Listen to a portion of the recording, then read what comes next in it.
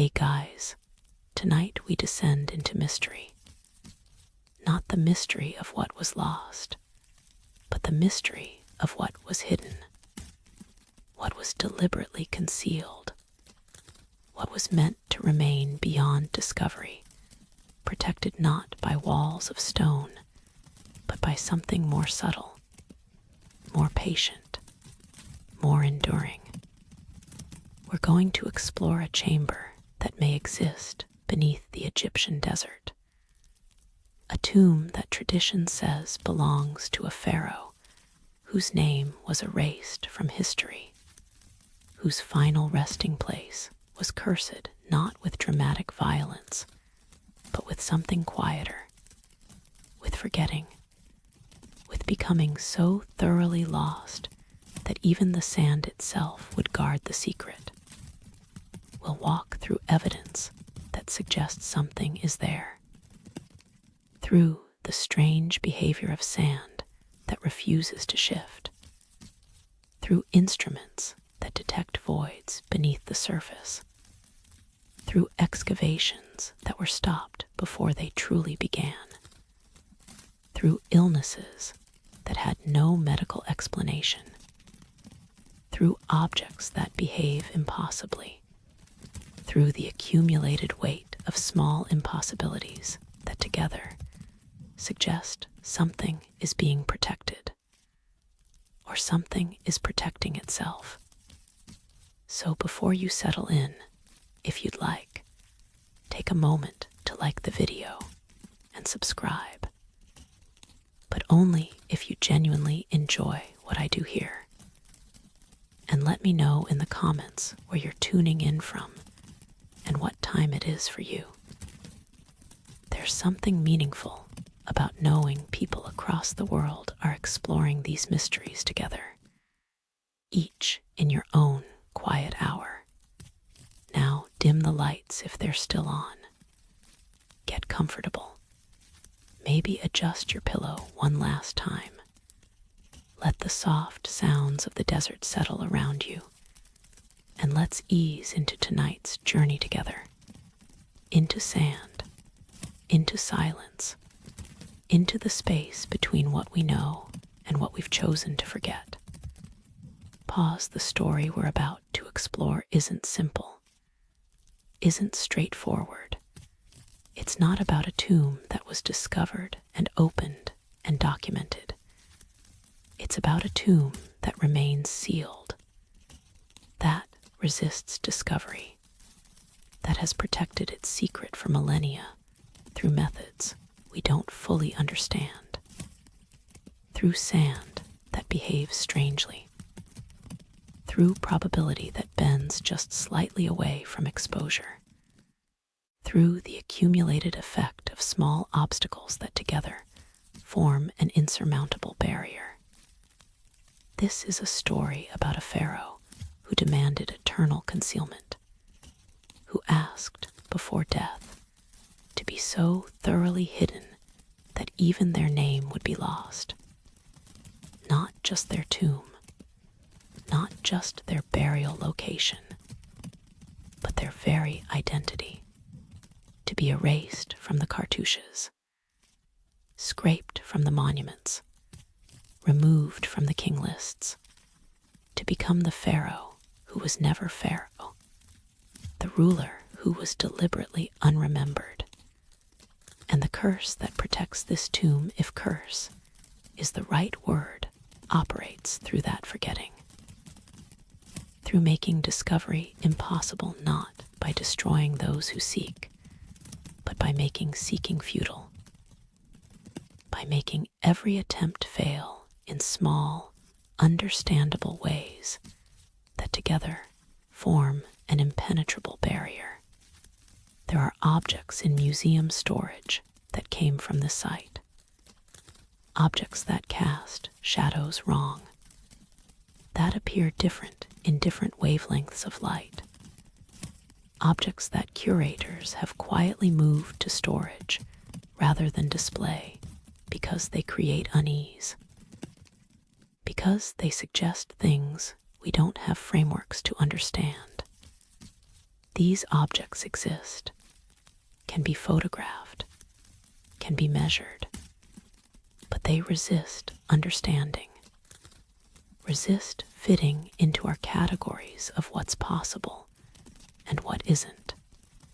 There are photographs that show hieroglyphs that cannot be transcribed, text that every scholar reads differently, symbols that seem to change depending on who's looking.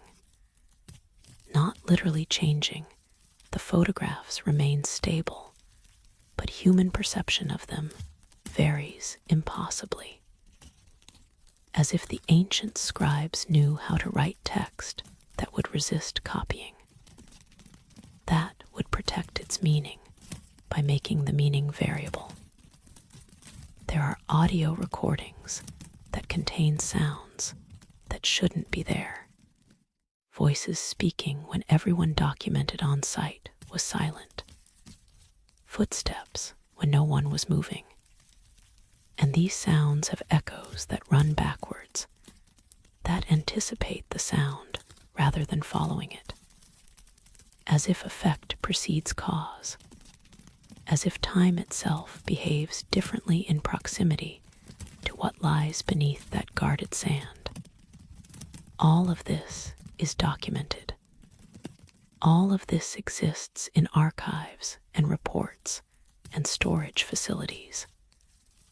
Not hidden exactly, but not examined closely either, because examining closely leads to questions that don't have comfortable answers.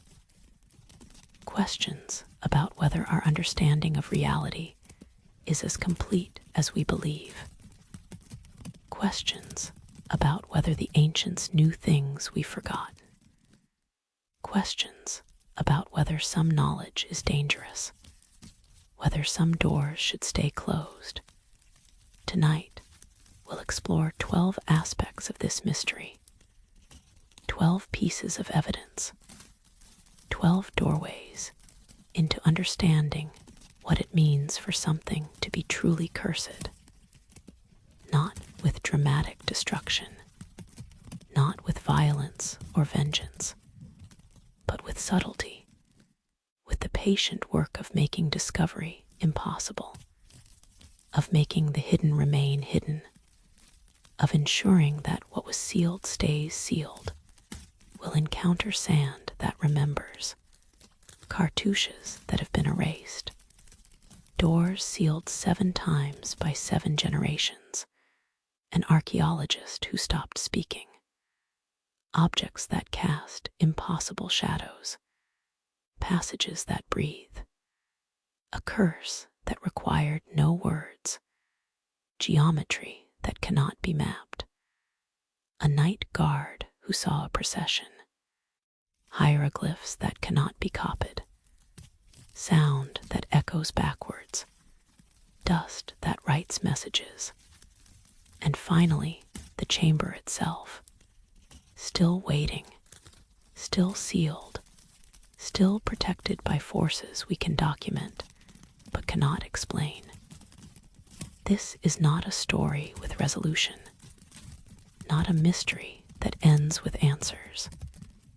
This is a story about how some things remain mysterious, how some secrets keep themselves, how the ancients understood things about concealment that we're only beginning to recognize, how forgetting can be more powerful than remembering, how being lost can be a form of protection, how curses don't need to kill to be effective.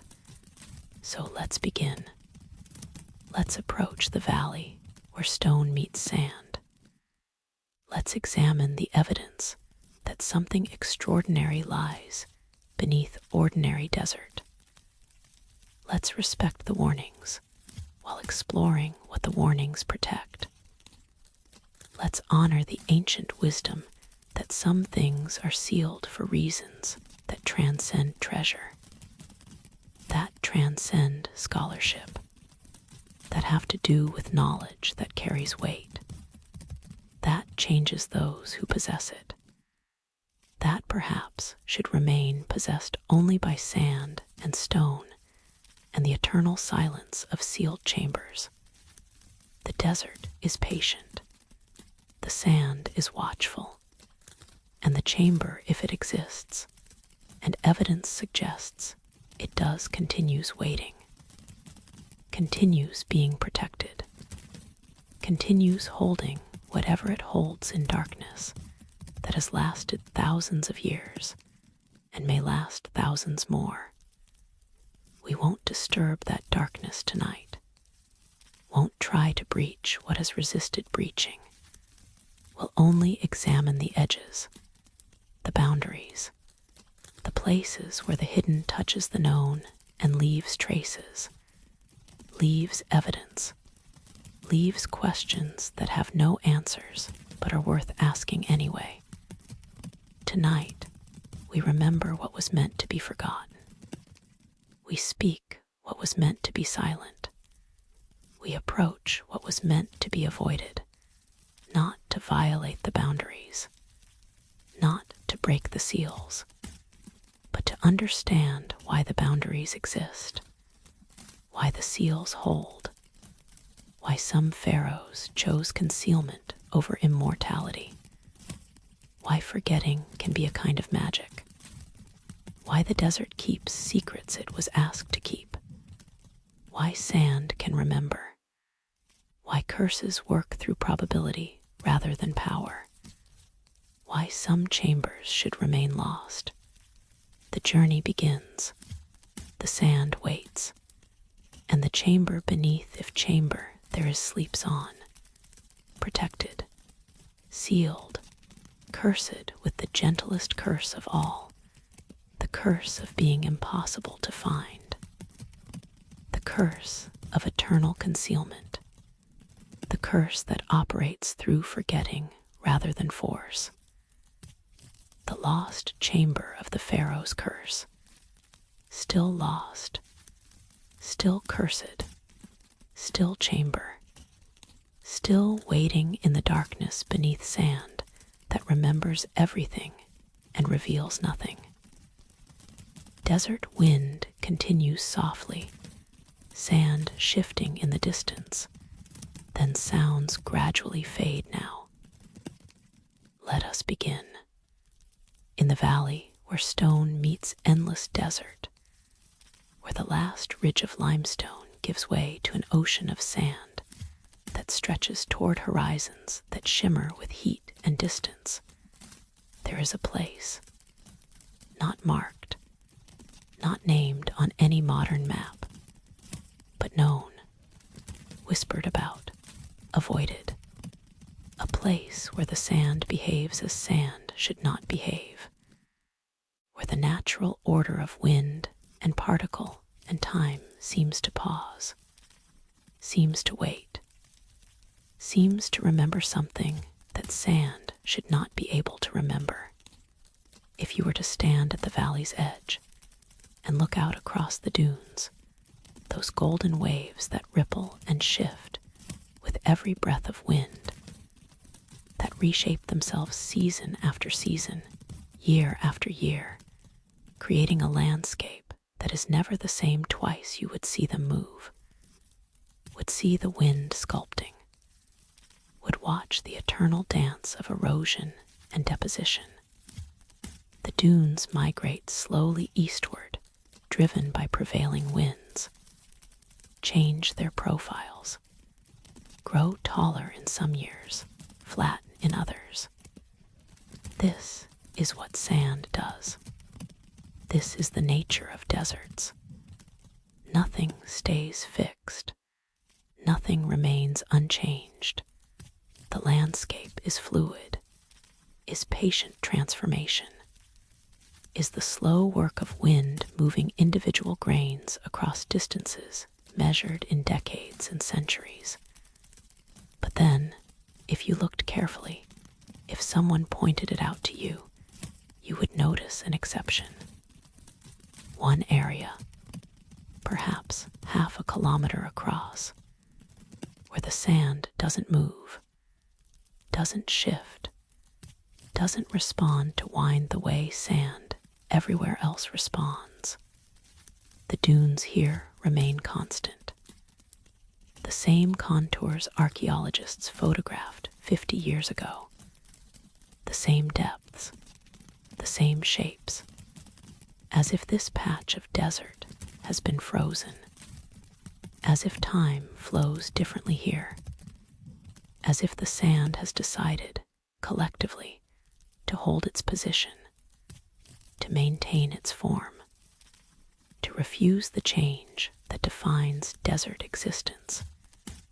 It is said that Bedouin guides noticed this long before Western archaeologists, long before instruments could measure what the eye could see. The Bedouin have traveled these routes for generations, for centuries.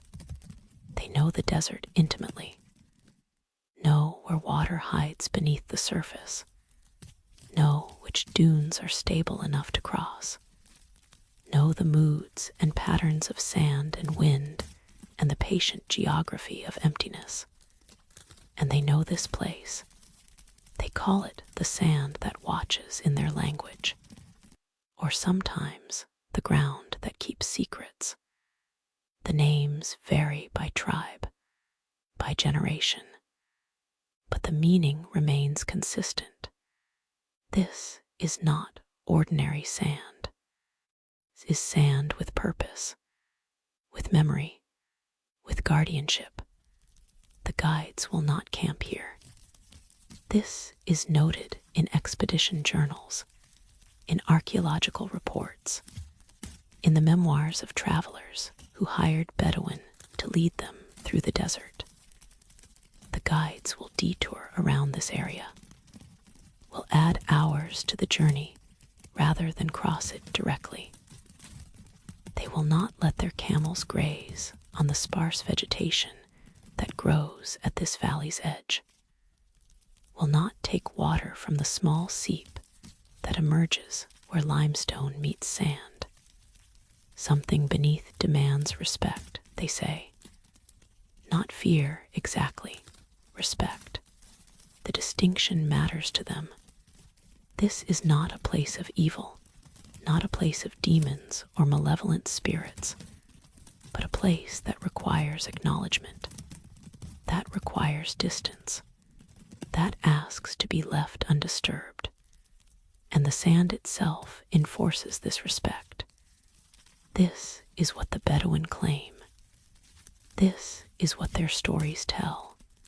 The sand acts as guardian, as sentinel, as living barrier between what lies above and what lies below. Those who respect the sand's watch are safe.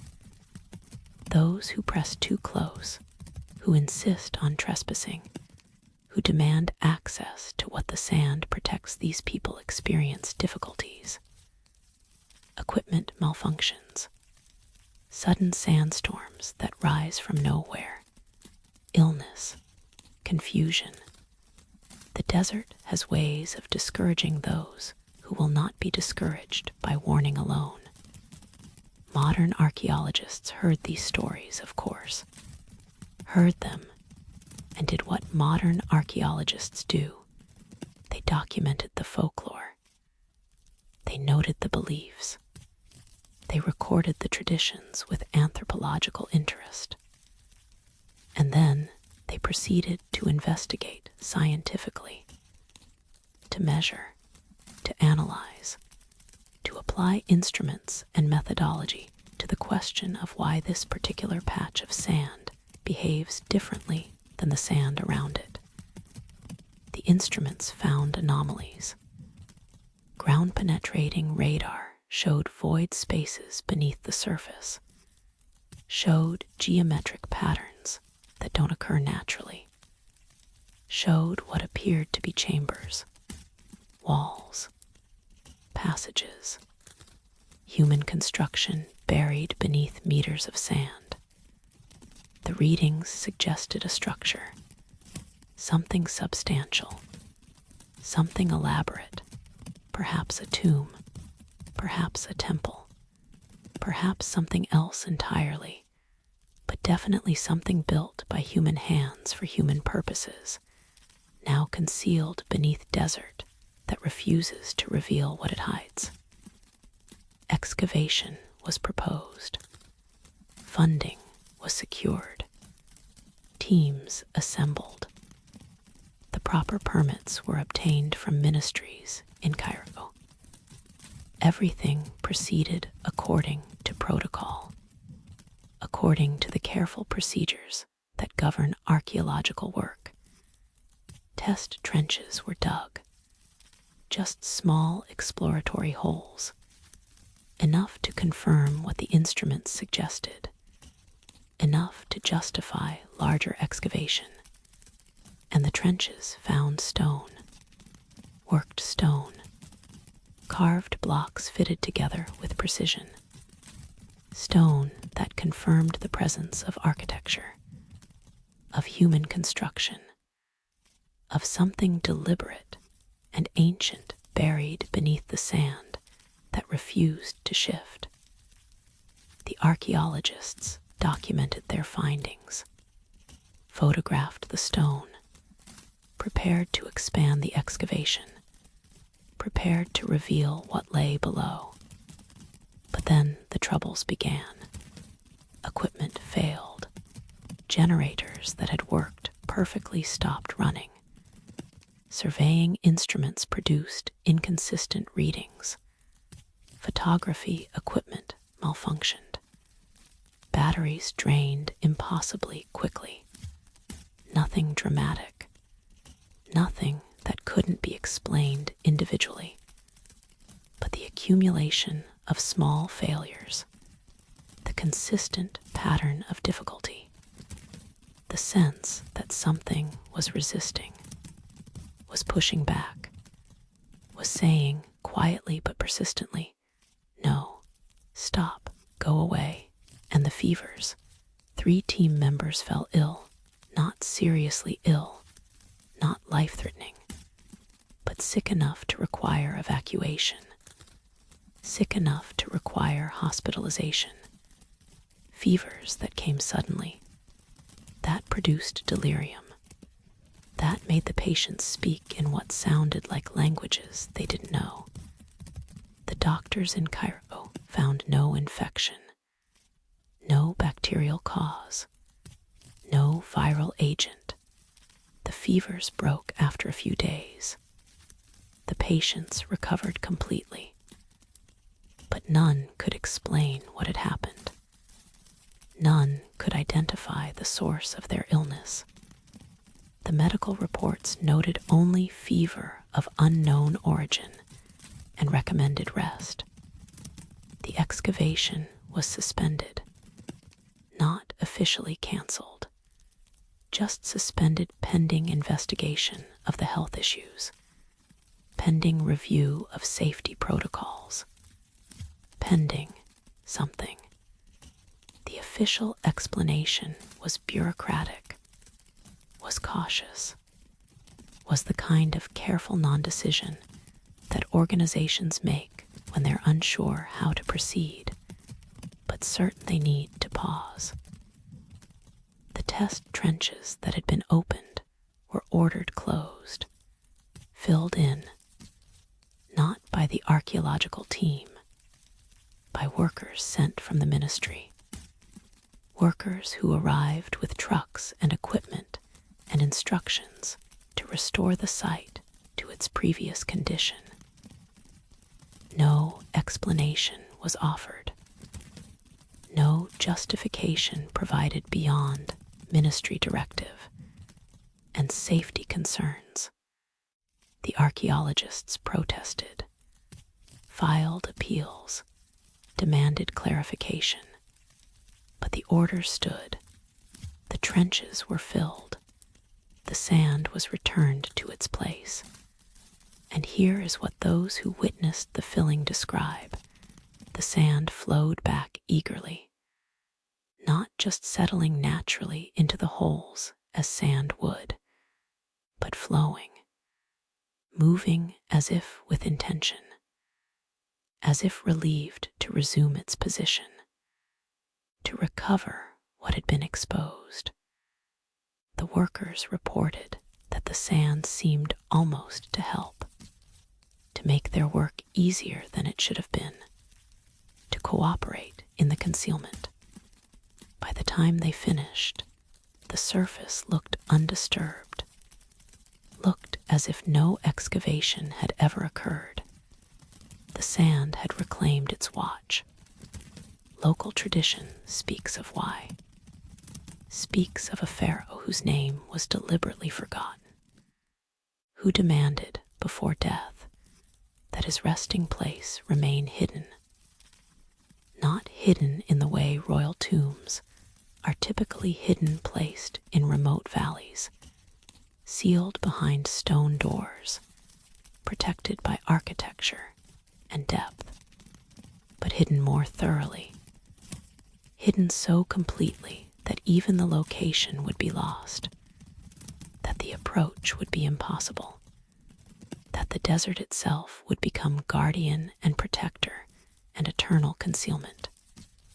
The curse that protects this tomb, if tomb it is, operates not through violence, but through forgetting, through making discovery impossible, through creating barriers that are subtle rather than dramatic. Equipment fails, but doesn't explode. Illness comes, but isn't fatal. Funding disappears, but not through obvious conspiracy. The curse is woven into probability, into the small adjustments of chance, into making certain outcomes slightly more likely and others slightly less. Nothing obvious, nothing that proves supernatural intervention, just the accumulated weight of difficulty, the persistent sense of resistance, the feeling that something is gently, firmly, eternally pushing you away. And perhaps this is wisdom. Perhaps this is kindness. Perhaps the sand that remembers footsteps is protecting not just what lies beneath, but those who would disturb it. Perhaps what sleeps in the chambers below should remain sleeping. Perhaps some knowledge is dangerous. Perhaps some treasures cost more than their worth. Perhaps some doors were sealed for reasons that transcend archaeology, that transcend scholarship, that have to do with things we've forgotten how to take seriously, things our instruments can't measure, things our rational minds dismiss, but our deeper instincts remember. The sand knows, holds knowledge in its particles, each grain a tiny keeper of memory, each drift a page in a book written in the language of position and stillness.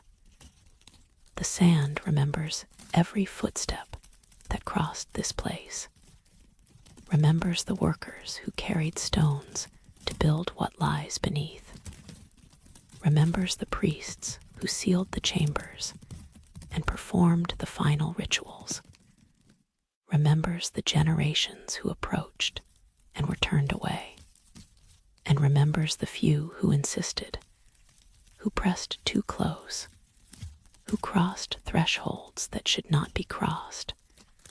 The sand remembers these footsteps too, remembers that they descended, remembers that they never returned. So the sand continues its watch, patient, implacable, neither hostile nor welcoming, but simply present, simply performing its function. The guardian that requires no wages, the sentinel that never sleeps, the seal that cannot be broken by force, because force encounters only yielding particles that reform after every disturbance. The sand does what sand has always done. It flows and settles and shapes itself to wind. But here, in this one place, it does something else as well. It holds, it keeps, it guards, and in its guarding, perhaps it protects us. Perhaps it saves us from ourselves, from our curiosity that doesn't know when to stop, from our need to open what was sealed, to expose what was hidden, to speak what was meant to remain silent. The valley is quiet now, the excavation abandoned, the trenches filled, the instruments packed away, the fever patients recovered and gone. The site appears on no current research agendas. No funding proposals mention it. No graduate students plan dissertations about it. The sand has won, if winning is the right word, has maintained its secret, has kept its watch, and perhaps in some chamber far beneath, in darkness that has lasted for millennia and will last for millennia more, something sleeps peacefully, undisturbed, protected, held safe by sand that remembers, by wind that cooperates, by the desert that has agreed to keep this one secret forever. The sand that remembers footsteps remembers still, watches still, guards still, and will continue its patient work until the desert itself ends, until wind stops blowing, until sand ceases to be sand, until memory itself forgets. The watch continues. The sand remembers, and what lies beneath remains, as it was always meant to remain, unknown, unsealed, undisturbed, eternal, among the fragments. This is where the story continues.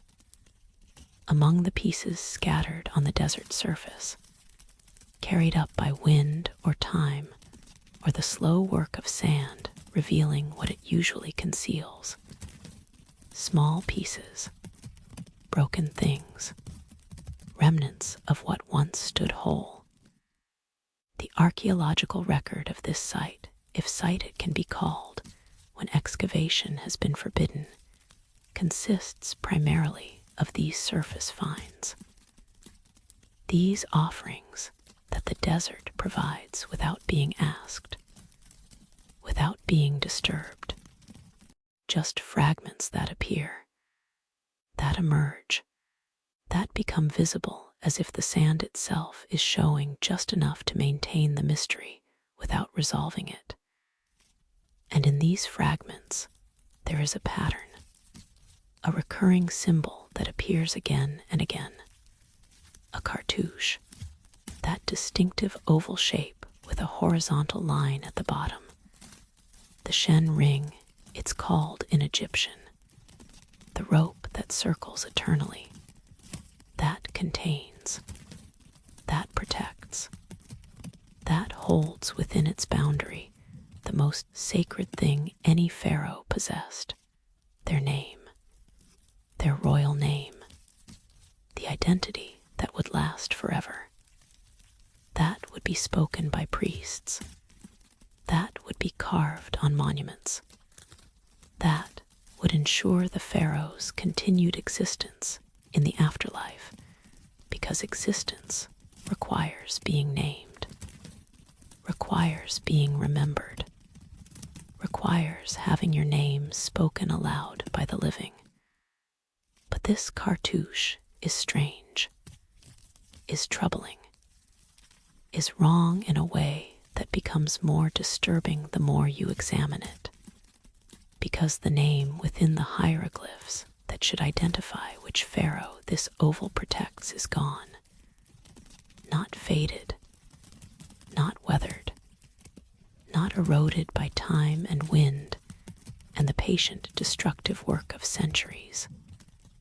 Gone, deliberately removed, systematically erased, chiseled away, scraped from stone with such thoroughness that not a single hieroglyph remains legible. Not one symbol survives. What should be the most carefully preserved element, what should be protected by the cartouche itself, by the sacred rope that circles it, has been obliterated. This appears not once, not on a single fragment, but repeatedly. Every fragment that bears this cartouche shows the same damage, the same deliberate erasure. Boundary stones found at the valley's edge, pieces that might have been part of a tomb entrance, fragments of what could have been offering tables, all bearing cartouches, all with the interiors carefully, completely, systematically destroyed. Someone spent time on this, considerable time, considerable effort, going from stone to stone, from monument to monument, from inscription to inscription, removing every trace of the name, every symbol, every indication of identity. This is damnatio memoriae, the condemnation of memory. The Romans had a phrase for it, but the practice is far older. The Egyptians understood it intimately, understood that to erase someone's name was to erase them from existence, not just from history, from existence itself, from the afterlife, from the realm where the dead continue living. Because in Egyptian belief, existence requires being remembered, requires having your name spoken. A pharaoh whose name is forgotten ceases to exist in any meaningful sense. Their life force has no anchor. Their soul has no identity. They become nothing, become less than nothing, become the unperson, the unpharaoh, the gap where someone should be but isn't. And this erasure was thorough, was systematic, was performed with dedication that speaks to either extreme hatred or extreme necessity. Someone believed this pharaoh's name needed to be removed, needed to be made unspoken, made unspeakable, made impossible to recover even by later generations who might want to restore what was taken away. The work was done carefully, with precision, not in anger, though anger might have motivated it, but with the patient, methodical approach of someone performing necessary work. Sacred work, perhaps. Protective work.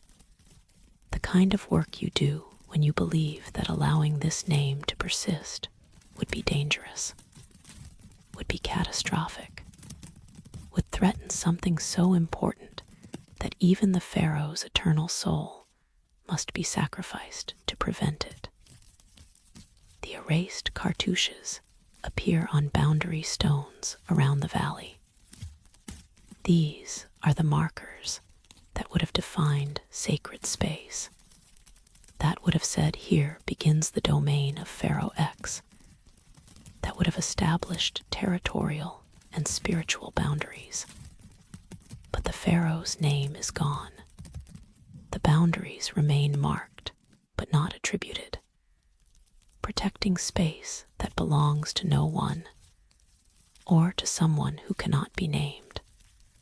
The boundaries exist, but the authority behind them has been erased. The protection continues, but the protector has been forgotten. Fragments that might be from tomb entrance show the same pattern. Every cartouche present, every name removed. The architectural elements that would have announced whose tomb this was, whose eternal resting place, whose monument to immortality. All present, all intact except for the one crucial element, identity. The tomb becomes the tomb of the nameless one, the forgotten Pharaoh, the erased ruler, the person who was unpersoned so thoroughly that even their final resting place cannot identify them. Offering table fragments show cartouches where priests would have spoken the Pharaoh's name, would have called them forth to receive offerings, to accept sustenance, to continue existing in the realm of the dead through the actions and words of the living. But the name is gone. The offerings would have no recipient. The prayers would have no destination. The careful liturgy of feeding the dead would fail because the dead person has no name to be called by, has no identity to respond to, has become the void that offerings fall into without being received. Scholars have attempted reconstruction, have taken photographs of every erased cartouche, have studied them under different wavelengths of light, have used digital enhancement, have applied every tool modern archaeology possesses to try to recover what was deliberately removed. Because sometimes erasure isn't complete. Sometimes the tool that removes writing leaves microscopic traces, ghost images, subtle depressions in the stone, enough for modern instruments to detect, enough to reconstruct what was lost. But not here, not with these cartouches. The erasure was too good, too complete, too thorough. What remains are blank spaces, smooth stone where symbols should be, perfect voids. The technology that can sometimes read what's been removed finds nothing to read here. The stone has been worked so carefully that no traces survive. No ghost images. No microscopic clues.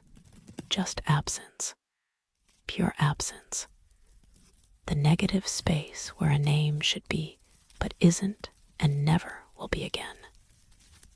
Some scholars believe this was punishment, that this Pharaoh committed crimes so terrible that their name became poison, became dangerous to speak, became something that had to be removed for the good of Egypt, for the good of Mad, the cosmic order. Perhaps they were tyrant. Perhaps they abandoned the gods. Perhaps they violated sacred laws so fundamentally that their very existence became threat to the natural order. And so their name was removed. Their identity was erased. They were made into warning, into example, into the Pharaoh who proved that even royal power has limits, that even divine kingship can be revoked. But others suggest something different, something more disturbing. They suggest the erasure was the curse itself, that speaking this name, if anyone knew, it would activate something, would trigger something, would break seals that must remain sealed, that the erasure was not punishment, but protection, was mercy, was the only way to contain what this Pharaoh had become, or what they had discovered, or what they had done that required their identity to be sacrificed to prevent it from spreading, from being remembered, from being repeated. Perhaps this Pharaoh learned something forbidden, discovered knowledge that mortals shouldn't possess, performed rituals that worked too well, opened doors that should stay closed, and the only way to contain what they'd done was to erase them completely, to make them forgotten, to ensure their name would never be spoken, because speaking the name might continue the work they'd begun, might reactivate the rituals, might open the doors again. The erasure becomes quarantine, becomes the wall built around dangerous knowledge, becomes the silence that prevents contagion. The cartouche that cannot be spoken holds its silence, keeps its secret, remains as testimony to the power of names and the equal power of their absence. The oval shape persists. The protective rope continues circling.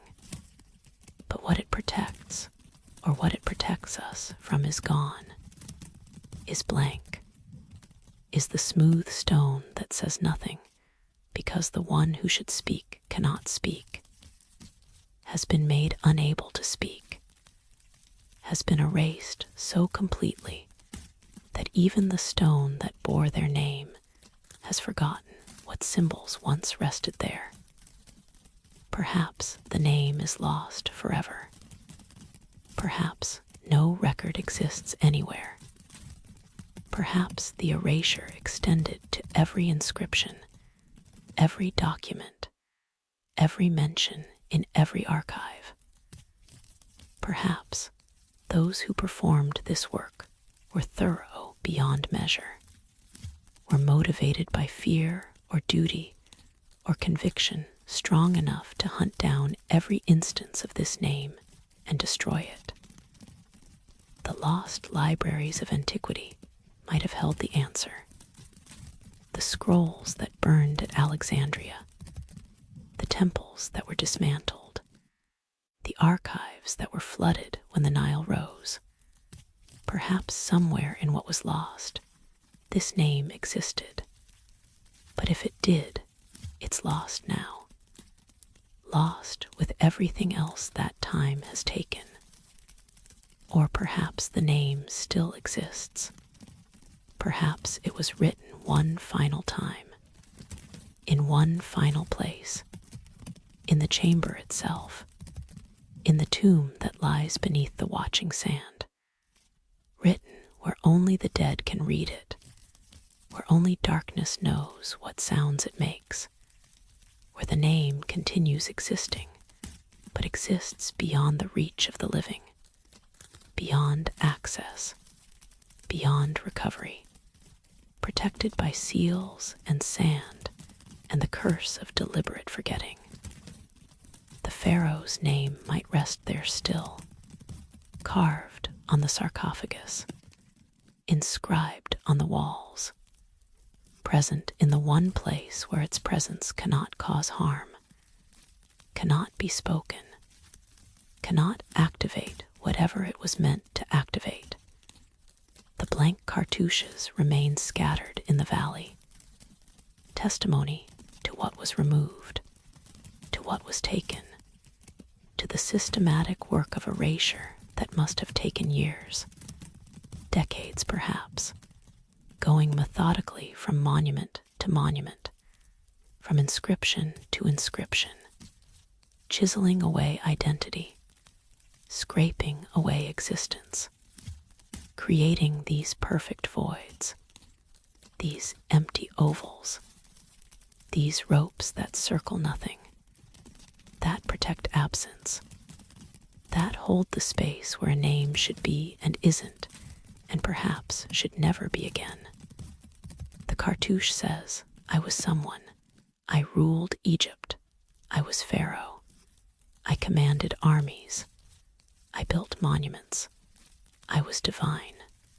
I was powerful. I mattered.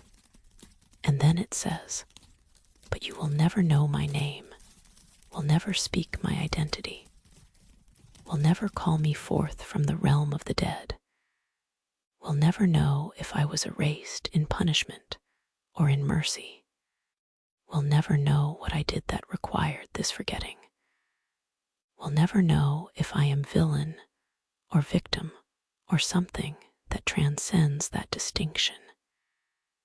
You will know only that I was, and that my being was so dangerous, or so terrible, or so extraordinary, that being itself had to be removed, had to be erased, had to be made into this blank space, this silence, this absence that speaks louder than presence, this cartouche that holds nothing, and in holding nothing, holds the weight of the most complete curse, the curse of being deliberately, systematically, eternally forgotten.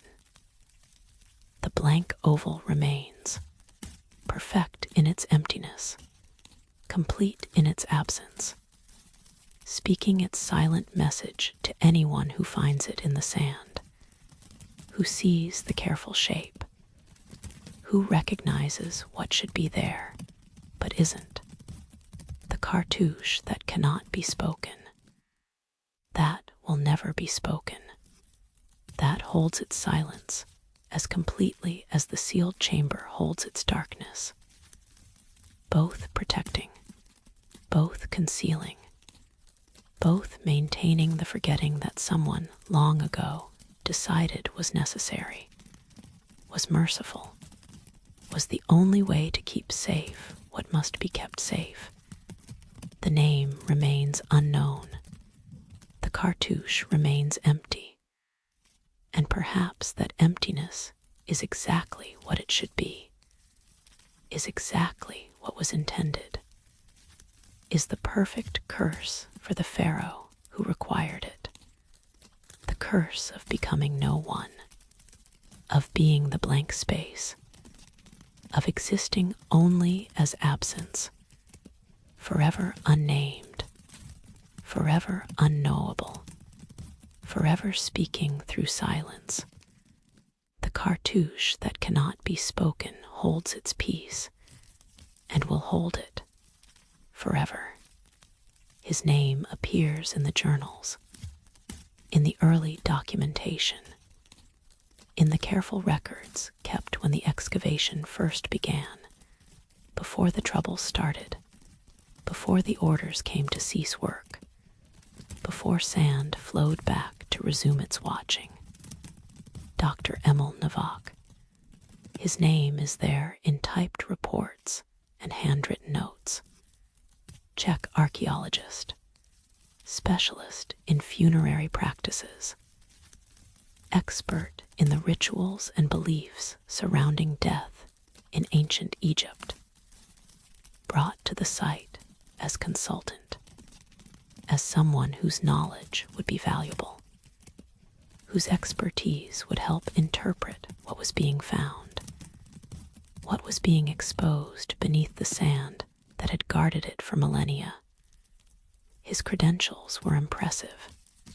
Years of study, decades of fieldwork, publications in respected journals, a reputation for careful scholarship, for methodical work, for bringing rigor and precision to the interpretation of burial customs.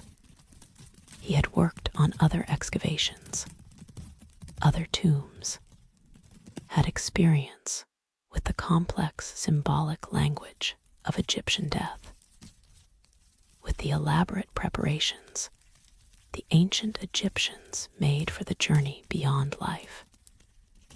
He was exactly the kind of consultant you'd want for a discovery of this nature, for a tomb that showed signs of being significant, of being protected, of being sealed with unusual care and unusual urgency. His early entries in the excavation journal are professional, detailed, exactly what you'd expect from an experienced archaeologist. He describes the fragments found on the surface, the erased cartouches, the symbols that suggest royal burial. He documents the first seal when they reach the door, notes its composition, its sacred oils, its protective symbols, he speculates about dating, about which period this might belong to, about what the evidence suggests regarding the identity of whoever was buried here. His entries are measured, careful, show no hint of concern, no suggestion of anything unusual beyond the archaeological significance of what's being discovered. But then something changes. The tone shifts. The entries become shorter, less detailed, less focused on objective observation, and more something else, personal, troubled. He begins mentioning dreams. This is noted casually at first, almost apologetically. Slept poorly, dreams of wandering corridors. Nothing significant. A few days later, dreams continue. Always the same. Always descending. Always aware that I shouldn't proceed, but unable to stop. The dreams intensify, become more detailed in his descriptions, more troubling in their content. He dreams of the chamber, of what lies beyond the sealed door, of being inside when he's never been inside, can't have been inside.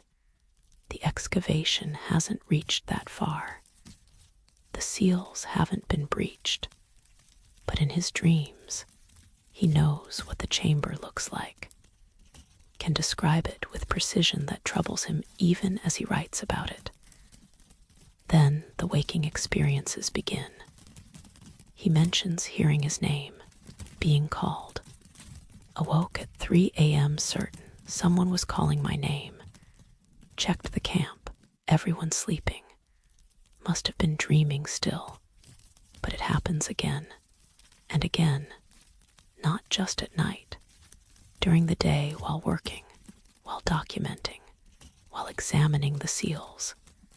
He hears his name spoken, turns. No one there. No one calling.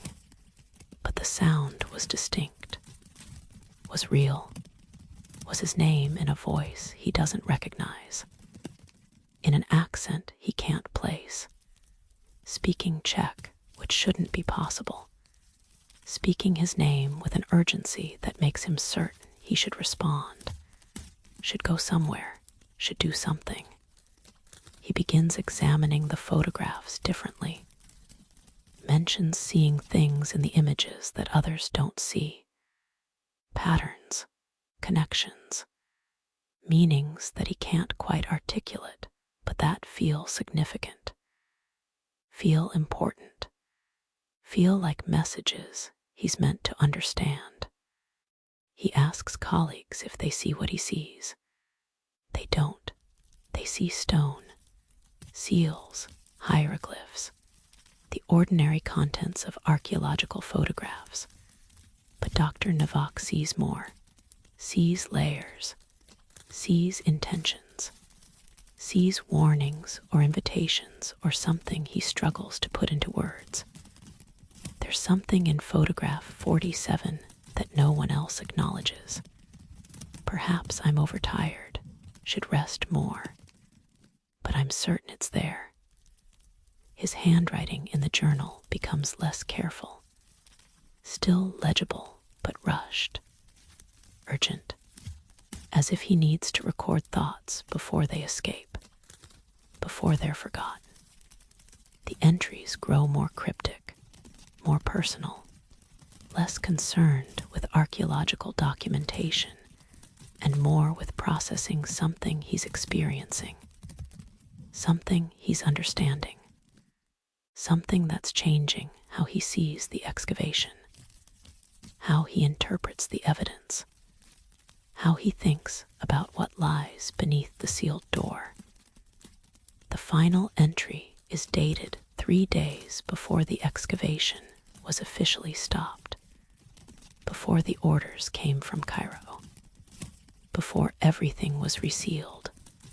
The entry is short, just one sentence, but the The sentence has been repeated in archaeological circles, has been quoted, has been wondered about, has never been adequately explained. Dr. Navak wrote, "They were right to forget. I understand now. We should not have disturbed the forgetting." Nothing after that. No elaboration. No explanation of who they were or what forgetting meant or what he'd come to understand. Just that single sentence.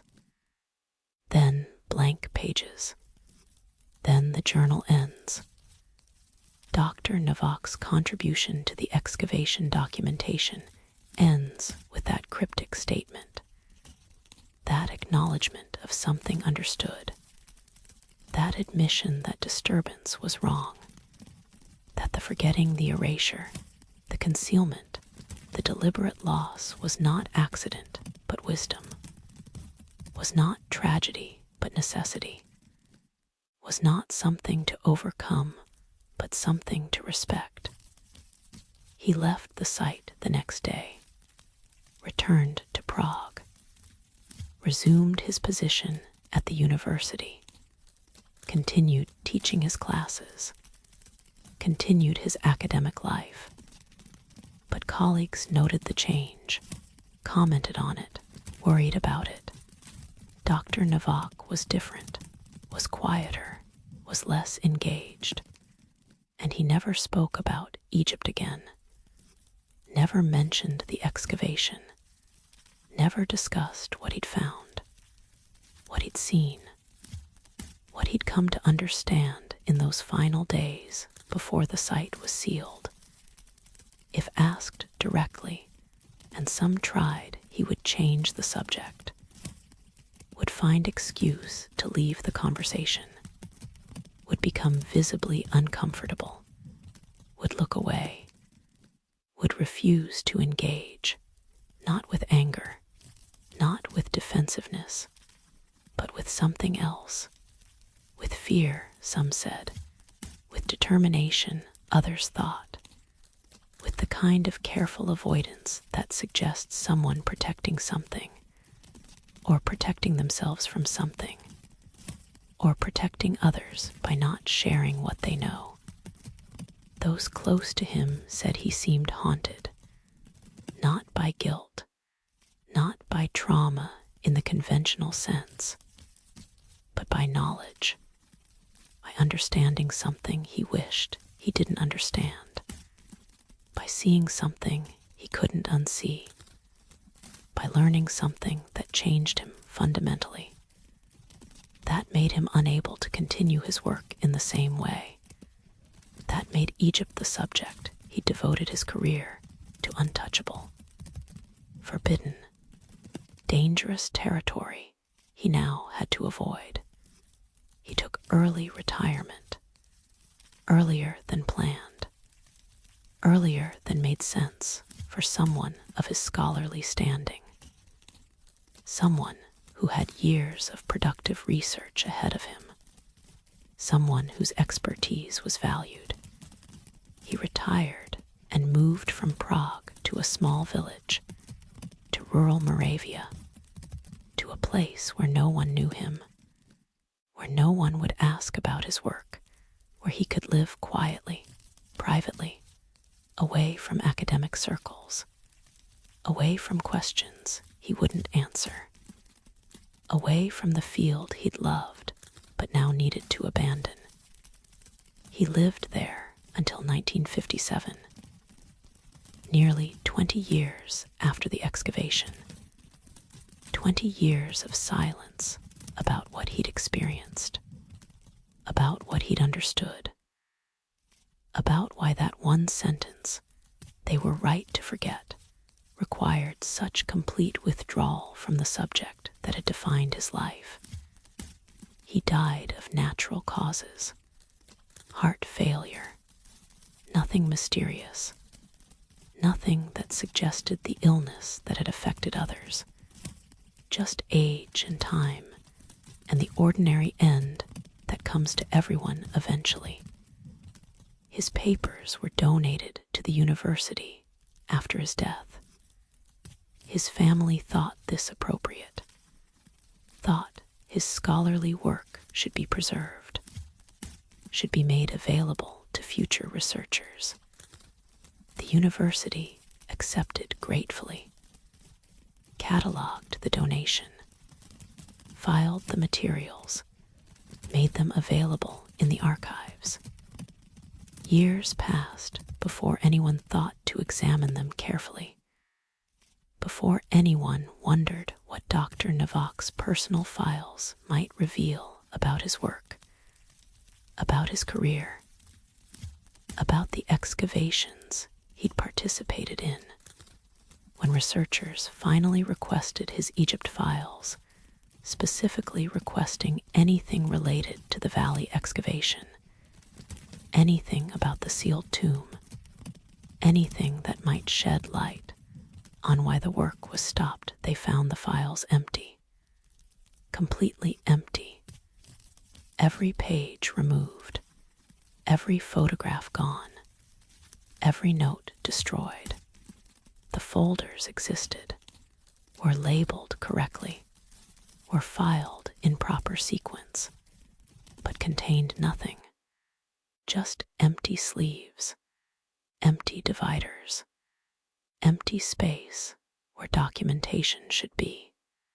Someone had systematically removed everything, had gone through Dr. Navak's personal archives and extracted every reference to the excavation, every piece of evidence that he'd been there, every photograph he'd taken, every sketch he'd made, every note he'd written, every observation he'd recorded, all of it removed, all of it presumably destroyed, leaving only emptiness, only the structure of documentation without the documentation itself. The removal was thorough, was methodical, was clearly intentional. This wasn't accidental loss, wasn't damage from poor storage, was deliberate elimination of every trace of his involvement, every record of what he'd witnessed, every notation of what he'd come to understand. Someone, almost certainly Dr. Navak himself, had spent considerable time going through these files, pulling every relevant page, every relevant photograph, every relevant item, and destroying them, burning them perhaps, or burying them, or disposing of them in some way that ensured they wouldn't survive. That wouldn't be accessible to curious researchers. That wouldn't spread whatever knowledge he decided was too dangerous to share. Only one thing survived the purge. One page that was overlooked or deliberately left. The journal entry, that final sentence. They were right to forget. I understand now. We should not have disturbed the forgetting. Left there. Left as testament. Left as warning perhaps, or as explanation, or as the only communication he was willing to allow. The only message he would leave for those who came after, for those who might wonder why he stopped speaking, why he removed all evidence, why he spent the rest of his life avoiding the subject he'd once pursued with passion. His colleagues never learned what he saw, what he understood.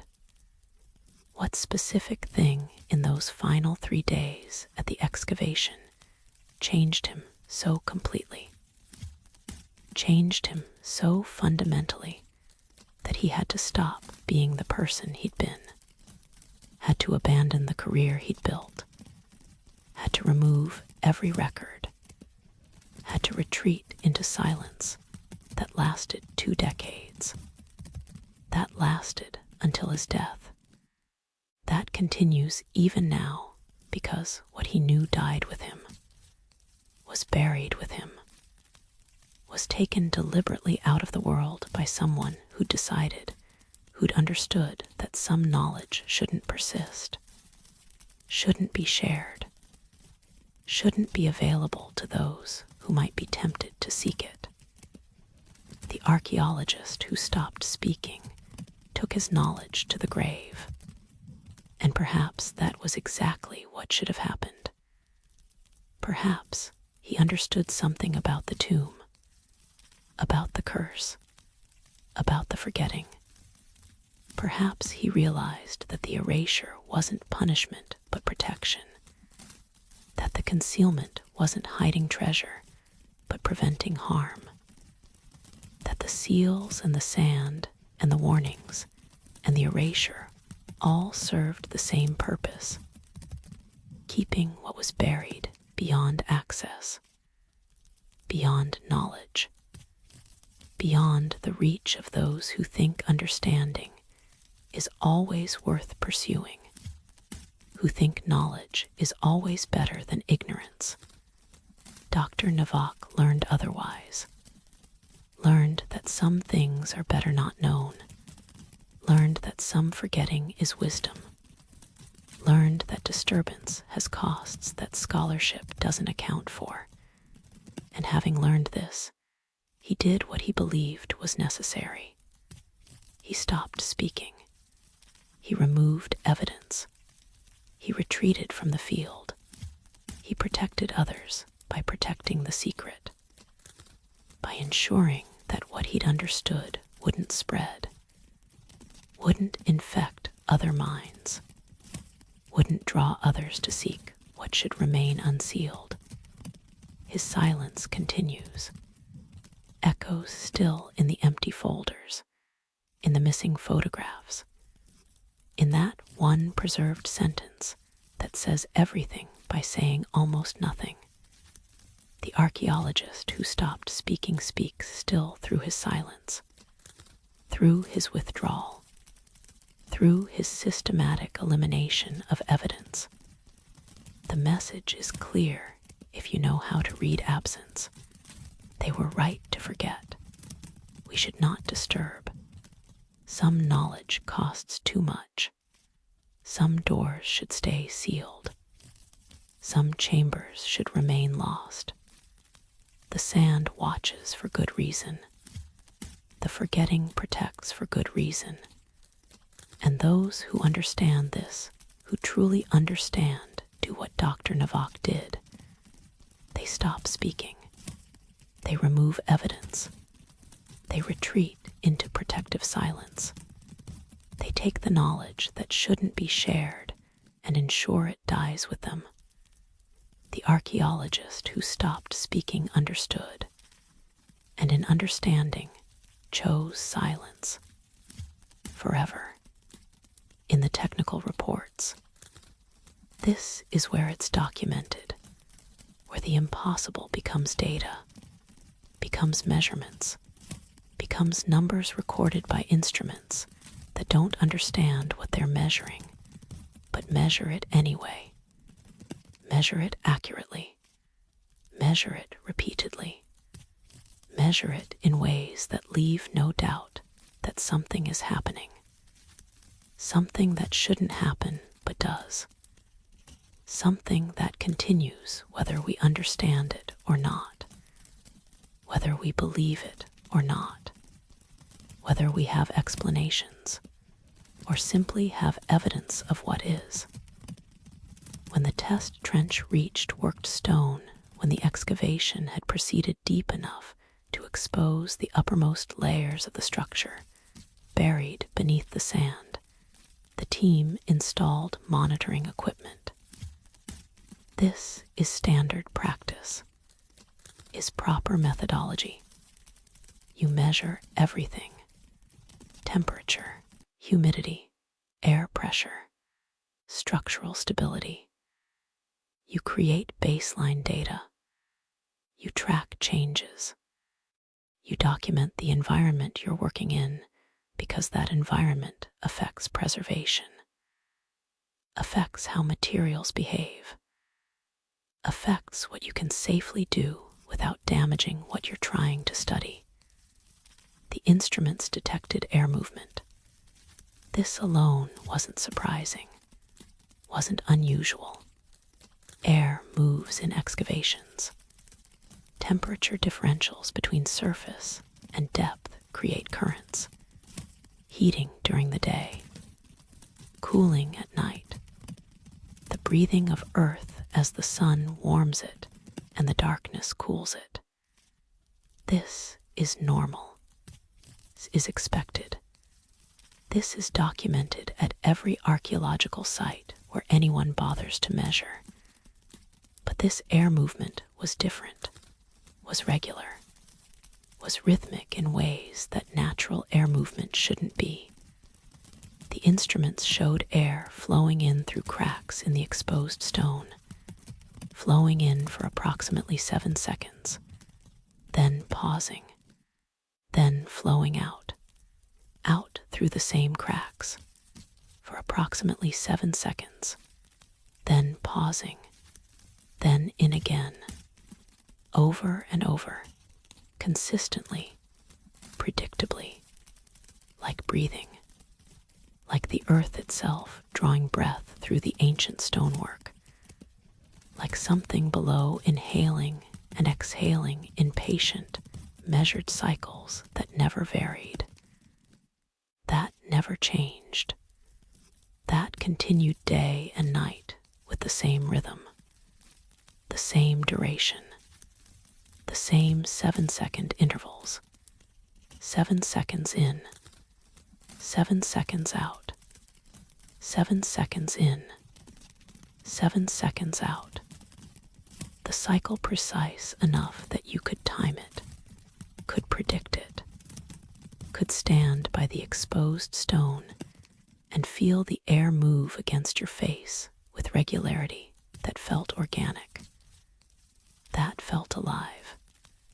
That felt like the breath of something vast and patient and impossibly old.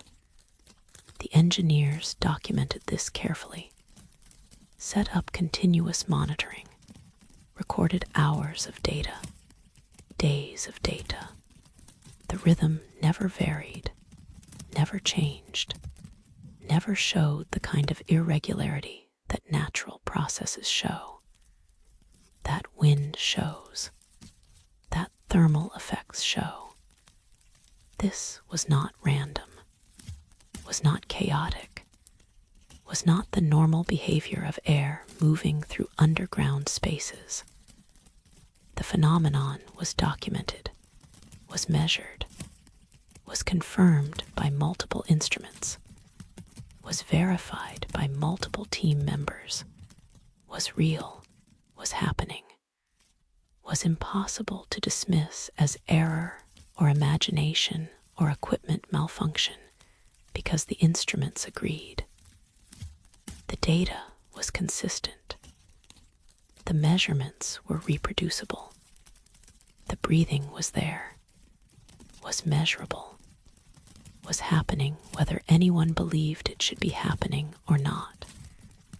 The air that emerged was analyzed, samples taken, subjected to chemical analysis. The composition was strange. The air was warmer than the surrounding atmosphere, not dramatically warmer, but noticeably warmer, a few degrees, enough to be documented, enough to be certain. The warmth suggested the air was coming from depth, from chambers below where temperature would be more stable, more constant, less affected by daily surface variations. The air was also drier, much drier than desert air, drier than air should be, as if coming from spaces that had been sealed, that had maintained their own atmosphere, that had not exchanged air with the surface for very long time. And the air contained traces, chemical traces, organic compounds, substances that shouldn't still be producing detectable vapors, after thousands of years, but were present in concentrations small but measurable. Resin. The analysis identified resin compounds, the kind used in mummification, in preservation, in the sacred work of preparing bodies for eternity. Myrrh, traces of myrrh, that precious substance imported from distant lands, used in religious ritual, in offerings, in the anointing of the dead. Natron, the salt mixture that ancient Egyptians used to desiccate bodies, to draw out moisture, to transform flesh into something that would last, something that would endure, something that would wait in darkness for resurrection that might never come. These substances were present in the air, were being carried up from below, were evidence that chambers existed down there, that those chambers had been used for burial, for mummification, for the sacred work of death. But these substances should be inert, should be stable, should have lost their volatility millennia ago, should be solid deposits, crystallized residues, not compounds producing vapors, materials still capable of releasing molecules into air, not substances that could be detected by modern instruments analyzing air that had passed through cracks in ancient stone. The lead engineer proposed explanations, suggested that underground chambers, if they existed, and the evidence suggested they did, would create convection currents, would trap warm air that would seek to rise, would create pressure differentials between the sealed spaces below and the open air above. This was thermodynamics, was physics, was the normal behavior of air in enclosed spaces that had connections to the surface.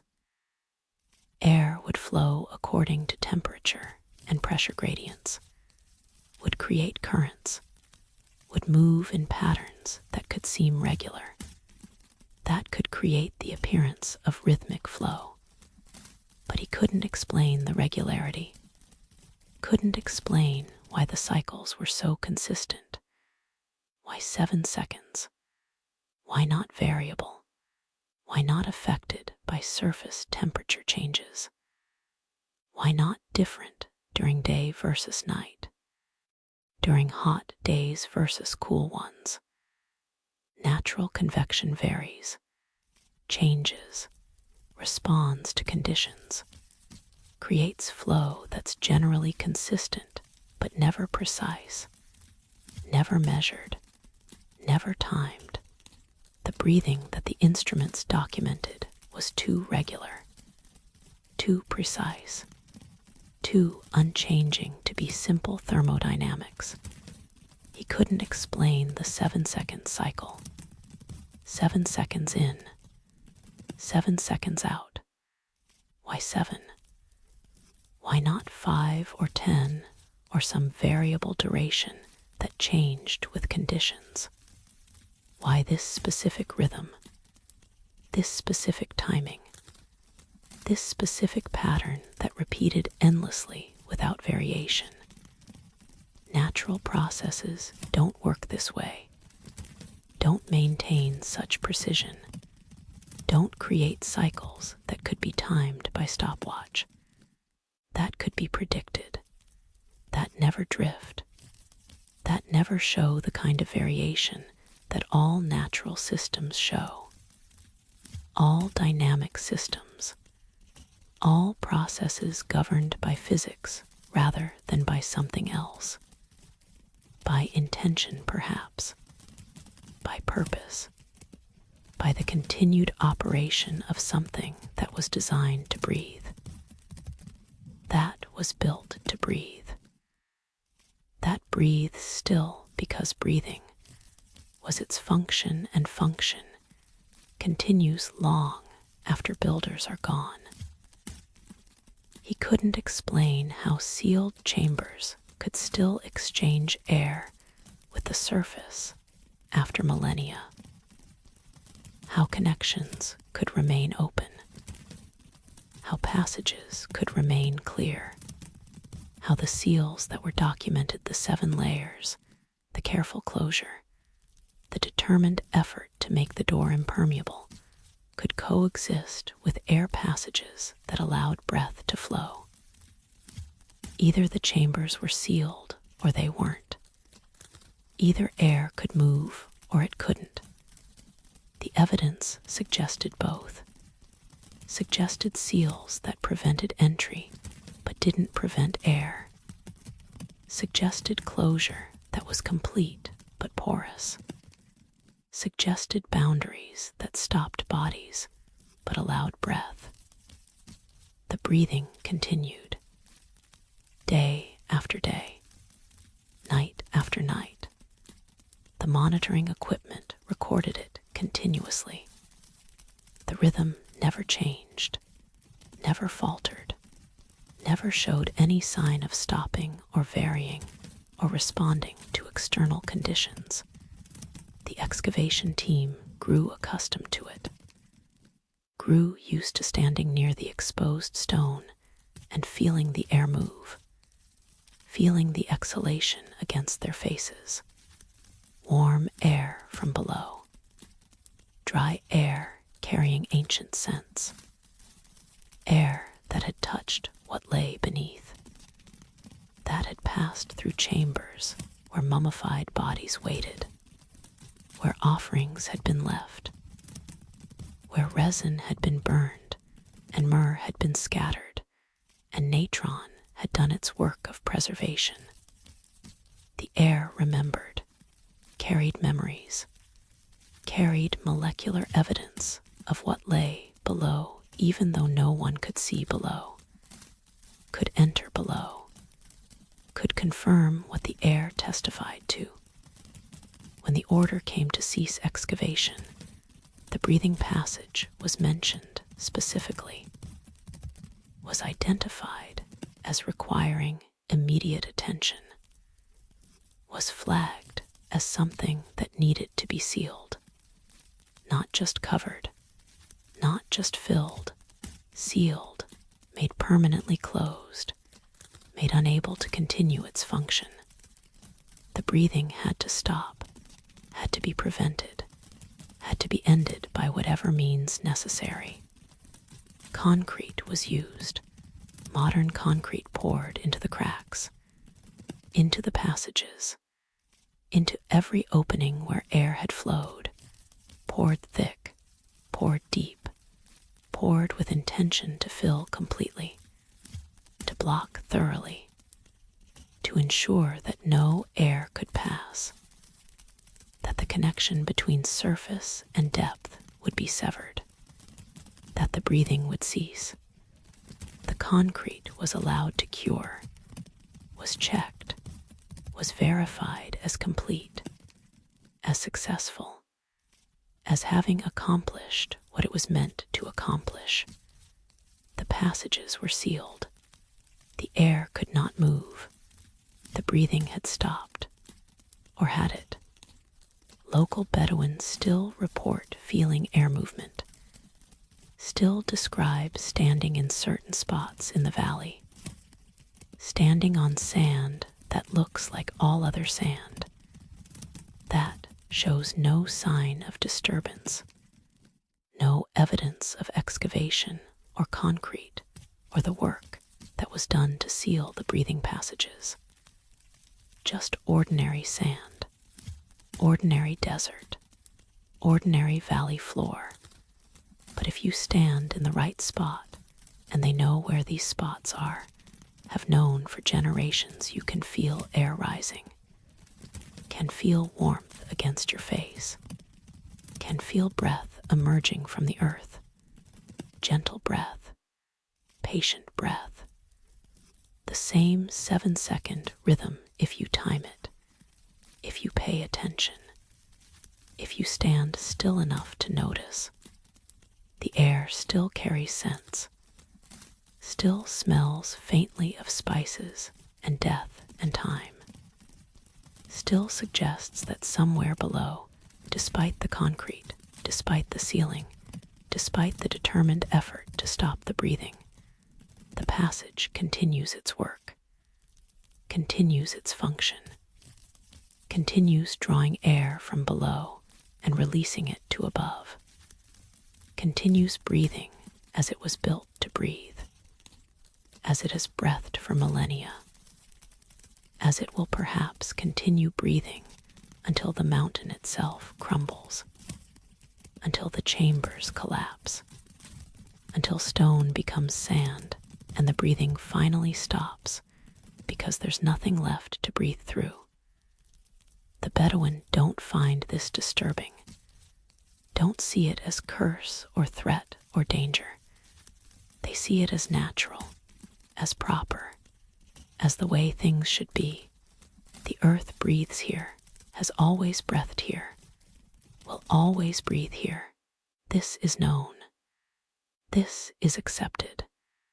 This is part of what makes this place sacred, what makes it forbidden, what makes it watched.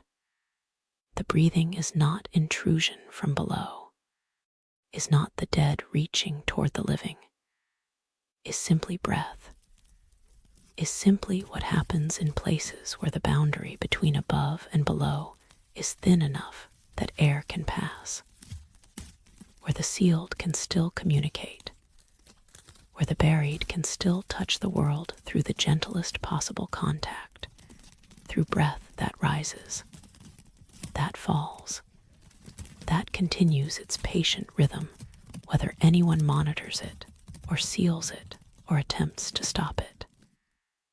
The passage that breathes may still breathe, despite the concrete, despite the ceiling, despite the human determination to make it stop.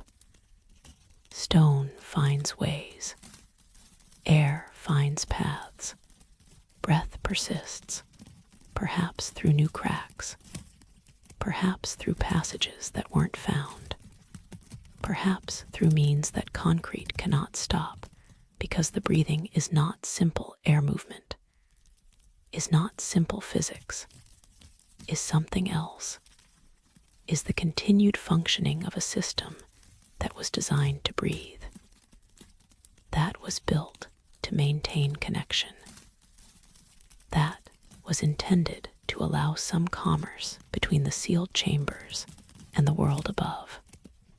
Not commerce of bodies, not commerce of objects, but commerce of breath, of air, of the gentle exhalation that says, we are still here, still present, still maintaining our function, still breathing as we were meant to breathe, what breathes below, what draws air in and releases it, what maintains this rhythm, this 7-second cycle, this patient respiration that has continued for millennia. We don't know, cannot know without opening what was sealed, without descending into passages that were closed, without violating the boundaries that 7 generations reinforced, without breaking the seals that warn against entry. The breathing is evidence, is testimony, is proof that something continues below, something that requires air or produces air or simply moves air in rhythms that feel organic, that feel alive, that feel like the breath of something vast sleeping. Perhaps that's what it is. Perhaps something sleeps beneath the sealed door, behind the 7 seals, in the chamber that still waits.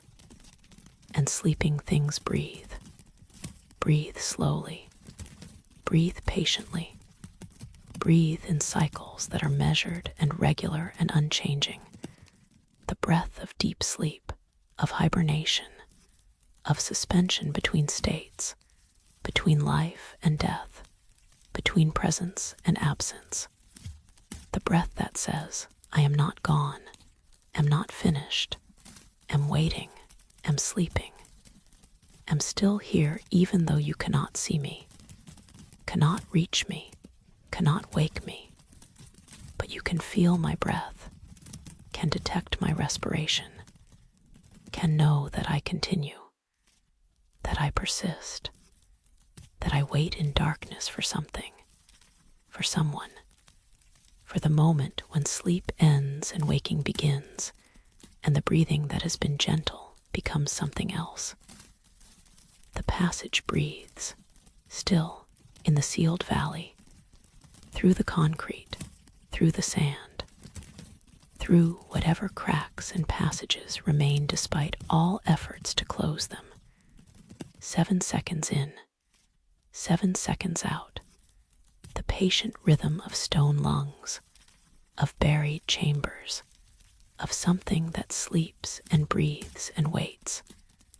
The breath rises, warm, dry, carrying scents of myrrh and natron and ancient death, carrying evidence of what lies below, carrying the gentlest possible message from the sealed to the unsealed, from the buried to the living, from the past to the present.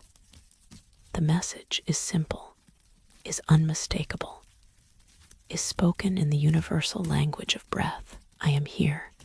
I continue. I wait. I breathe. Still breathing. Still patient.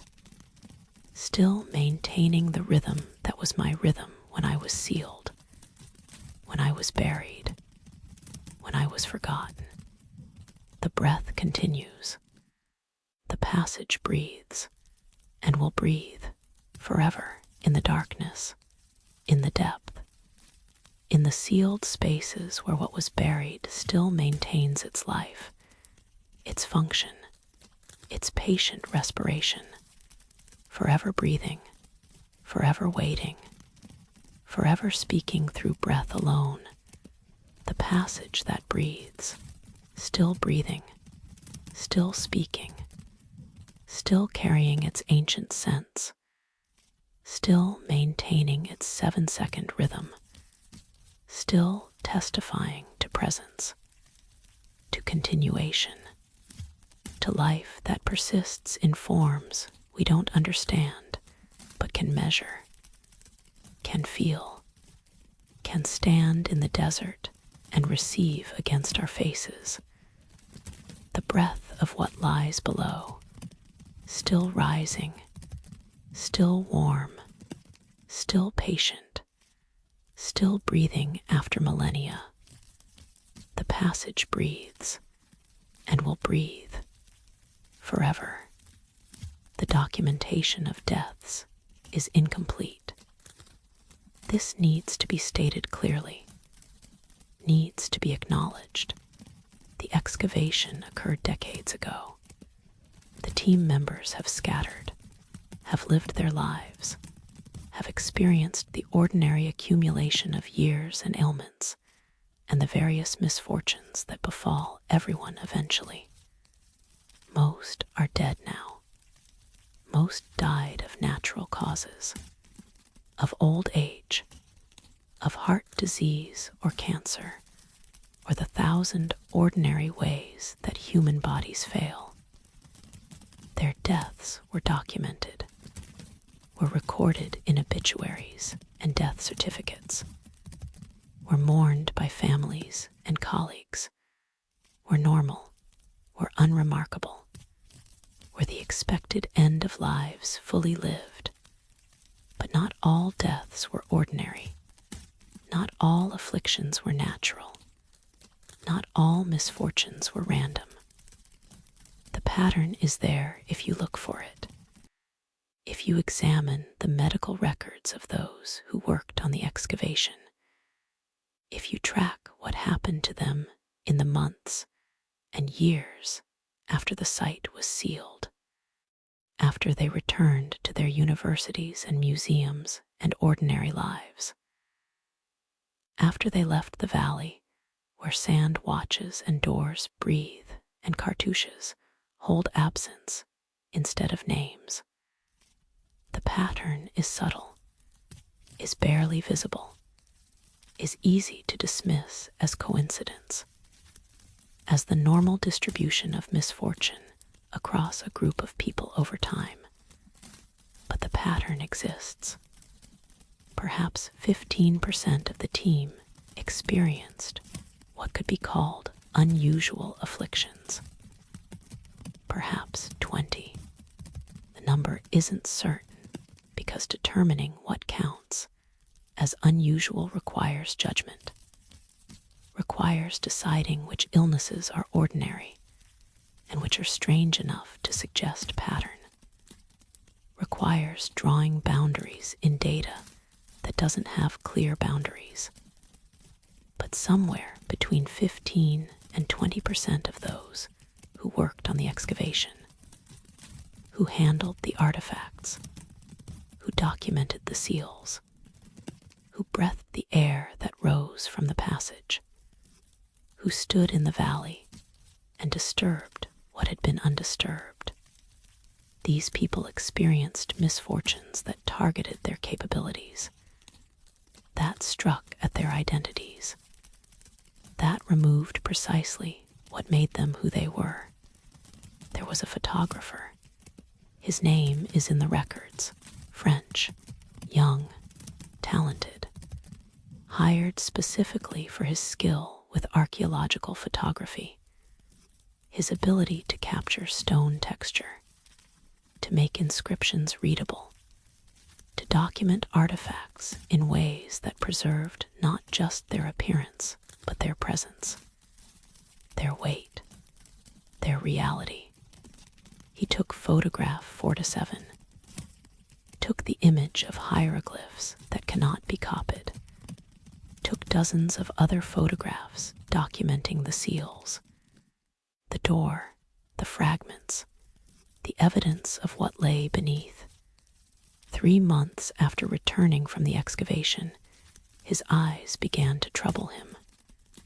Not pain exactly, not injury, just inflammation, redness, sensitivity to light.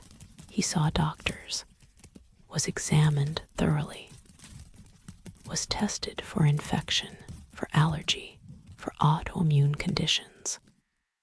The tests found nothing. Nothing bacterial, nothing viral, nothing that explained why his eyes were inflamed, why the inflammation was progressive, why it responded to no treatment. The doctors tried everything. Antibiotics in case infection was present but undetected, steroids to reduce inflammation, specialized medications.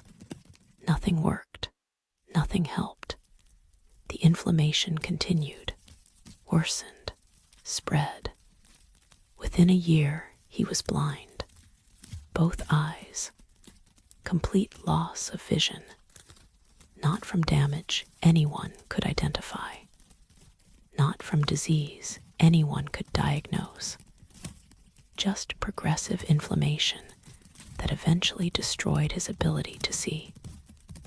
The medical records note cause unknown, note treatment resistant, note progression despite intervention. He was 32 years old, was at the beginning of his career, was a photographer who could no longer see, who had lost the sense that defined his profession. That made him who he was. The loss was precise, was targeted, was the removal of exactly what he used. He relied on what he'd used to document what should perhaps have remained undocumented. There was a surveyor, British, experienced, expert in mapping and measurement, brought to the excavation to create precise records of the site's layout, to document the relationship between surface features and what lay beneath, to create the technical drawings that would allow others to understand the sight's geometry. His hands began to shake 6 months after returning home. Just tremors. Small at first. Barely noticeable. The kind of thing you'd ignore, would attribute to fatigue or stress or too much coffee. But the tremors didn't stop, didn't fade, didn't respond to rest or lifestyle changes or any of the normal interventions. The shaking worsened, became more pronounced, more constant. His hands became unreliable. He could no longer hold surveying instruments steady, could no longer draw straight lines, could no longer write legibly. The tremors were not consistent with Parkinson's disease, were not typical of essential tremor, were not explained by any neurological condition the doctors could identify. The tests showed nothing. Brain scans were normal. Nerve conduction studies were normal. Blood work was normal. But his hands shook increasingly, shook until he couldn't feed himself, couldn't dress himself, couldn't perform any task that required fine motor control. He was forced to retire, was forced to abandon the career he'd spent decades building, was forced to accept that his hands, the tools of his trade, the instruments he'd trained to steadiness and precision, were no longer under his control, were no longer reliable, were no longer capable of the work he needed them to do. The loss was complete, was devastating, was the removal of exactly what made him valuable, what made him skilled, what he'd used to measure what perhaps should have remained unmeasured. There was a translator, German scholar, expert in ancient Egyptian language, fluent in hieroglyphics, could read texts that others struggled with, could identify archaic forms, could work with damaged inscriptions where half the symbols were missing. She was brought to the excavation to translate the inscriptions on the seals, to interpret the warnings on the bronze plates, to read whatever text was found. She worked with photograph 4 to 7, attempted to transcribe the hieroglyphs that could not be copied, spent hours examining the image, attempting to identify the symbols, to make sense of what she was seeing. A year after the excavation, she lost the ability to read, not from physical damage to her eyes, not from brain injury, not from any medical condition that affects vision or cognition or language processing. Her eyes worked, her brain worked, she could see, could recognize objects, could identify people, could function normally in every way except one. Written language became meaningless. Any written language, any script, German, English, French, hieroglyphics, all reduced to meaningless marks. She could see the symbols, could trace them with her finger, could copy them if asked, but they conveyed no meaning, created no sound in her mind, triggered no understanding. The condition was unprecedented, was documented in medical journals as unique case, as loss of reading ability with no corresponding loss of other language functions. She could speak, could understand spoken language, could communicate normally in conversation, but written words, whether ancient or modern, whether familiar or foreign, were simply patterns, were decorative marks, were shapes that her brain no longer processed as language. The loss was precise, was complete, was the removal of the one skill that defined her professional identity, that she'd spent her life developing, that she'd used to attempt reading what perhaps should have remained unread. There was an administrator, Egyptian, handled logistics, coordinated between the excavation team and government ministries, spoke multiple languages, was known for eloquence, for ability to negotiate, to persuade, to use words skillfully in both diplomatic and personal contexts. His voice was his tool. His speech was his power. He used language the way the surveyor used instruments, the way the photographer used cameras, with skill born of practice and talent and years of refinement. He developed progressive aphasia, lost speech gradually, started with occasional word-finding difficulty, moments where the right word wouldn't come, where he'd have to pause, to search, to substitute. This became more frequent, more pronounced. Words became harder to access. Sentences became difficult to construct. His speech slowed, became halting, became effortful. Within 2 years, he was largely mute, could make sounds but not words, could vocalize but not speak, could communicate only through gestures, through written notes, though writing became difficult too as the condition progressed. The loss was progressive, was documented, was treatment resistant. Medical intervention accomplished nothing. Speech therapy helped briefly, then stopped helping. The decline continued until speech was gone completely. The pattern. Here is where it becomes visible, becomes undeniable if you're willing to see it. Each person affected in their primary skill. The photographer lost sight. The surveyor lost steady hands. The translator lost reading. The speaker lost speech. Each person stripped of the capability that defined them professionally, that they'd brought to the excavation, that they'd used to document what they found.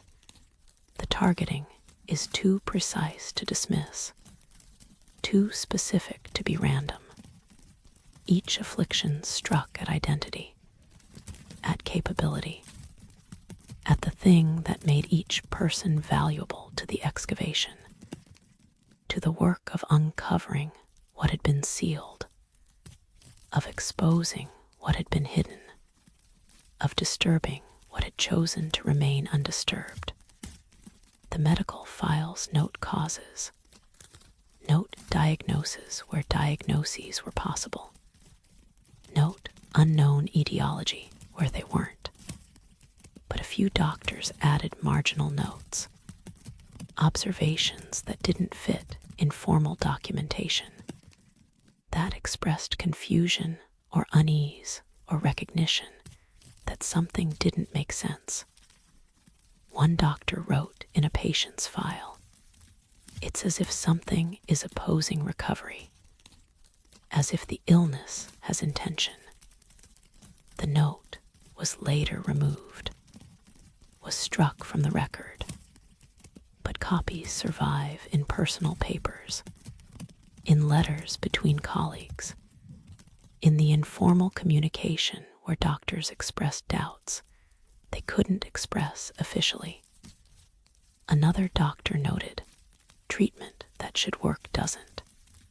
The progression seems to resist intervention." Another wrote, "Patient describes feeling that the condition is not theirs, that something external is maintaining it." This is obviously psychological, but the conviction is strong. These notes were sanitized from official records, were removed, were made invisible, but they existed, were written by medical professionals who noticed pattern, who recognized that these conditions behaved strangely, who suspected though couldn't prove, couldn't document, couldn't officially acknowledge that something was interfering, was resisting, was maintaining these afflictions despite medical intervention, despite treatment, despite everything modern medicine could offer. The curse that required no words operates through probability, through the slight adjustment of chance, through making unlikely things slightly more likely and likely things slightly less so. Nothing dramatic, nothing obvious, nothing that proves supernatural intervention or confirms that curses are real. Just the slow erosion of capability, the gradual loss of what made each person who they were. Most people who worked on the excavation were fine, lived normal lives, died ordinary deaths, but 15 to 20% experienced targeted losses, experienced afflictions that struck at identity, and that percentage is high enough to be notable, low enough to be dismissible, the perfect balance between pattern and plausible deniability. Those who notice the pattern see intention, see design, see curse that didn't need to be spoken because it was written into the structure of things, written into what was disturbed. The curse activates not through words, but through action, through disturbance, through the violation of boundaries that were marked clearly, that were sealed 7 times, that were protected by sand that watches and air that breathes and warnings inscribed in bronze. The curse doesn't kill, doesn't destroy dramatically, doesn't provide obvious evidence of supernatural causation, just adjusts probability, just makes certain outcomes more likely, just ensures that those who disturb what was sealed pay cost measured in capability, in identity, in the slow removal of what made them valuable to the work of excavation. Those who know the pattern learn not to speak of it, learn that silence is protection, learn that acknowledging the curse might activate it, might draw attention, might mark you as someone who noticed, who understood, who deserves similar treatment. The silence around the pattern is nearly complete, is maintained through fear or wisdom or simple self-preservation. The excavation is discussed in neutral terms. The medical conditions of team members are mentioned, if mentioned at all, as unrelated misfortunes, as coincidence, as the normal distribution of illness across any group of people over time. But the pattern exists, is documented if you know where to look, if you examine medical records and excavation rosters, if you track what happened to people after they left the valley, if you're willing to see what the evidence suggests, even when the evidence should be dismissed, should be explained away, should be attributed to chance rather than intention. The curse that required no words continues not speaking, continues operating beneath notice, continues being probable enough to seem natural while being patterned enough to seem designed. The curse is real, or the curse is coincidence. curse is supernatural, or the curse is statistics. The curse is protection, or the curse is accident. Choose which you believe. Choose which you speak aloud. Choose which you acknowledge. But know that those who worked closest with the excavation, who handled the objects, who examined the seals, who breathed deeply the air that rose from passages, these people paid costs, lost capabilities, were diminished in ways that seem targeted, that seem intentional, that seem like the gentlest possible curse, the curse that doesn't kill but removes, that doesn't destroy but diminishes, that doesn't announce itself but operates silently, patiently, across years and decades. Curse that required no words because words would warn, would announce, would allow preparation. This curse operates in silence, through probability, through the adjustment of chance that strips capability without providing evidence, without leaving traces that prove intention. The curse continues, operating still perhaps, waiting for those who might disturb again, who might excavate again, who might open what was sealed.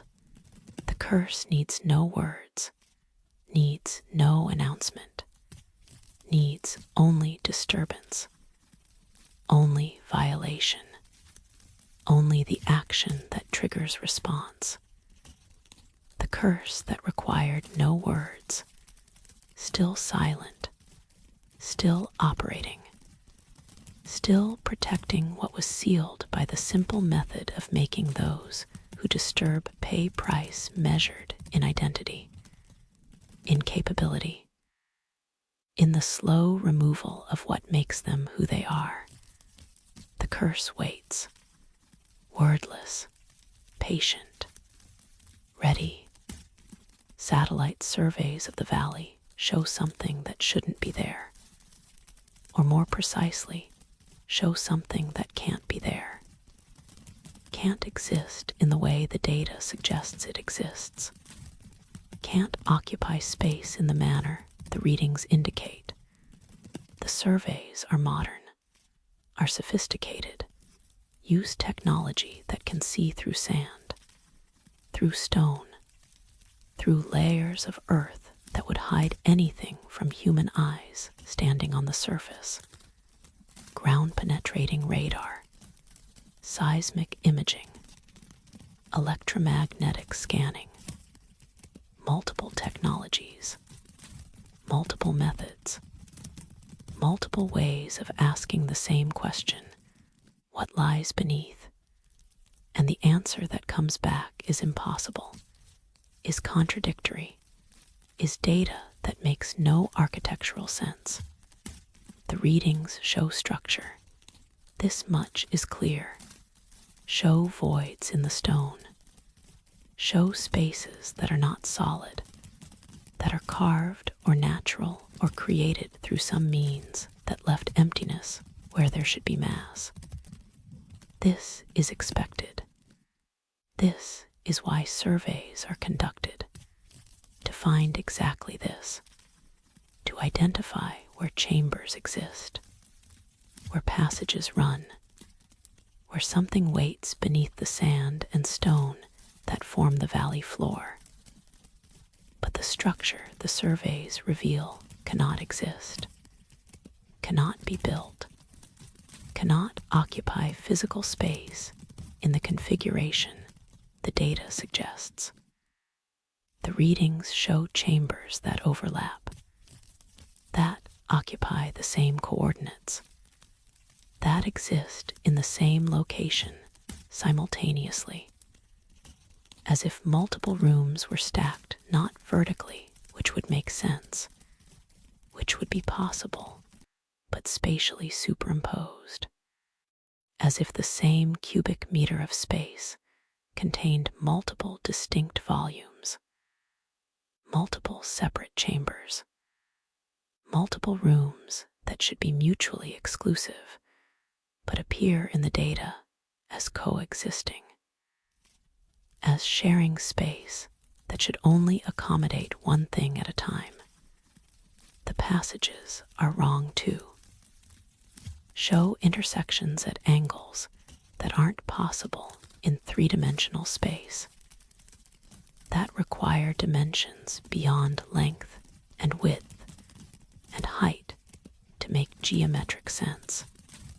Passages that should meet at 90 degrees or 4 to 5 degrees, or some angle that three-dimensional architecture allows meet instead at angles that the software flags as errors, as impossible, as requiring mathematical frameworks that describe spaces with more than 3 dimensions, spaces that fold, that curve through dimensions we can't perceive, that connect points that should be unconnectable in the flat three-dimensional space we inhabit. The volumes are contradictory, show spaces that seem to occupy the same location while having different sizes. A chamber that reads as both 10 meters across and 20 meters across simultaneously.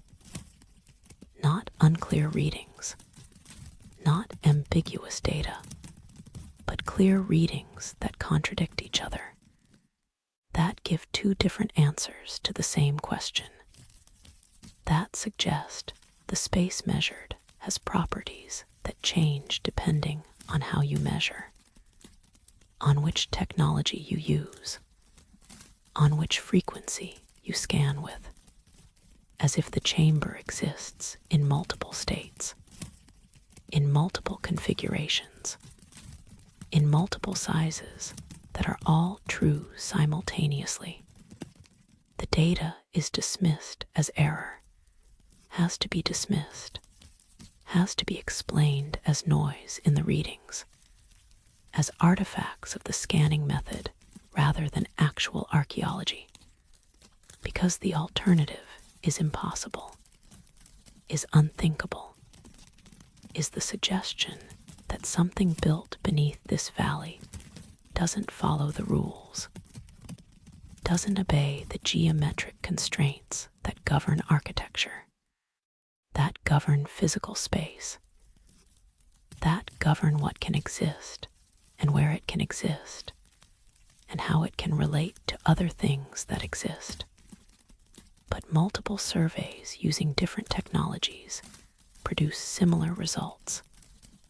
Not identical, each technology sees slightly differently, produces its own type of data, has its own limitations and characteristics, but similar enough, consistent enough, all showing anomalies in the same location, all detecting structure that shouldn't be able to exist, all producing readings that suggest impossible geometry. One survey might be dismissed. One set of data might be attributed to equipment failure or operator error or processing mistakes. But multiple surveys, multiple technologies, multiple teams conducting independent analysis, all reaching the same conclusion. Something is there, something structured, something that violates the basic assumptions about how space works. A few researchers have tried to model what the scans suggest, have attempted to create three-dimensional representations of the spaces below, have taken the data, the contradictory, impossible data, and tried to visualize it, to make it comprehensible, to create images that would show what the surveys detected. This is standard practice, is how archaeological data becomes understandable. You take measurements and readings and numbers, and you transform them into models, into reconstructions, into visualizations that human minds can grasp, that show relationships, that make abstract data concrete. The models break, the software crashes, the attempts fail not gracefully, but catastrophically. Computer programs designed to render three-dimensional spaces from survey data encounter the readings from this site and fail to process them. Error messages, corrupted files, system crashes that require restart.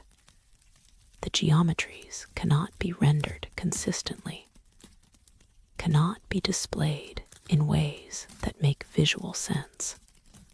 The software tries to place chambers in three-dimensional space based on the coordinates provided, tries to connect passages according to the angles measured, tries to create volumes with the sizes detected, and fails, cannot reconcile the contradictions, cannot resolve the overlaps, cannot display angles that require more dimensions than the three-dimensional coordinate system provides.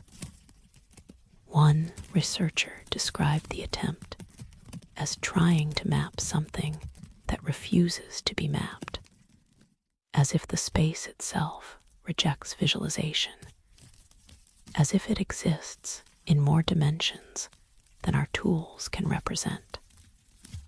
The comment was made informally, was not published, was shared in conversation with colleagues who understood the frustration, who'd experienced similar difficulties, who'd encountered the same failure, the same sense that the data describes something real, but something that cannot be translated into the visual language that humans use to understand space. The researcher abandoned the attempt, filed the data, moved on to other projects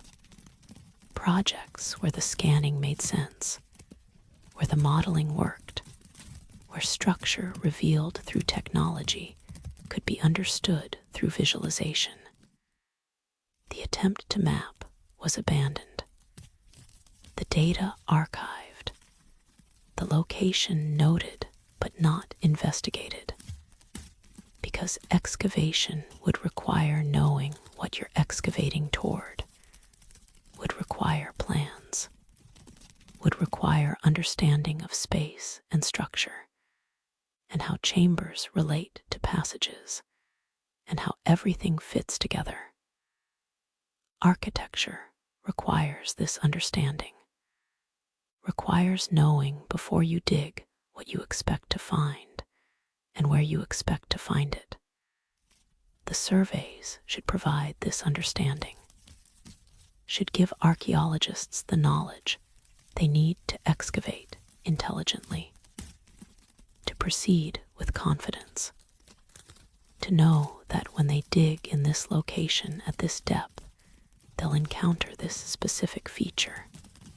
But the chamber that existed on no maps provides no such understanding, provides only impossible readings, only contradictory data, only the suggestion of space that cannot be accurately described in 3 dimensions, cannot be mapped in ways that would guide excavation, cannot be visualized in forms that would allow planning.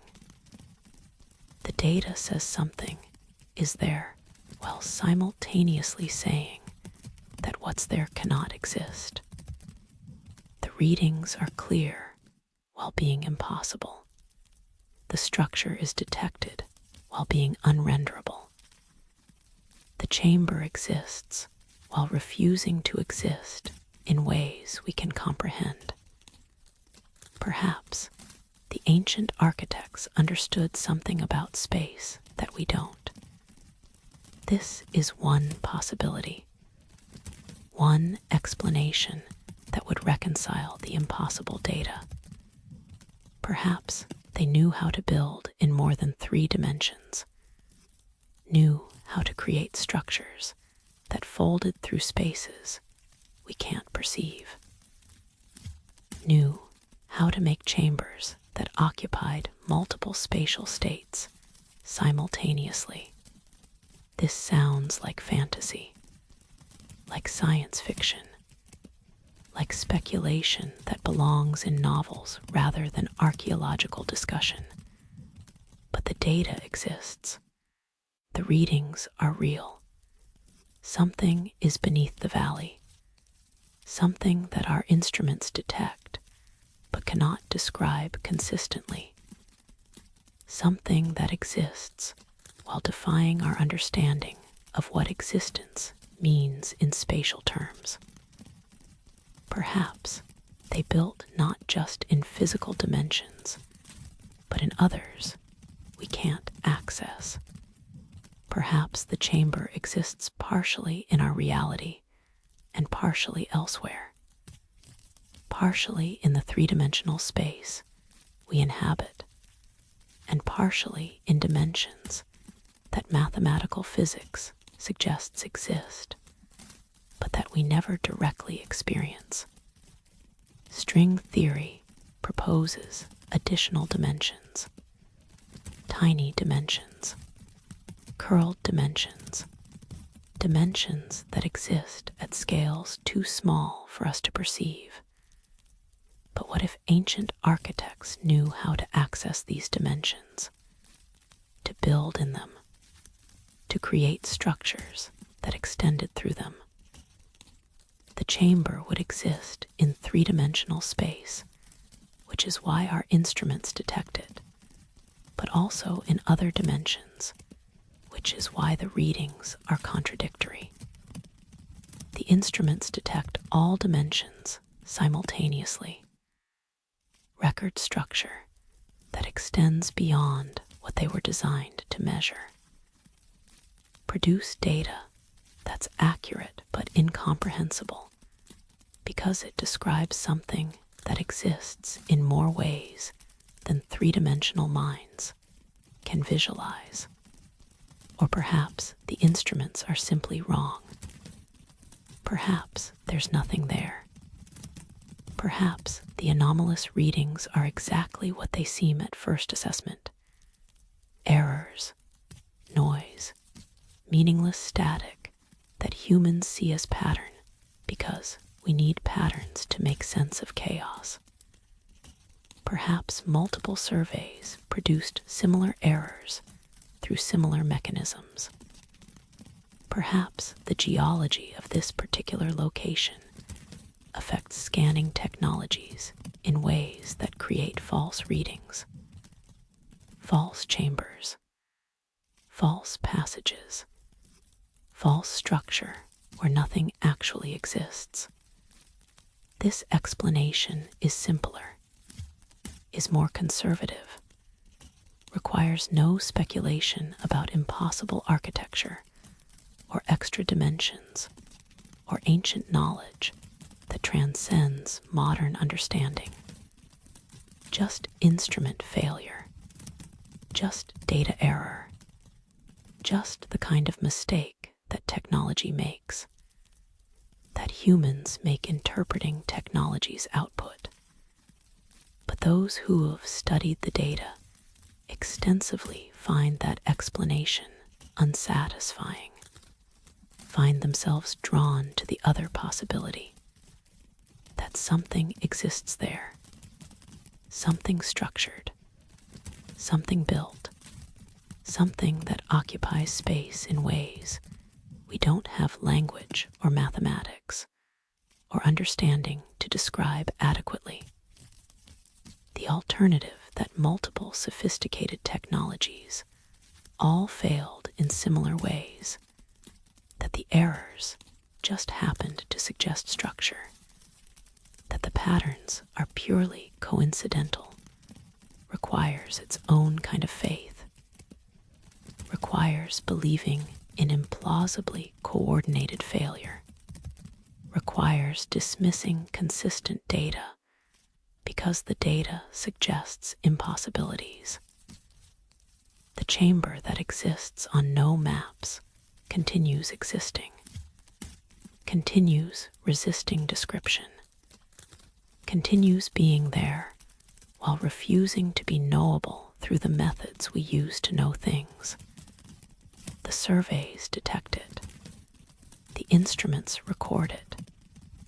The data testifies to its presence. But the data cannot be reconciled, cannot be modeled, cannot be translated into the visual, three-dimensional understanding that would make excavation possible. The chamber remains beneath the sand, beneath the watching, beneath the sealed door and the 7 seals, and all the warnings that say this should not be opened. And perhaps the impossibility of mapping is itself protection, is itself part of the ceiling, is itself one more layer that says, you cannot reach this, cannot plan for this, cannot excavate what you cannot understand. The chamber exists beyond your geometric frameworks, beyond your spatial assumptions, beyond your ability to visualize, and therefore beyond your ability to access.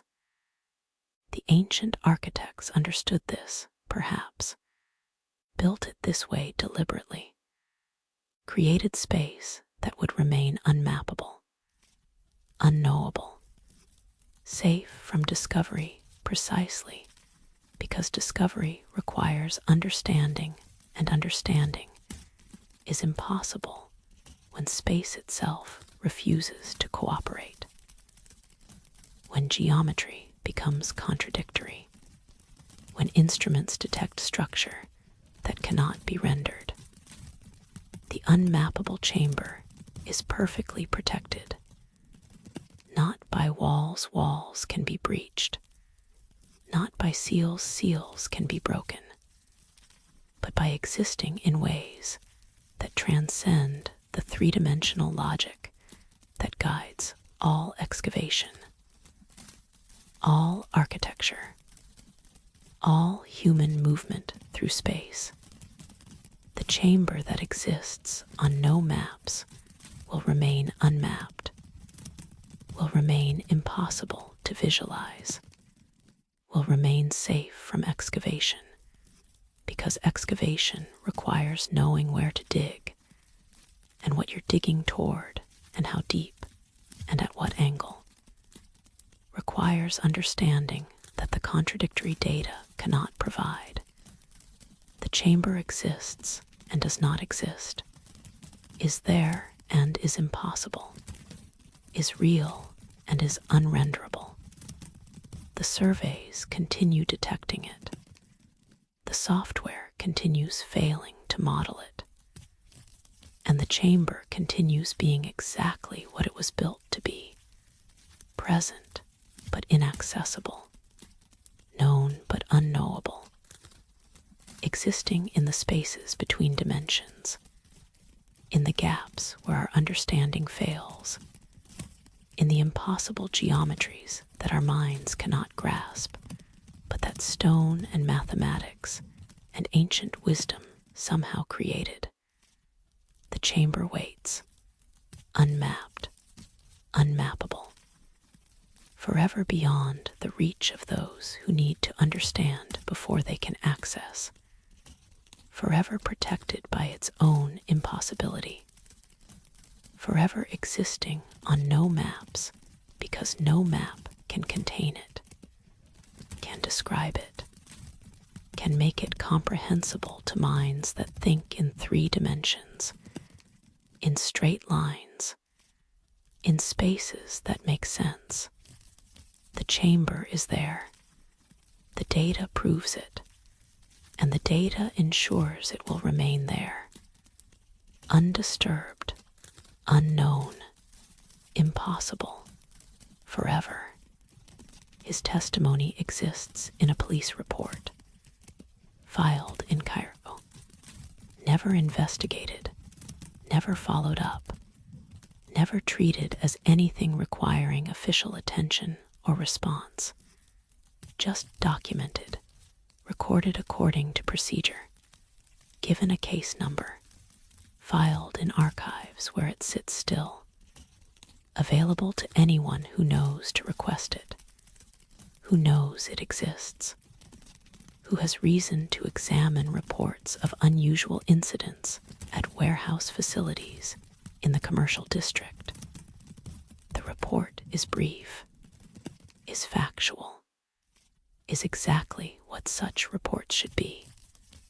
A neutral recording of a statement given, of an incident described, of testimony offered by someone whose job was watching, who was paid to see, who reported what he saw even though what he saw should not have been possible. Mohammed Hassan. His name is there in the report. Night security guard. Hired when artifacts from the valley excavation were temporarily stored in a warehouse awaiting transfer to museum facilities. The artifacts couldn't go directly to the museum. Required processing, required documentation, required the bureaucratic procedures that govern the movement of antiquities. So they were stored, placed in a commercial warehouse, in a secure room, under guard, under surveillance, under the care of professionals who understood that these objects were valuable, were irreplaceable, were to be protected during the transition from field to museum. His shift was midnight to dawn, the hours when the warehouse was empty, when the day workers were gone, when the building held only the night guard and whatever was stored in its rooms. The quiet hours, the solitary hours, the time when buildings settle, when darkness is complete, when the only sounds are the guard's footsteps and the small noises that all buildings make, the creaking of cooling metal, the whisper of air through ventilation systems, the ambient sounds of structure and emptiness and time passing slowly through the hours before dawn.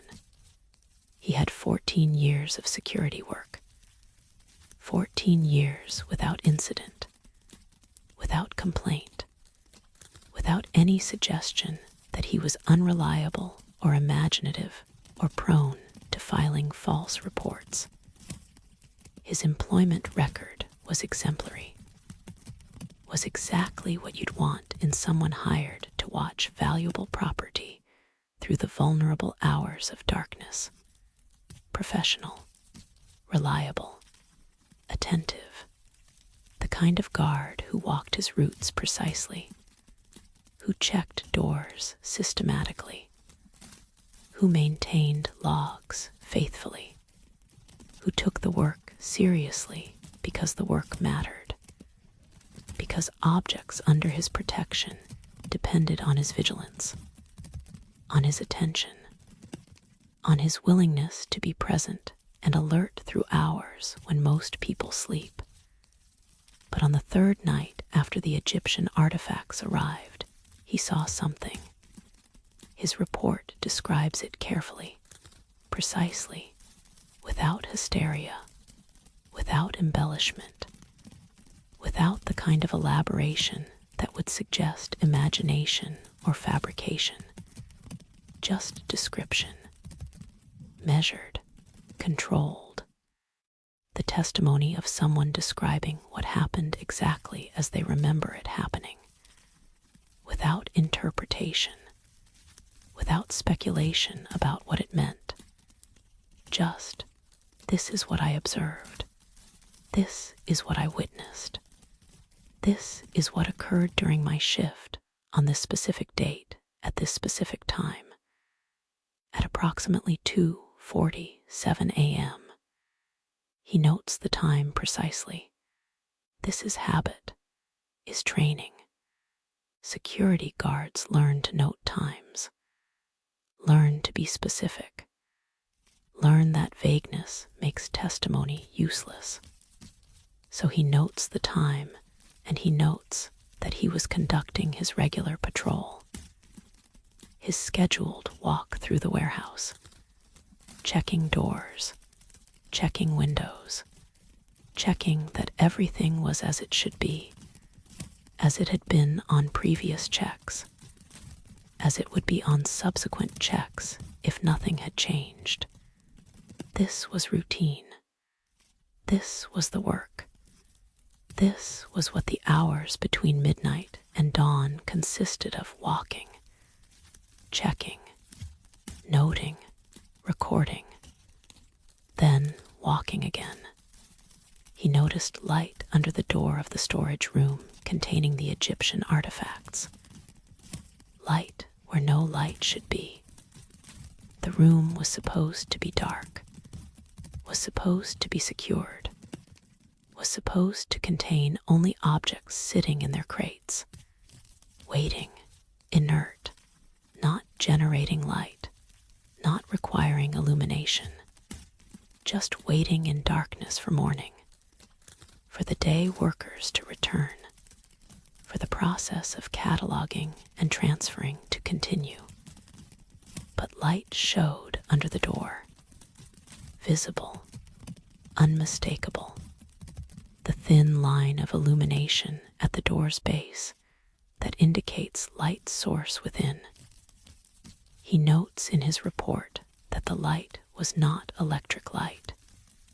He specifies this, makes the distinction deliberately. The light was different, different color, different quality, not the harsh fluorescent white of the warehouse lighting, not the yellow white of incandescent bulbs, something else, something he struggles to describe in the report, but that he clearly recognized as distinct, as other, as light that came from source he couldn't identify. But that wasn't the kind of artificial illumination he was familiar with. That didn't behave the way electric light behaves. His first assumption, his training, told him someone had entered. That security had been breached. That someone was in the room who shouldn't be. This was serious.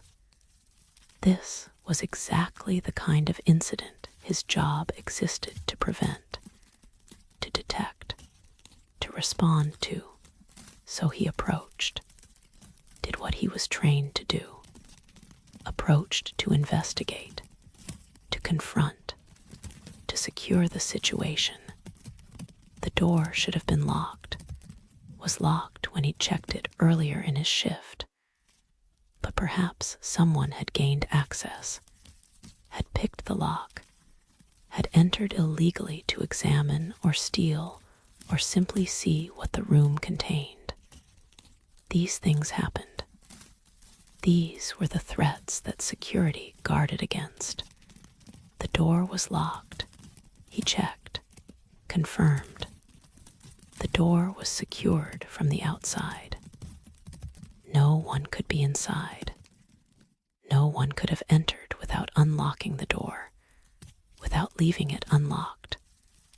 The lock was engaged. The door was sealed. No one was inside because no one could be inside. The room was secure. But light continued showing under the door, continued being visible, continued testifying to illumination within. Light that was coming from somewhere even though no one was there to create it, to turn it on, to bring it into being. He unlocked the door, used his key, his authorized access, his right and responsibility to enter any room in the warehouse during his shift, particularly rooms showing signs of irregularity, of potential security breach, of anything that deviated from normal. He entered, pushed the door open, stepped into the room, prepared to find intruder, prepared to confront, prepared to follow the procedures he'd been trained to follow in case of unauthorized access. The storage room was unchanged. The artifacts were in their crates, the wooden boxes stacked and arranged exactly as they'd been. Nothing disturbed, nothing moved, nothing showing any sign of interference or tampering or access. The room was exactly as it should be, as it had been when last checked, as it was supposed to remain until morning. The electric lights were off. The switches were in the off position. The room should have been dark, should have been unlit, except for whatever illumination came through the open door from the hallway behind him. But the room was illuminated, was filled with light, light that he couldn't identify the source of, light that seemed to come from nowhere and everywhere simultaneously. Not from lamps, not from fixtures, not from any source he could point to, just light, present, filling the space, making everything visible, casting no shadows he could identify, creating illumination that was uniform. That was diffuse. That didn't seem to originate from any specific location, but simply existed throughout the room, making the interior visible in ways that had no obvious cause. And then he saw them, the figures, 7 of them. He counts them in his report, notes the number specifically. 7 figures moving between the crates, not walking. This is important. He makes the distinction. Not walking, but gliding. Moving without visible steps, without the kind of motion that feet on floor creates. Moving smoothly, continuously, as if floating slightly above the ground, as if unaffected by gravity or friction or the normal mechanics of human locomotion. The figures moved with purpose, with direction, with intent that was clear even though he couldn't understand what the intent was, what they were doing, what purpose their movement served. They wore ancient dress. He describes this, notes clothing that was clearly not modern, not contemporary, clothing that resembled in style, if not in specific detail, the kind of garments that ancient Egyptians wore. Long robes, pleated linen, the formal dress of ceremony, of ritual, of significant occasions that required appropriate costume. The figures were dressed as if for some sacred work, some religious purpose, some ceremony that required proper attire, proper presentation, proper acknowledgement of what was being done. They carried implements, objects he couldn't identify precisely, couldn't describe with certainty, but objects that appeared ceremonial, that appeared to have purpose, that were being used in whatever work the figures were performing.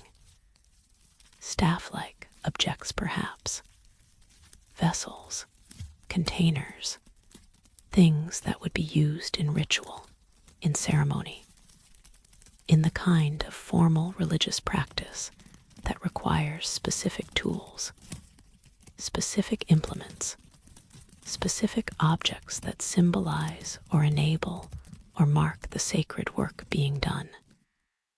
They paid him no attention, didn't acknowledge his presence, didn't seem to notice that he'd entered, that the door had opened, that light from the hallway now mixed with the sourceless light filling the room.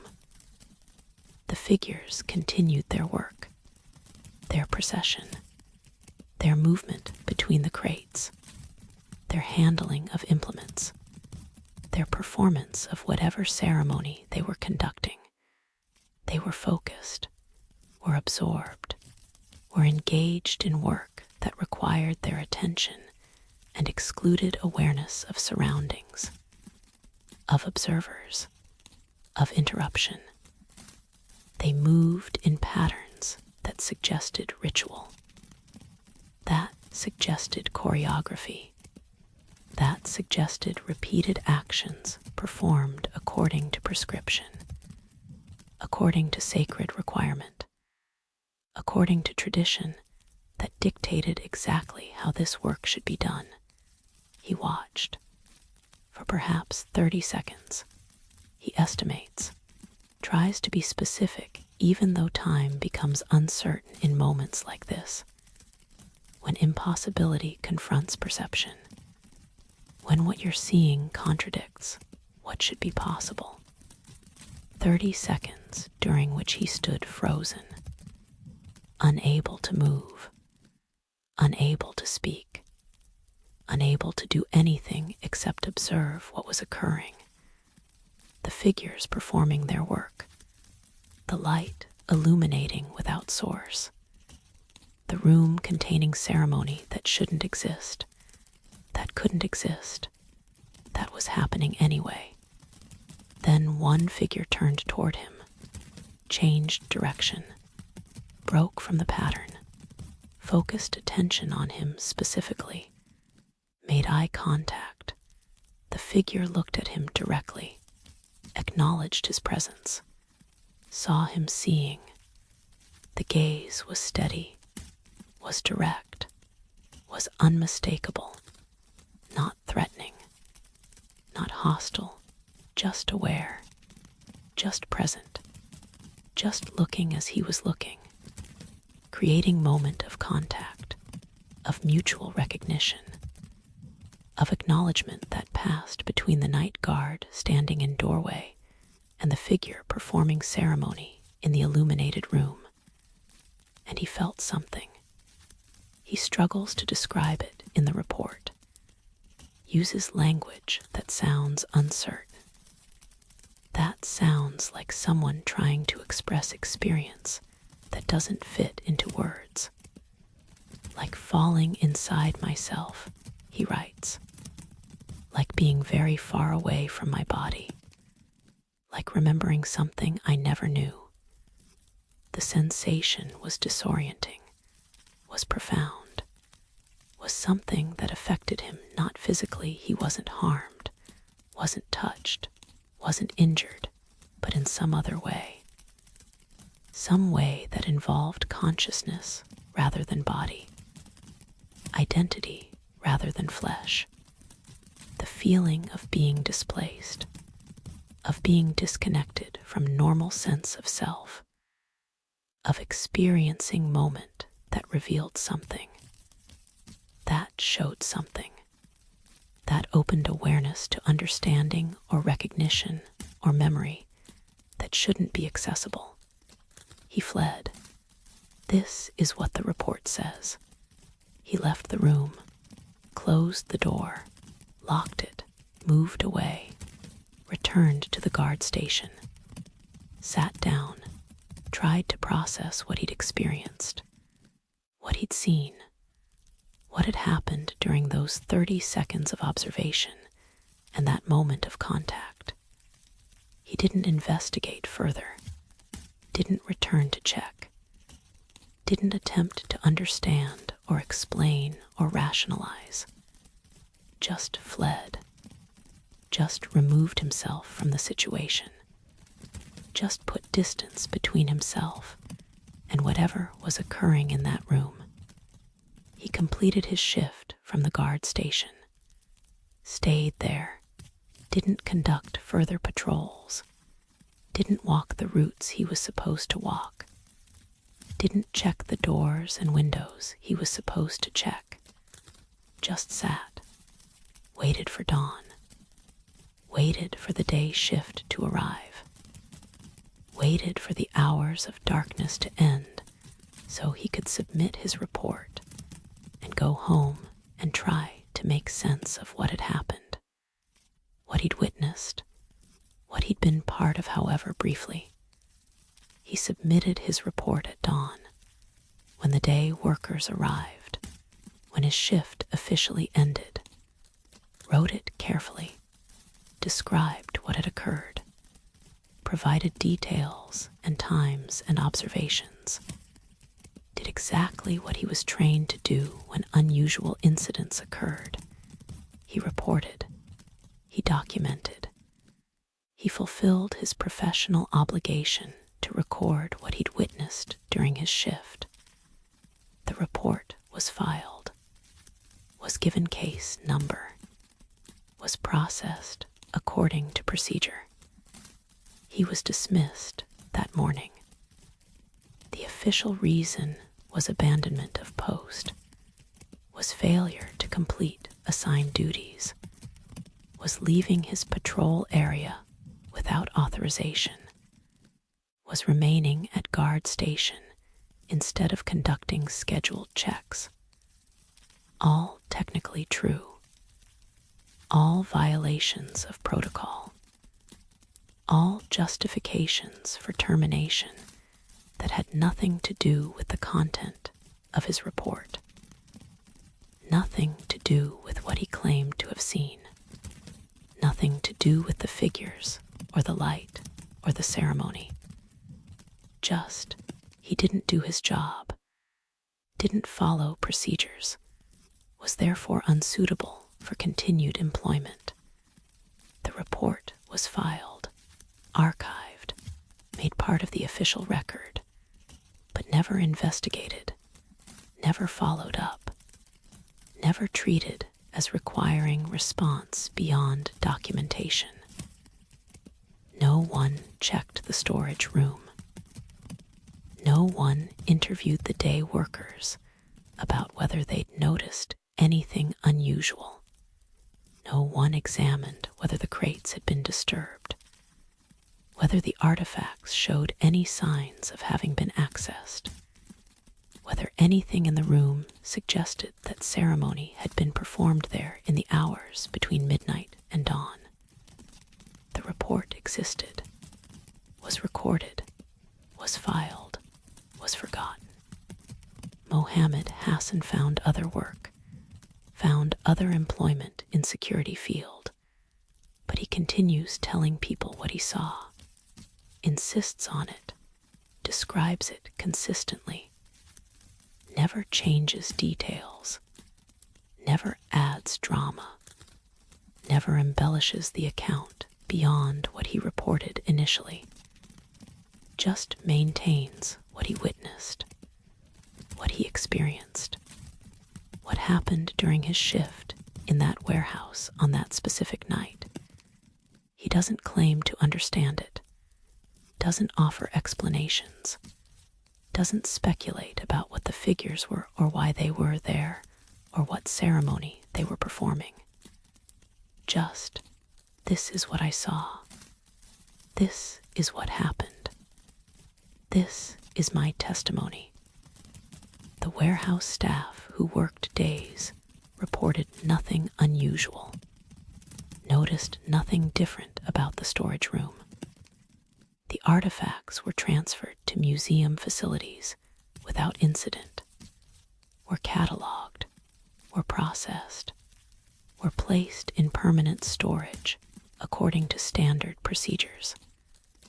Nothing about them suggested they'd been disturbed, been accessed, been involved in ceremony performed by figures that shouldn't exist.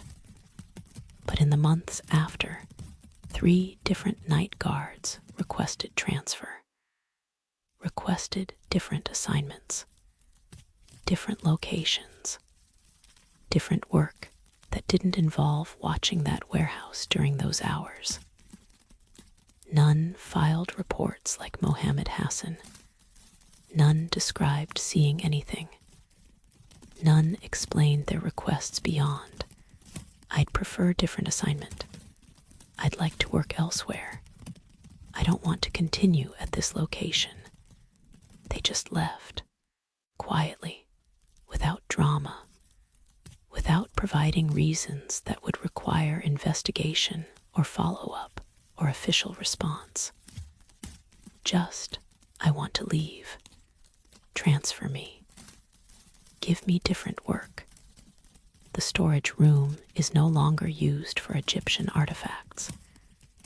This is not official policy, is not documented anywhere, is not decision that was made formally, is just practice, just the way things are done now. Egyptian artifacts get stored elsewhere, go to different facilities, follow different procedures.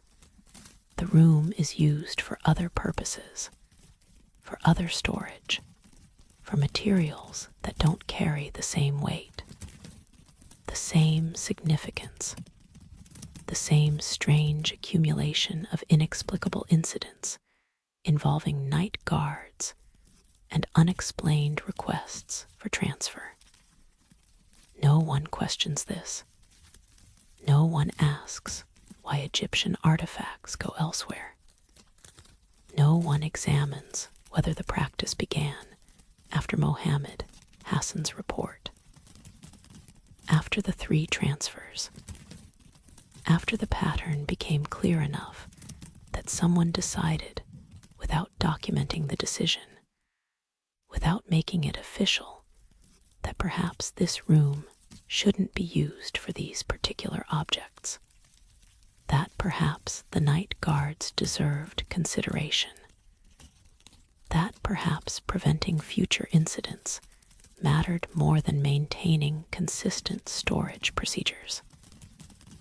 The night guard who saw the procession stands by his testimony, believes what he saw, maintains his account, insists that whatever he witnessed was real, was actual, was ceremony being performed by figures who existed in that room during those minutes, who glided between crates, who handled implements, who performed work that required their presence, even though their presence was impossible.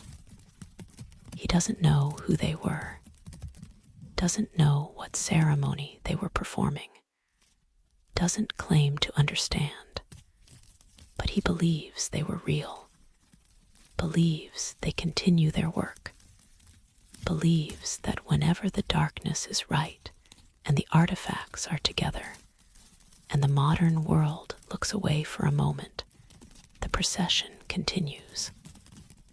The figures return. The ceremony is performed. Work that requires doing gets done by those who are tasked with doing it, who maintain their duty, who continue their service, who exist in the hours between midnight and dawn when boundaries thin, when the past can touch the present, when the sealed can briefly unseal, when the dead can move among their possessions, can tend to their sacred work, can perform the rituals that death didn't end.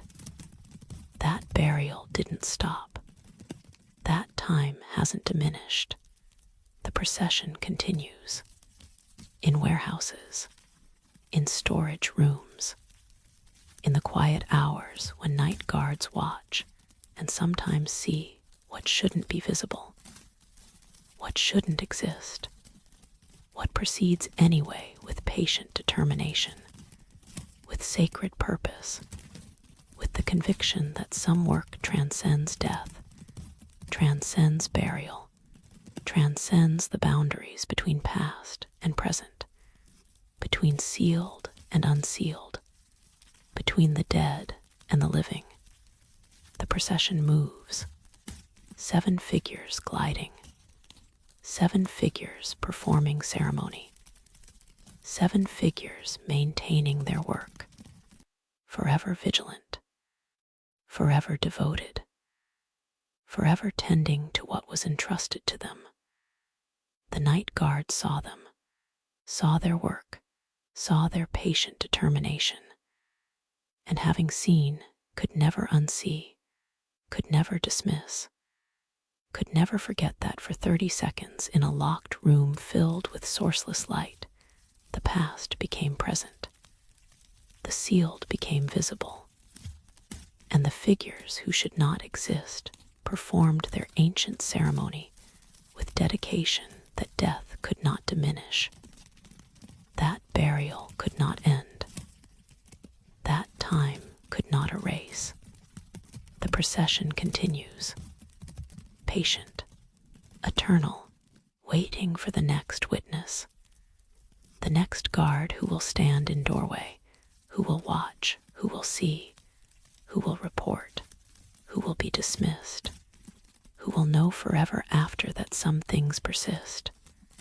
Some ceremonies continue. Some work transcends all boundaries.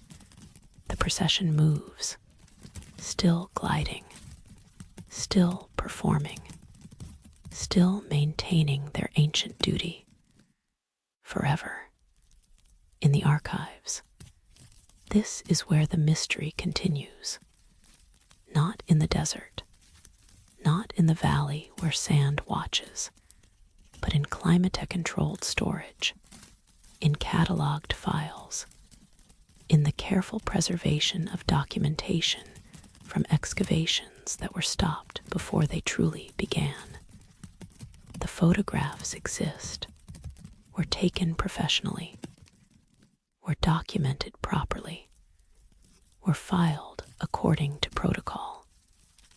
They sit in their acid-free sleeves, in their numbered folders, in archives accessible to researchers who know to request them, who know they exist, who have reason to study what brief excavation revealed before being closed, before being sealed again, before being returned to sand and silence, and the protective forgetting that guards what lies beneath. Photograph number 47. This is the one. This is the image that has troubled every scholar who has examined it. That has created confusion where there should be clarity. That has proven that sometimes seeing is not enough for understanding. That perception itself can be unreliable when confronted with something that resists being perceived consistently. Photograph 47 shows a section of wall, limestone wall, part of what might have been entrance, part of the structure that was briefly exposed before resealing. The photograph is clear, is well lit, is properly exposed. Professional archaeological photography. Everything in focus, everything visible, everything documented exactly as archaeological practice requires. The wall in the photograph is carved, bears hieroglyphs, text inscribed into the limestone with precision that speaks of skilled craft, of patient work, of carving done with care and intention. The symbols are visible in the photograph, are clear, are distinct. You can see where the chisel cut into stone, can see the depth of carving, can see the individual marks that form each symbol. The photograph captures everything, preserves it perfectly, provides exactly the kind of documentation that allows scholars to study what cannot be accessed directly, to examine text that exists in sealed, inaccessible locations, to read what was written on walls that may never be seen again by human eyes. But the hieroglyphs cannot be copied, cannot be transcribed, cannot be translated because transcription, the first essential step, proves impossible. Multiple Egyptologists have tried, have examined photograph 4 to 7, have attempted to do what Egyptologists do, identify the hieroglyphs, record them, create transcription that captures in written form what the photograph shows in visual form. This is standard practice, is basic methodology, is the foundation of how ancient texts are studied. You look at the inscription, you identify each hieroglyph, you write them down using standardized notation. Then you translate. Then you interpret. Simple process. Straightforward. Done thousands of times with thousands of inscriptions. But not with photograph 4 to 7. Because each scholar who examines it produces different transcription, sees different hieroglyphs, records different symbols. The variations aren't minor, aren't about ambiguous symbols that could be one thing or another. These are fundamental differences, complete disagreements about what the photograph shows. One scholar examines the image and sees royal titles, cartouches, names of gods, the formal language of pharaonic authority. Another scholar looks at the same photograph and sees protective spells, the kind of texts that ward off tomb robbers, that invoke divine guardianship, that promise terrible fates for those who disturb what should remain undisturbed. A third scholar sees astronomical references, sees symbols relating to stars, to the movements of celestial bodies, to the calendar, to the careful observation of sky that ancient Egyptians practiced, to the recording of cycles that govern time. This scholar is certain, absolutely certain, that the text deals with astronomical knowledge, with measurements, with the kind of technical information that priests recorded. That was used to determine festivals, to mark seasons, to maintain the calendar that regulated religious and agricultural life. Each scholar is confident, is certain of what they see, can point to specific hieroglyphs in the photograph, can explain their transcription, can justify their interpretation. None doubts their own perception. None questions whether they're seeing accurately. Each believes they are correct. Each has years of training, has experience reading hieroglyphs, has studied hundreds of inscriptions, has developed expertise that should make identification straightforward, should make transcription reliable, should produce consistency. But no two transcriptions match. No two scholars agree. When they compare notes, when they realize that each has seen something different, confusion follows. Disagreement. Each insists their transcription is correct. Each points to the photograph. Look here. This symbol clearly shows. This hieroglyph obviously indicates. But what each points to, what each sees clearly, is different from what others see equally clearly. The photograph remains stable. The image doesn't change. The hieroglyphs photographed don't shift between viewings, but human perception of them varies impossibly. One researcher suggested technological solution. suggested the photograph be digitized, scanned at high resolution, enhanced through digital processing, subjected to pattern recognition software, the kind of programs that can identify symbols, that can match them against databases, that can assist in transcription by recognizing shapes, by comparing them to known examples, by using computational power to overcome human perceptual limitations. The photograph was scanned, was processed, was fed to sophisticated software designed specifically for analyzing ancient texts. The software failed, not completely, not in the sense of producing no results, but in producing contradictory results. The program identified the area as containing writing, confirmed that yes, these are carved symbols.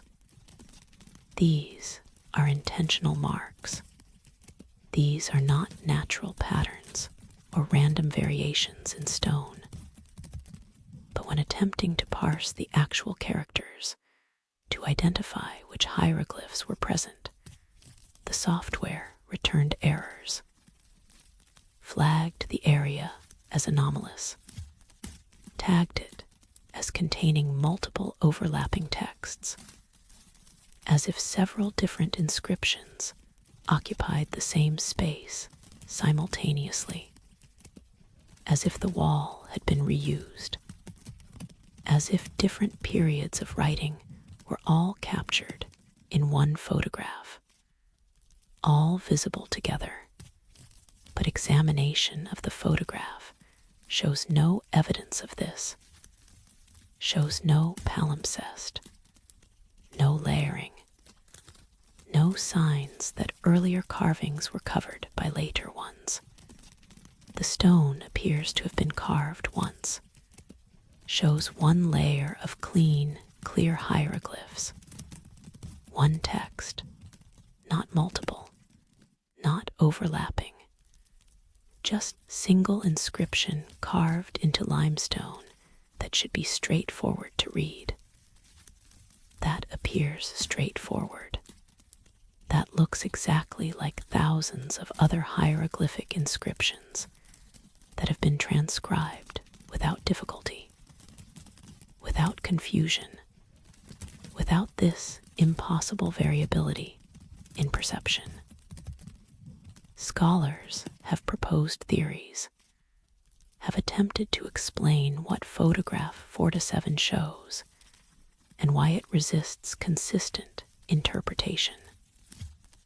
Some suggest the text is genuinely layered, that the photograph captured something our eyes cannot distinguish, that different periods of inscription exist in the same physical space through some technique we don't understand, that ancient carvers knew how to write multiple texts in single location, that the symbols somehow contain multiple meanings depending on how you look at them, on what you're attuned to seeing. Others suggest intentional ambiguity, suggest the ancient scribes designed this text specifically to be variable, to mean different things to different viewers, to resist being copied because copying requires consensus, requires multiple observers to agree on what they're seeing. This text defeats that consensus, makes copying impossible by making perception individual, by ensuring that what you see is not what I see, that what one scholar records is not what another records. The text protects itself through perceptual impossibility, through creating reading that cannot be shared, cannot be confirmed, cannot be reproduced.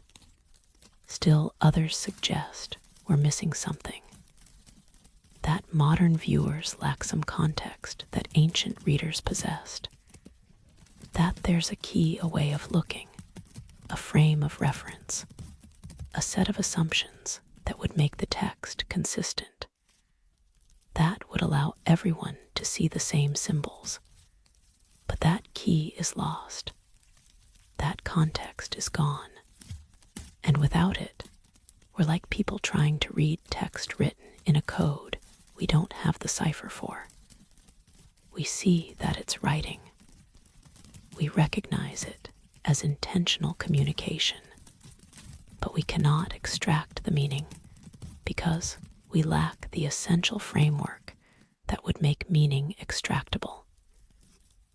The hieroglyphic sequence exists in photograph 4 to 7, exists clearly, exists visibly, but resists being captured, being transferred from image to transcription, from visual to textual, from what the camera recorded to what human understanding can process. The text speaks must speak because it's writing, and writing exists to communicate. But what it says depends on who's listening, on who's looking, on who's attempting to read. Each reader receives different message. Each transcription produces different result. The text refuses to be singular, refuses to be stable, refuses to exist in the fixed way that writing should exist. Perhaps this was intentional. Perhaps the ancient scribes understood something about writing that we've forgotten, knew how to create text that would resist reproduction, that would remain readable only in its original context, that would protect its meaning by making the meaning variable, by making it impossible to record elsewhere, to preserve in copies, to transmit through transcription. The text can be photographed clearly. Photograph 4 to 7 proves that. But it cannot be copied in the sense that matters, cannot be written down, cannot be captured in notation that would allow it to be recreated, to be shared, to be studied independent of the original. This is magic of a sort, is power that writing grants and then denies. The hieroglyphs in photograph 4 to 7 exist to be read, but not to be copied, to speak, but not to be quoted, to mean, but not to mean consistently. They are writing that defeats writing, text that resists being textual in the reproducible sense, communication that insists on direct encounter, that demands you see the original or at least the photograph, because any attempt to describe what you see, to transcribe what's there, will produce something unique to you, something that the next person won't see, won't confirm, won't agree represents the text accurately. Researchers who have worked with photograph 4 to 7 describe it as unsettling, as troubling, not because of what the text says, no one can agree on what it says, but because of what it does, how it behaves, how it makes you question whether you can trust your own perception, whether what you see clearly is actually there clearly, whether the consensus reality we normally take for granted applies in this case. The photograph should stabilize the text, should allow multiple viewers to see the same thing and agree on what they're seeing. That's what photographs do. That's why archaeological photography matters. But photograph 4 to 7 doesn't perform this function. doesn't create consensus, creates only multiplication of interpretation, only proliferation of different readings, only evidence that sometimes seeing clearly is not enough. The hieroglyphic sequence that cannot be copied remains in photograph 4 to 7, remains visible, remains documented, remains accessible to anyone who requests access to the archives, but remains unread despite being photographable, despite being present, despite being there for anyone to examine. What it says depends on who you ask. Each answer different, each answer possibly correct, each answer insufficient, because an answer that varies by observer is not really an answer, is not really reading, is something else, something we don't have good words for, perception that's true but not shared, understanding that's valid but not universal, reading that's accurate but not reproducible. Perhaps the text was meant to stay on that wall, in that chamber, behind those 7 seals, protected by sand that watches. Perhaps being photographed is as close as it should ever come to being known. Perhaps the ancient scribes who carved these symbols understood that some knowledge should remain location-bound, should resist travel, should exist only in its original context, where the full meaning, whatever that meaning is, remains intact, remains whole, remains protected from being scattered through copying, through transcription, through the process that makes texts portable, that makes them transmissible, that makes them dangerous in ways that texts bound to single locations never become. The hieroglyphs speak. The photograph preserves their speaking. But what they say remains wonderfully, impossibly, eternally variable. Changes with each viewer, shifts with each attempt to capture it, resists every effort to pin it down, to make it stable, to make it knowable in the way we know other texts. The magic holds, the protection functions. The ancient scribes achieved what they perhaps intended, writing that can be seen but not copied, text that exists but resists existing in reproducible form, knowledge that remains bound to stone even when stone is photographed. The sequence that cannot be copied continues speaking its impossible message, continues meaning differently to each observer, continues being there and not there simultaneously, present but inaccessible, visible but unknowable, forever photographed, forever mysterious, forever refusing the capture that copying requires. The hieroglyphs remain, the photograph remains, and what they say together or separately or both at once remains as impossible to determine now as it was when photograph 4 to 7 was first filed in the archives. Numbered, catalogued, made available, made useless for the purpose of understanding, made perfect for the purpose of mystery. The text that speaks in all languages and none, that says everything and nothing, that exists to be unread. Forever. Chapter 10. The sound that echoes backwards 138, 0, 0, 153, 0, 0 audio recordings were made during the excavation. This is standard practice, has been standard practice for decades.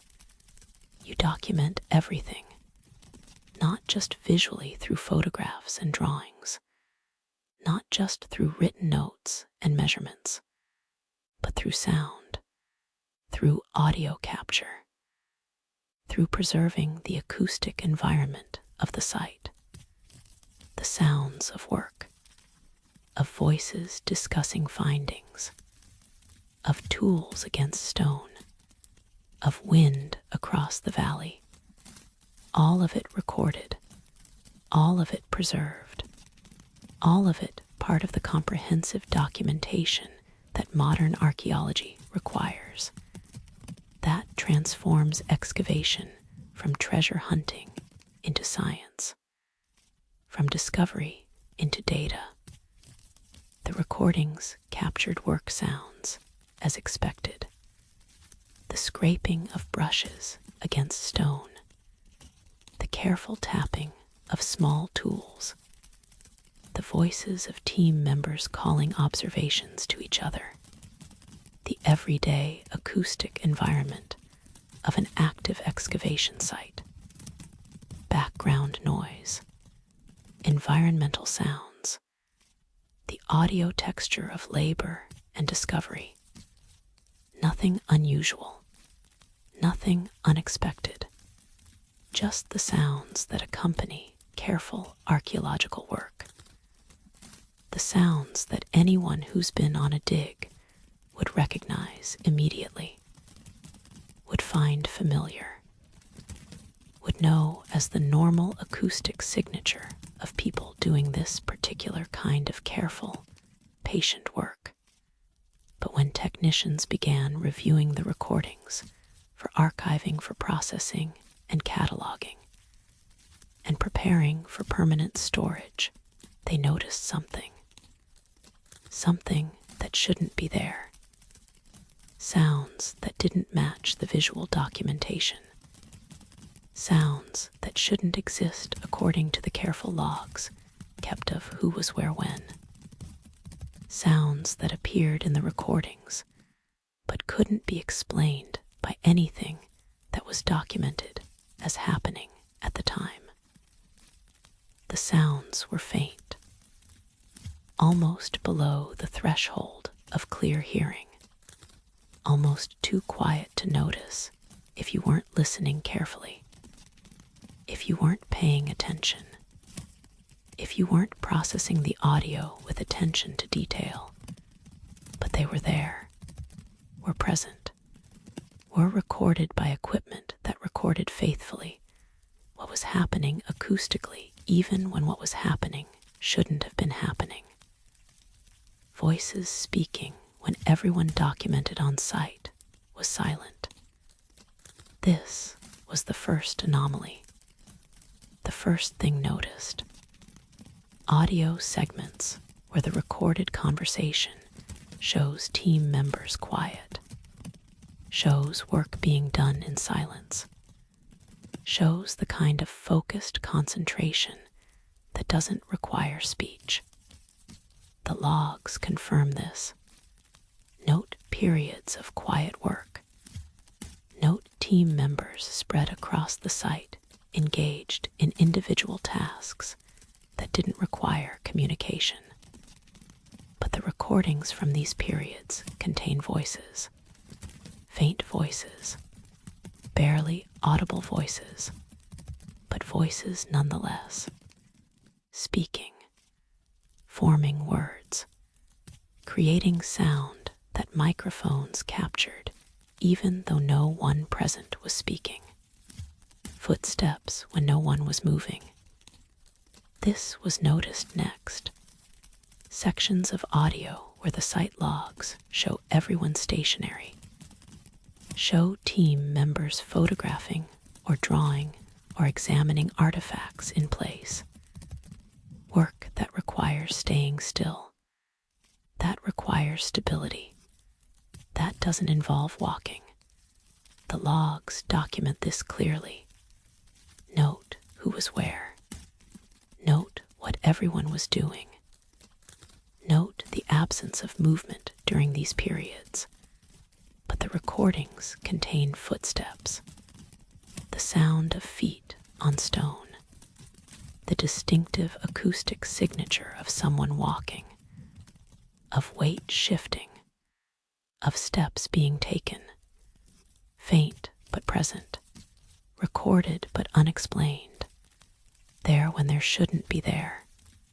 The sounds appear sporadically, not continuously, not as constant presence, but intermittently throughout the recordings, scattered across multiple days, multiple recording sessions, multiple periods when careful attention to the audio reveals these additional sounds, these phantom noises, these impossible additions to what should be straightforward documentation of excavation work. The sounds aren't loud, aren't obvious, aren't the kind of thing casual listening would detect, but careful analysis reveals them, confirms they're present, verifies they're not imagination or audio artifacts or tricks of perception. They're real, they're recorded, they exist in the data even though they shouldn't. Audio analysis was conducted, professional analysis, the kind that uses software to examine waveforms, to isolate frequencies, to separate overlapping sounds, to distinguish between different audio sources. The analysis confirmed the sounds were present, were distinct from background noise, were actual phonetic content voices forming words rather than random acoustic artifacts, were actual footstep sounds, rhythmic impacts suggesting human locomotion rather than equipment noise or natural environmental sounds. The sounds were real, were there, were captured by the recording equipment, even though visual documentation and site logs confirmed no source for these sounds existed. But here's what's strange, what's truly impossible, what transforms this from curious anomaly into genuine impossibility. The sounds seem to echo backwards, seem to have acoustic properties that violate causality, that reverse the normal relationship between sound and its aftermath. Normal audio, when you examine it carefully with appropriate tools, has natural reverb trail. Sound persists briefly after the source stops producing it. The sound waves continue traveling, continue bouncing off surfaces, continue diminishing gradually. The echo decays, fades, follows the sound, comes after. This is physics. This is how sound works. This is what audio analysis always shows. Sound first, echo after, cause then effect.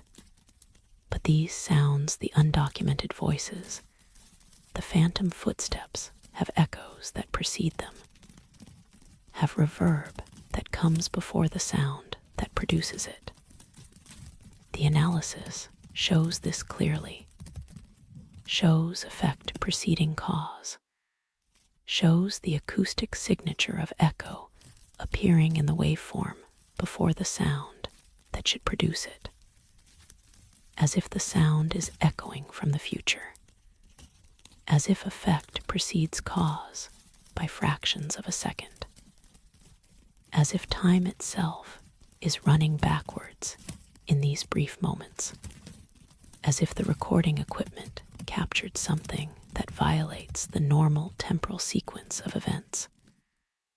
Acoustic engineers examined this. Multiple engineers, multiple institutions, multiple experts who understand sound, who understand recording, who understand how audio analysis works, and what it can reveal. They confirmed the phenomenon, confirmed the reversed echo signature, confirmed that yes, somehow, these sounds have acoustic properties that shouldn't be possible, that violate the basic principles of how sound propagates through space and time.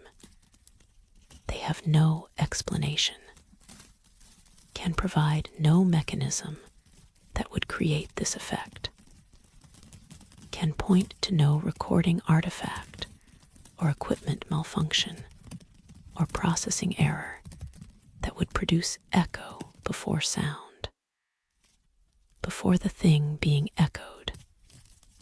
One engineer suggested it might be artifact of the recording equipment, suggested that magnetic tape, the medium used for some of the recording, stores information in ways that aren't strictly linear. That might create apparent temporal anomalies. That might make effect appear to precede cause, when actually everything happened in proper sequence, but was recorded in ways that audio analysis misinterprets. But the same phenomenon appears in digital recordings made with different equipment, appears in recordings made with solid-state devices that store audio as data rather than as magnetic patterns, appears consistently across multiple recording technologies, multiple formats, multiple methods of capture. The sound that echoes backwards persists, appears regardless of how it's recorded, appears as genuine temporal anomaly rather than as recording artifact. The voices are speaking a language. This was determined through linguistic analysis. The audio is faint, is unclear, is difficult to work with, but analysis of phonetic patterns, of syllable structure, of the sounds that can be distinguished from background noise. This analysis identifies the language as archaic Egyptian, late dynastic period, the language that was spoken in Egypt during the centuries when this tomb, if tomb it is, would have been sealed, when the Pharaoh whose name was erased would have lived and died and been buried with ceremony and offerings, and all the elaborate provisions that royal burials required. The words that can be made out, and not many, can be made out clearly enough for confident translation seem to be instructions, or warnings, or ritual phrases, the kind of formulaic language that appears in ceremony, in religious contexts, in the careful preservation of traditional phrases that must be spoken exactly right, that carry meaning through precision, through repetition, through maintenance of exact wording across generations. The phrases are fragmentary, are incomplete, but what can be heard and translated suggests liturgical content, sacred language, words that were meant for ceremony, for ritual, for the kind of careful religious work that burial and death required. One phrase has been translated with confidence, appears 3 times in different recordings, always with the same backward echo, always faint but identifiable, always clear enough that multiple translators agree on the meaning. The phrase is, "What is opened cannot close." 3 syllables in Egyptian, 3 words that carry warning, 3 words that suggest consequences, 3 words that appear repeatedly in recordings from a site where doors were sealed 7 times, where sand watches, where breathing passages exhale air that carries ancient scents. What is opened cannot close. A warning, a statement, a declaration of consequence, speaking from recordings that echo backwards. That place effect before cause. That suggest the warning comes from future as much as past. That speaks across time in ways that time shouldn't allow. The recordings have been sealed, are not available for research, are classified under museum security protocols. Official reason is preservation of fragile magnetic media. Official reason is protecting archival material from degradation that repeated playback would cause. Official reason is conservation concern, protecting valuable historical recordings from damage. This explanation is technically accurate. Magnetic tape does degrade, does require careful handling, does benefit from restricted access. The explanation is true while being incomplete, while being cover for other concerns, while being official justification for decision that had other motivations, other reasons for restriction, other causes for preventing access. Researchers who heard them before access was restricted report being disturbed. Not by what the sounds say the translation is minimal, is uncertain, is fragmentary enough that clear meaning is impossible, but by how they sound, by the way they behave, by the reversal of cause and effect that the backward echoes represent, by the suggestion that time itself behaves differently in some locations, that past and future can echo into each other. That sound can move backward as easily as forward when boundaries between temporal states grow thin, when seals are disturbed, when what was buried reaches toward what is present.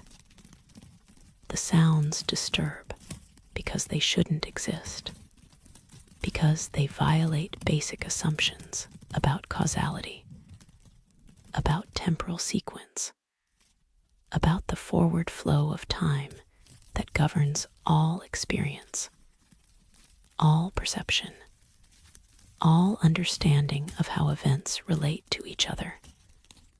The backward echoes suggest something troubling, suggest that what was opened, what was disturbed when the excavation began, when sand was removed, when seals were photographed, when the door was exposed, created effects that rippled both forward and backward in time, created consequences that reached into past as well as future, changed what had happened as well as what would happen.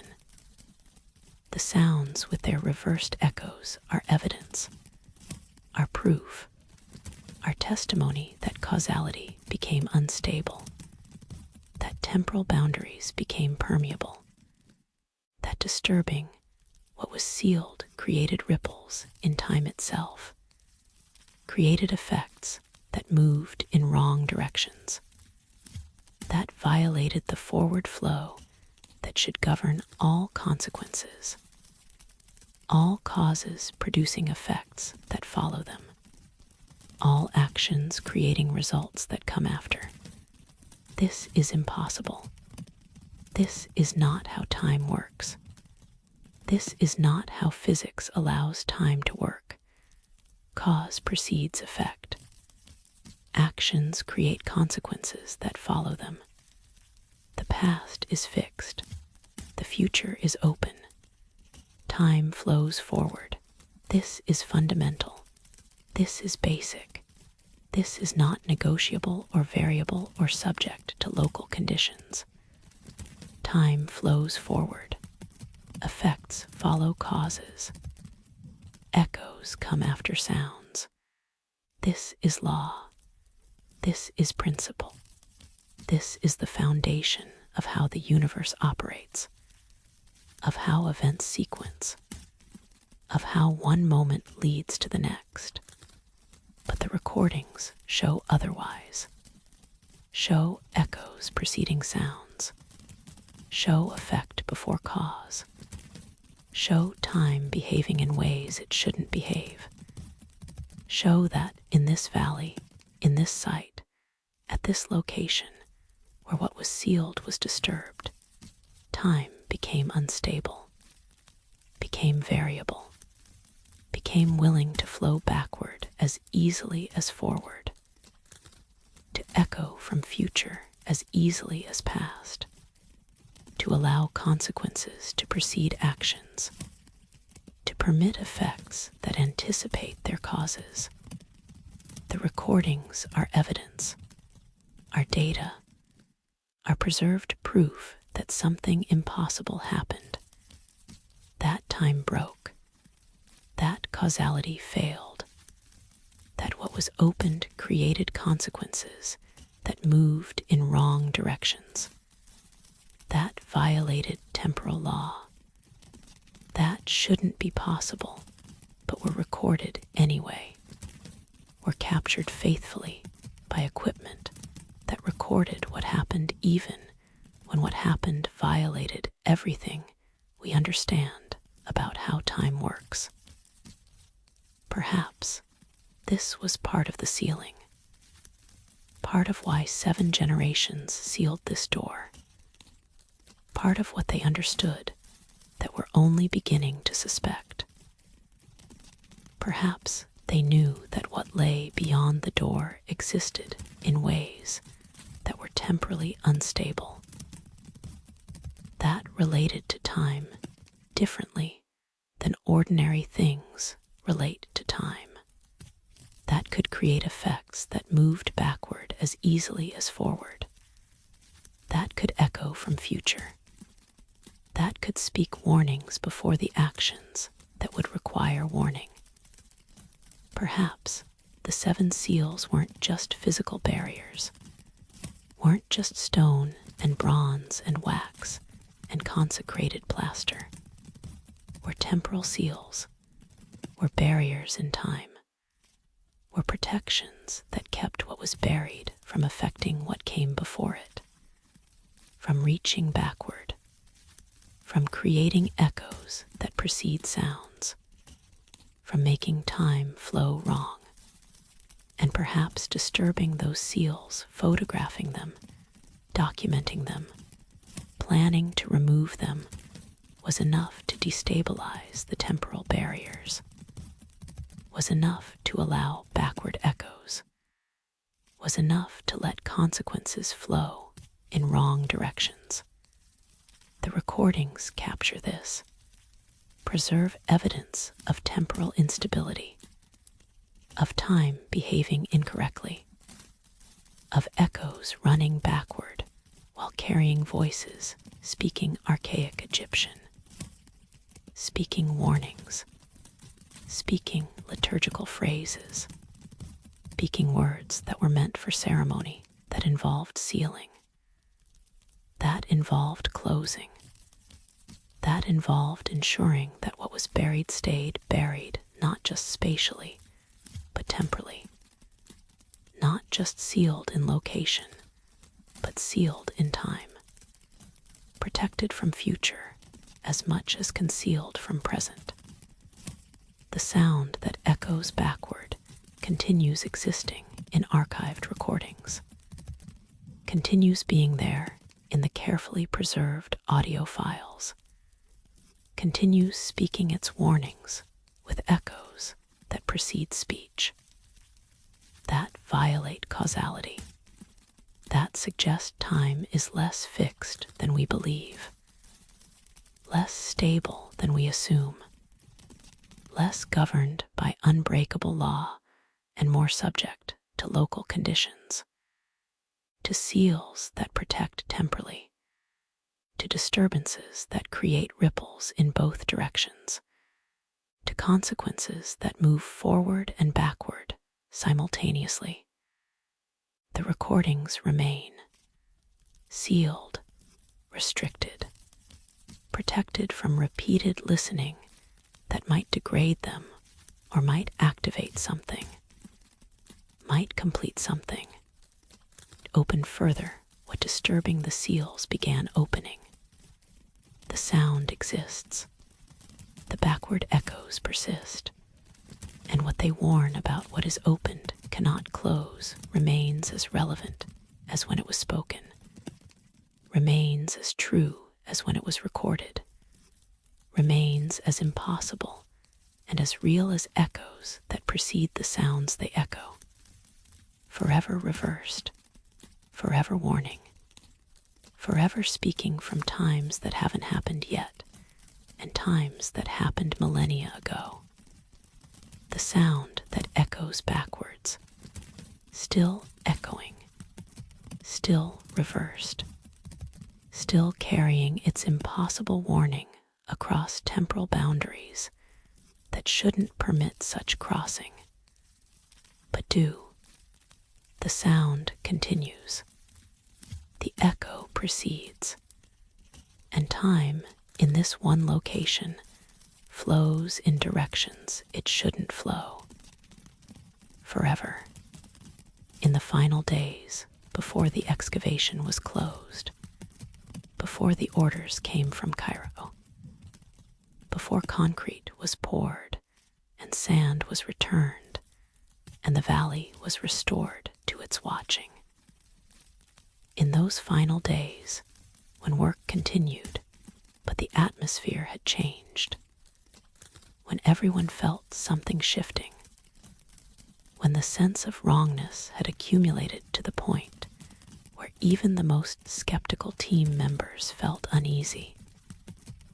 In those days, workers noticed something about the dust, about the fine powder that accumulated as they worked, that coated surfaces, that filled the air. That was the inevitable byproduct of excavation, of brushing stone, of moving sand, of disturbing what had been still for millennia. Dust is unavoidable at archaeological sites, is expected, is the medium you work in when working with ancient stone and buried structures. Every brush stroke releases particles. Every movement of tools creates powder. Every disturbance of sand sends fine material into the air. You breathe dust. You wear dust. You become coated in dust until distinguishing between your clothes and the desert becomes difficult. This is normal. This is what excavation means. This is the physical reality of archaeological work. You accept it. You work through it. You take the dust for granted as the price of uncovering what lies beneath.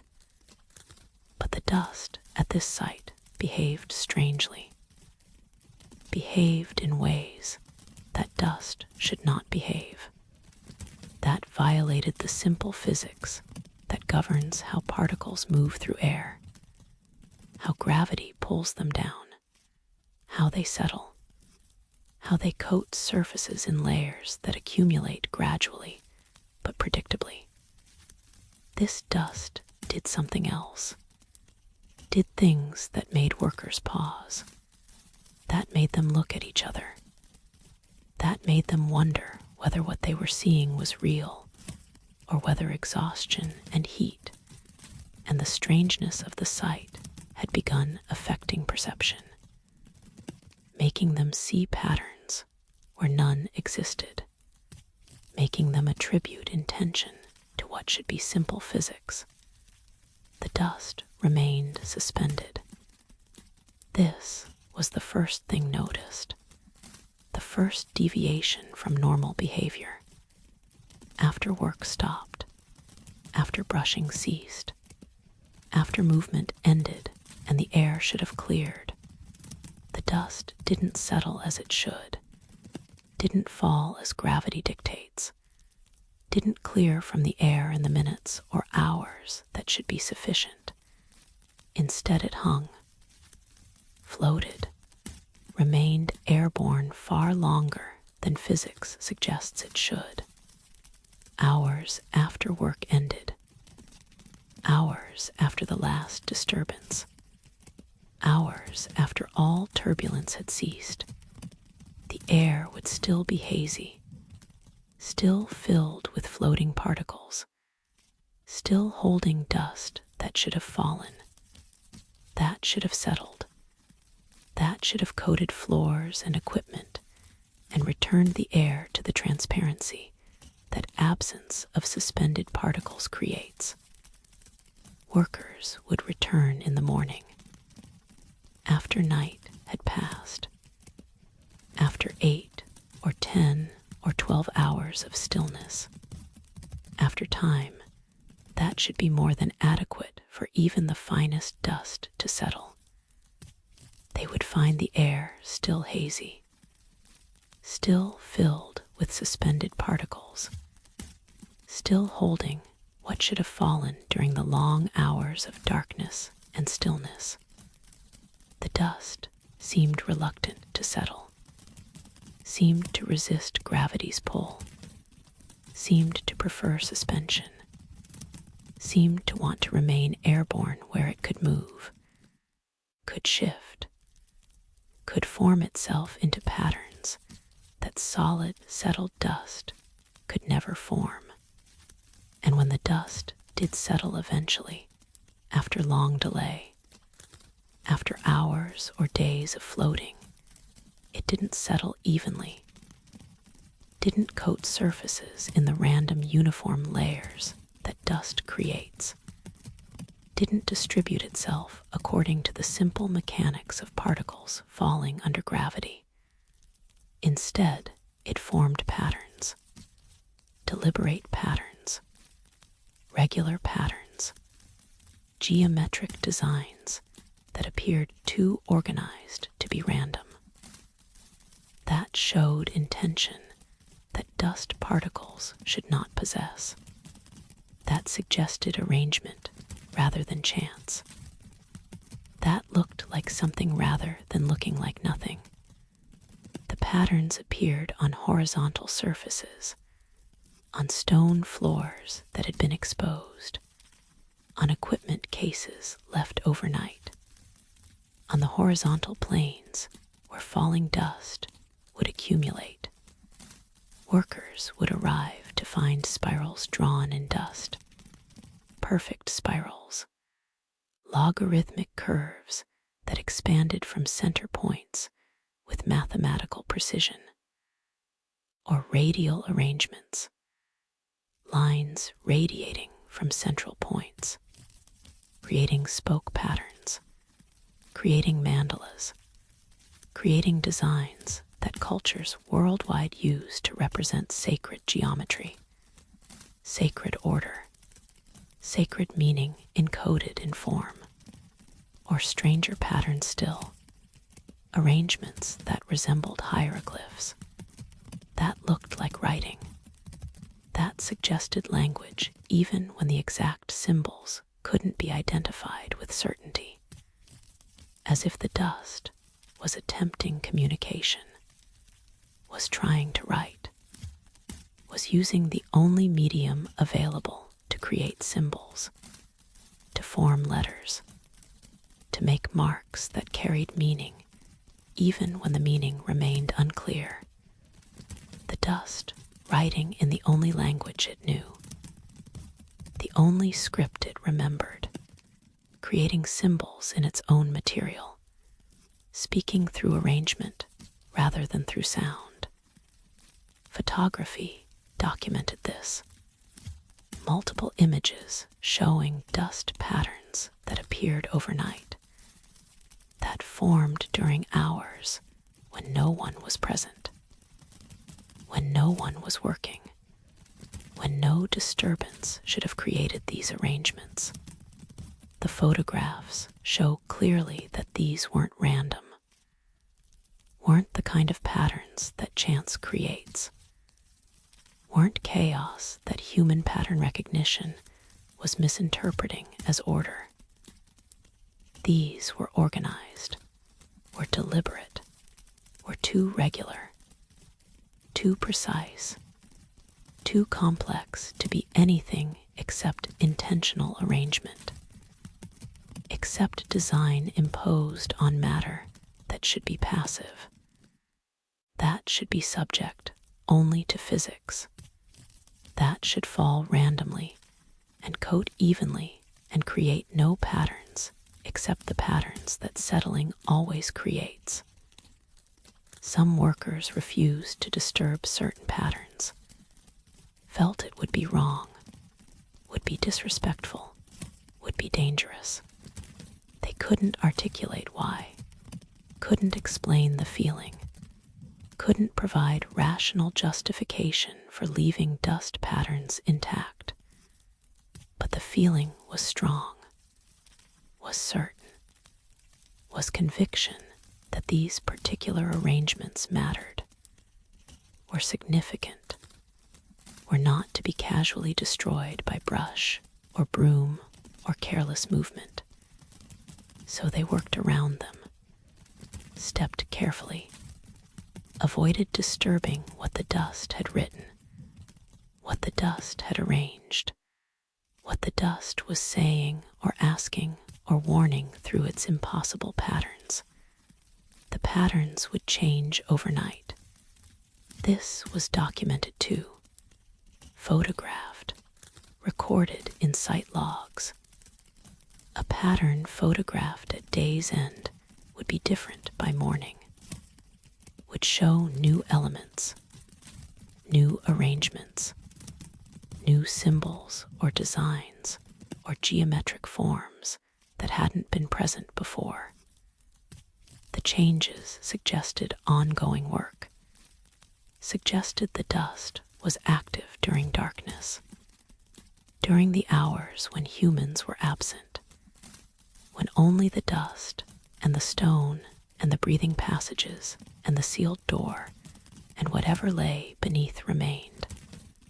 The dust continuing its work, its writing, its communication, its patient effort to say something, to warn something, to make something known through the only medium it possessed. One pattern appeared repeatedly, appeared in different locations, appeared at different times, appeared so consistently that workers began to recognize it, to name it, to understand what it meant even without understanding how it meant.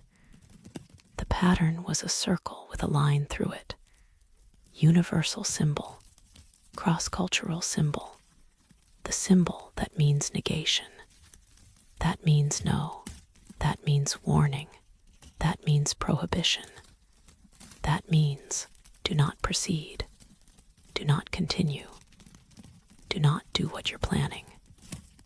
Stop, turn back, go away. The symbol appeared near the sealed door, near the breathing passage, near any point where excavation attempted to go deeper, where workers tried to expose more, where the dig threatened to reveal what lay beneath the first layers of seal and stone. The dust saying, stop. The dust writing its warning. The dust creating the one symbol that transcends language, that needs no translation, that carries meaning that anyone from any culture would recognize. Circle with line through it. No, forbidden. Danger, do not enter. The dust wrote this again and again, in location after location. Wherever work approached something that should remain undisturbed, wherever excavation threatened to breach what was protected, the dust marking boundaries, creating warnings, writing prohibitions in the universal symbolic language that predates hieroglyphs, that predates cuneiform, that predates all written language because it's not language. It's pure symbol, pure meaning encoded in form so simple that confusion is impossible. And then the excavation was stopped. The orders came. The work ceased. The site was to be sealed, permanently, completely. The test trenches were to be filled. The exposed stone was to be covered. Everything was to be returned to how it was, or better than how it was, more thoroughly sealed, more permanently concealed. The dust was to be buried, was to be covered, was to be made unable to continue its writing, its warning, its patient effort to communicate through pattern and arrangement, and the impossible defiance of gravity that kept it suspended when it should fall.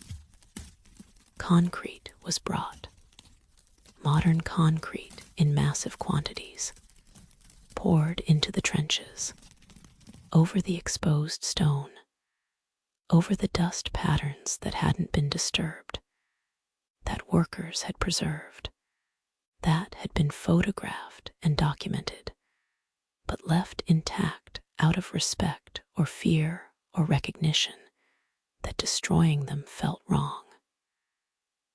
The concrete covered everything, sealed everything, buried the dust beneath tons of material that would harden into stone-like permanence.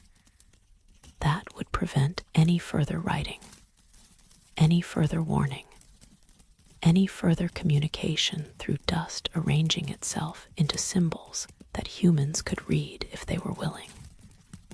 The dust that would not settle was made to settle. Finally, permanently, beneath concrete designed to prevent any further suspension, any further floating, any further pattern formation. The dust was fixed in place, was locked into position, was made permanently static, was buried so deeply that no air current could disturb it. No disturbance could release it. No return to suspension would be possible. The dust was sealed as thoroughly as the door was sealed, as the passages were sealed, as everything at this site was sealed or resealed or sealed more thoroughly than it had been sealed before.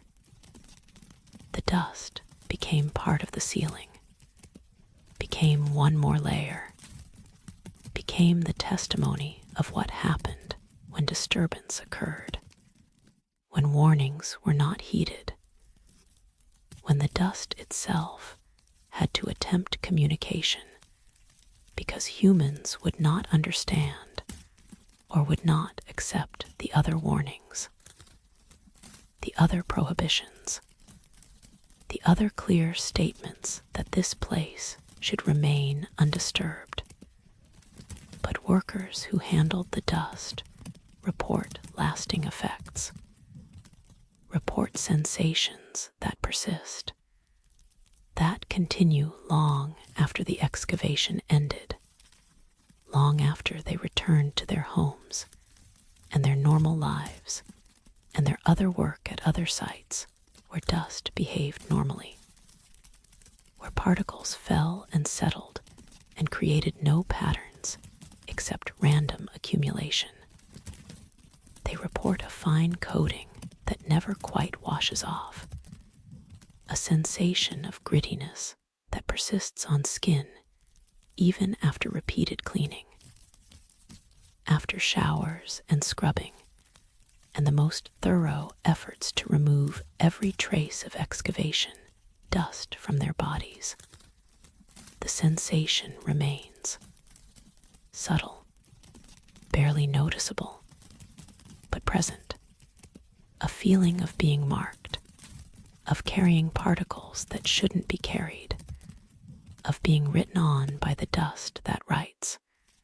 Some report seeing patterns, not in actual dust, not in real accumulations, but in their peripheral vision, in the spaces where vision is less clear, where the brain fills in details, where perception is less reliable. They see spirals, see symbols, see the circle with the line through it appearing momentarily in configurations of shadow or texture, or the random variations in surfaces that catch light.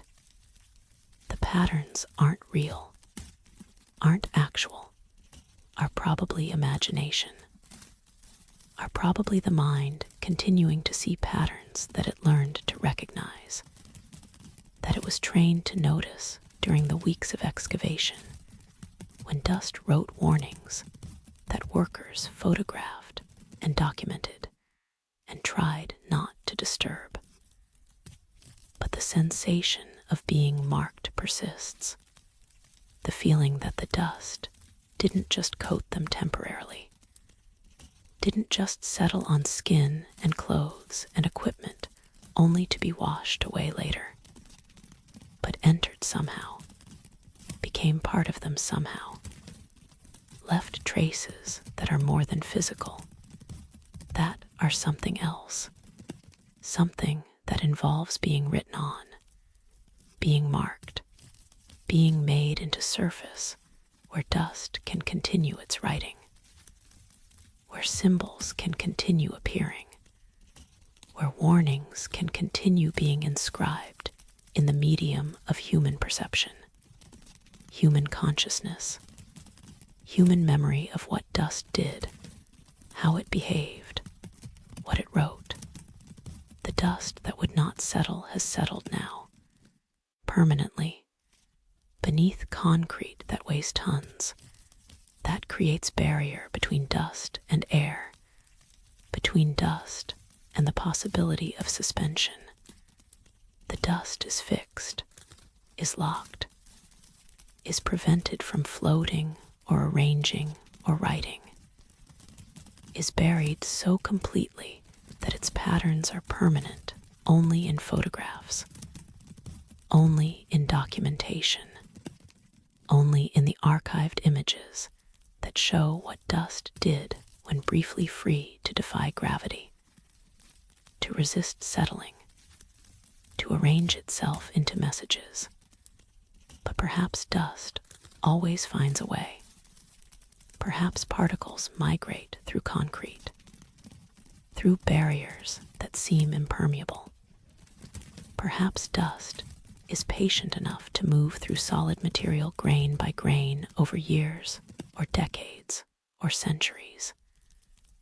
Perhaps somewhere beneath the concrete, beneath the sealed surfaces, beneath the weight of deliberate burial, dust still moves, still floats in whatever microscopic spaces exist in the structure of hardened concrete, still arranges itself into patterns that no human eyes will ever see, that serve no communicative purpose because no one is present to read them, but continue anyway because that's what this dust does, what this dust is, what this dust was made for or became when exposed to what lies beneath the sealed door.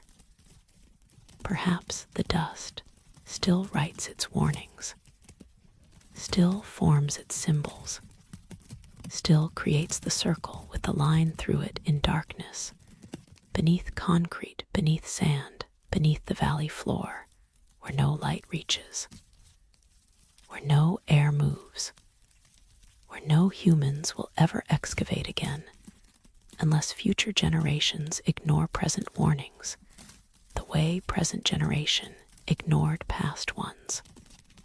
The dust writes in darkness, for no audience, for no purpose except the purpose of writing, of warning, of maintaining its patient insistence that what is sealed should remain sealed, that what is buried should remain buried. That disturbance has consequences. That opening creates effects that cannot be closed. The dust spoke its truth while it could, while it was free to arrange itself, while it had air to float in and surfaces to settle on and patterns to form that humans could photograph and puzzle over and refuse to disturb out of respect or fear or recognition that these arrangements mattered. The dust said no, said stop, said go away, said it in every language it knew, said it in symbols that transcend language, said it through behavior that defied physics, through suspension that lasted too long, through patterns that were too regular, through writing that appeared in matter that should not write, should not arrange, should not communicate. The warnings were not heeded. The excavation continued until stopped by other means, by orders from authorities who perhaps understood what dust was saying even if they couldn't explain how they understood, who recognized that sight where dust writes warnings is sight that should be left alone, should be sealed, should be returned to its watched concealment beneath sand that remembers, and air that breathes, and doors that were sealed 7 times, and dust that would not settle until forced to settle, until buried so deeply that settling became permanent, became irreversible, became the end of writing. The dust that would not settle, that floated when it should fall, that arranged when it should scatter, that wrote when it should be mute. The dust that knew something, that tried to communicate something, that used the only medium available to create symbols, to form patterns, to write warnings in the language of dust arranging itself into meaning. The dust is buried now, is sealed, is silenced, but perhaps beneath the concrete, beneath the barriers meant to prevent its movement, beneath the weight of human determination to stop its writing. Perhaps dust still moves, still floats in microscopic spaces, still arranges itself into patterns, still writes its warnings, still says no, still maintains its patient prohibition, still guards through the only method it possesses, through arrangement, through pattern, through the impossible suspension that makes writing possible. The dust continues its work, perhaps, in darkness, in silence, in the sealed spaces where warning continues even when no one remains to be warned, where no persists even when no one remains to heed it, where the dust that would not settle settles only reluctantly, only temporarily, only until the next moment when suspension becomes possible, when arrangement becomes feasible, when writing can resume. The dust waits, patient as stone, patient as sand, patient as everything else in this valley that watches and warns and protects what should remain protected.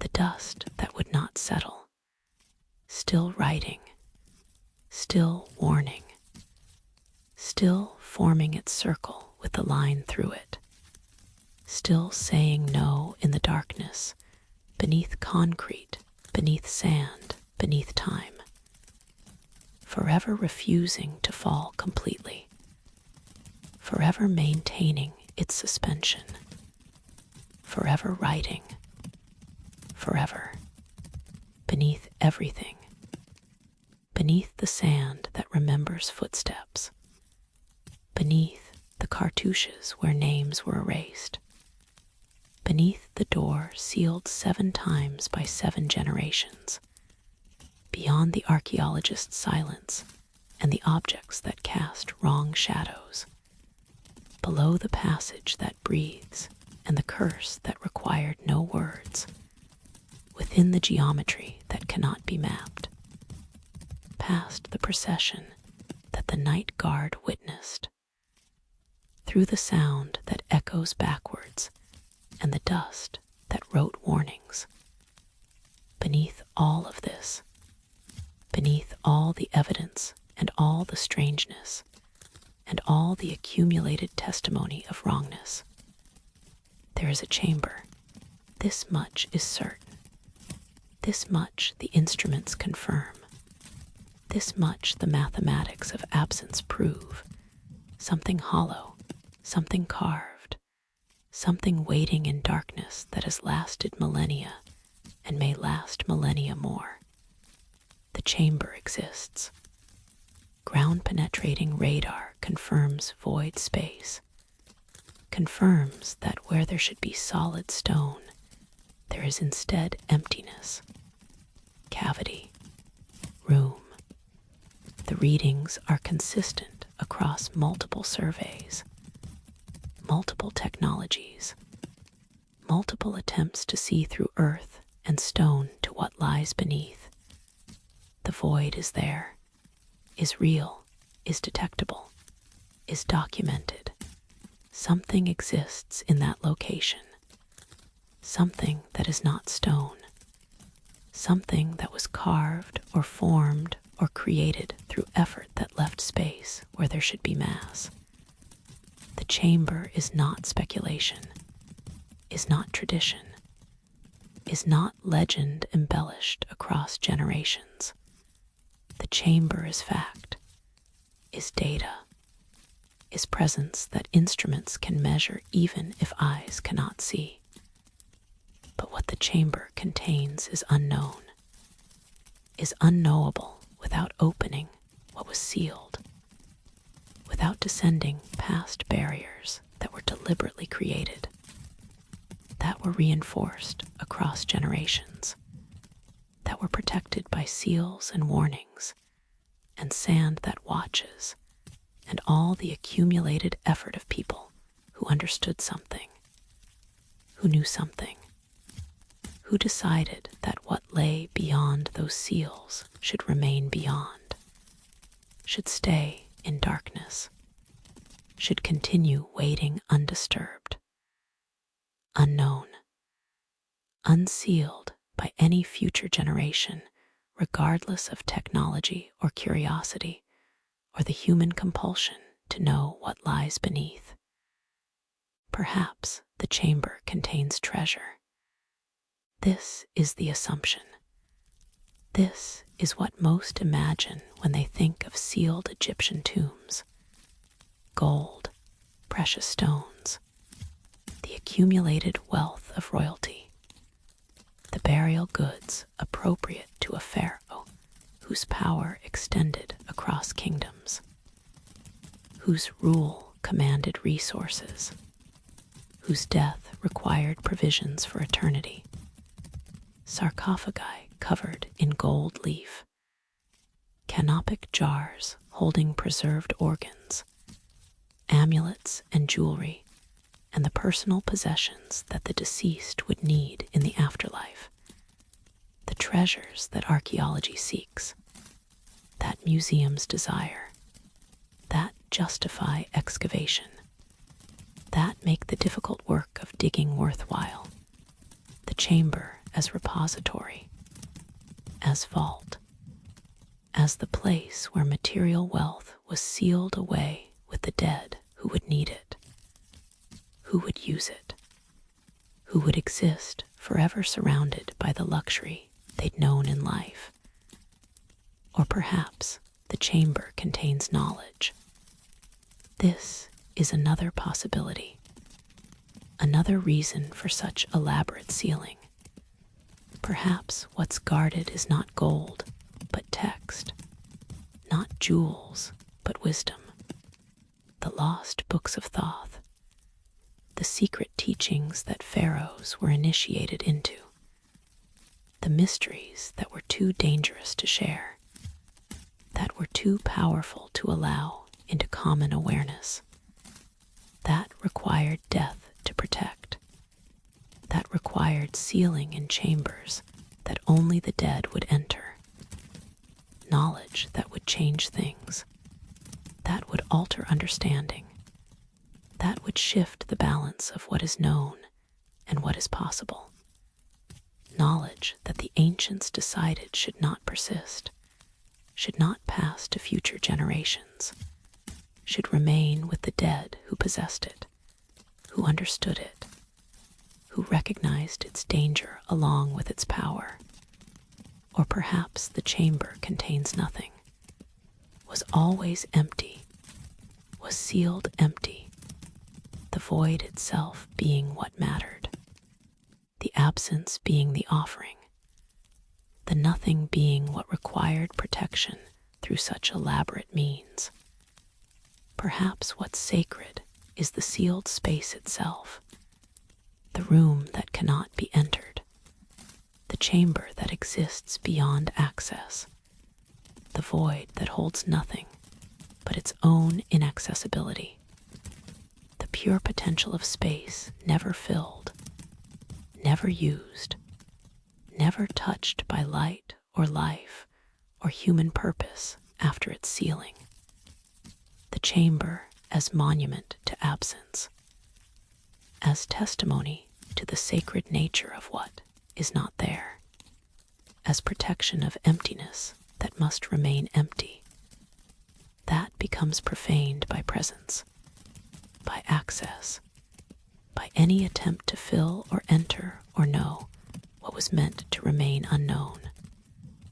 Or perhaps the chamber contains the pharaoh whose name was erased, contains what they became, contains the transformation that required forgetting, the thing that royalty became when death was not enough, when the normal journey to the afterlife was not possible, when flesh became something else, something that needed sealing, that needed darkness, that needed the eternal weight of stone and sand and time pressing down, keeping contained, keeping sealed, the pharaoh who was not permitted the normal afterlife, who was denied resurrection, who was made into something that required different treatment, different containment, different protection that protected not the dead but the living,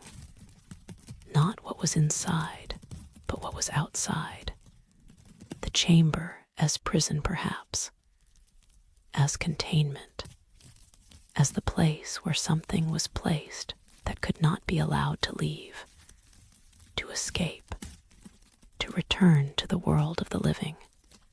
The chamber waits, has waited for millennia, will wait for millennia more, patient as only stone can be patient, patient as only sealed things can be patient, patient as only what has no choice can be patient. The chamber does not anticipate opening, does not hope for discovery, does not desire access. The chamber simply is, simply exists, simply maintains its darkness and its secrets, and its patient occupation of the space carved for it beneath the valley floor. The chamber has no consciousness, has no awareness, has no desire or intention or plan, just exists as chambers exist, as voids exist, as absence exists within the presence of surrounding stone. But the chamber is not passive, is not merely empty space waiting to be filled. The chamber is actively protected.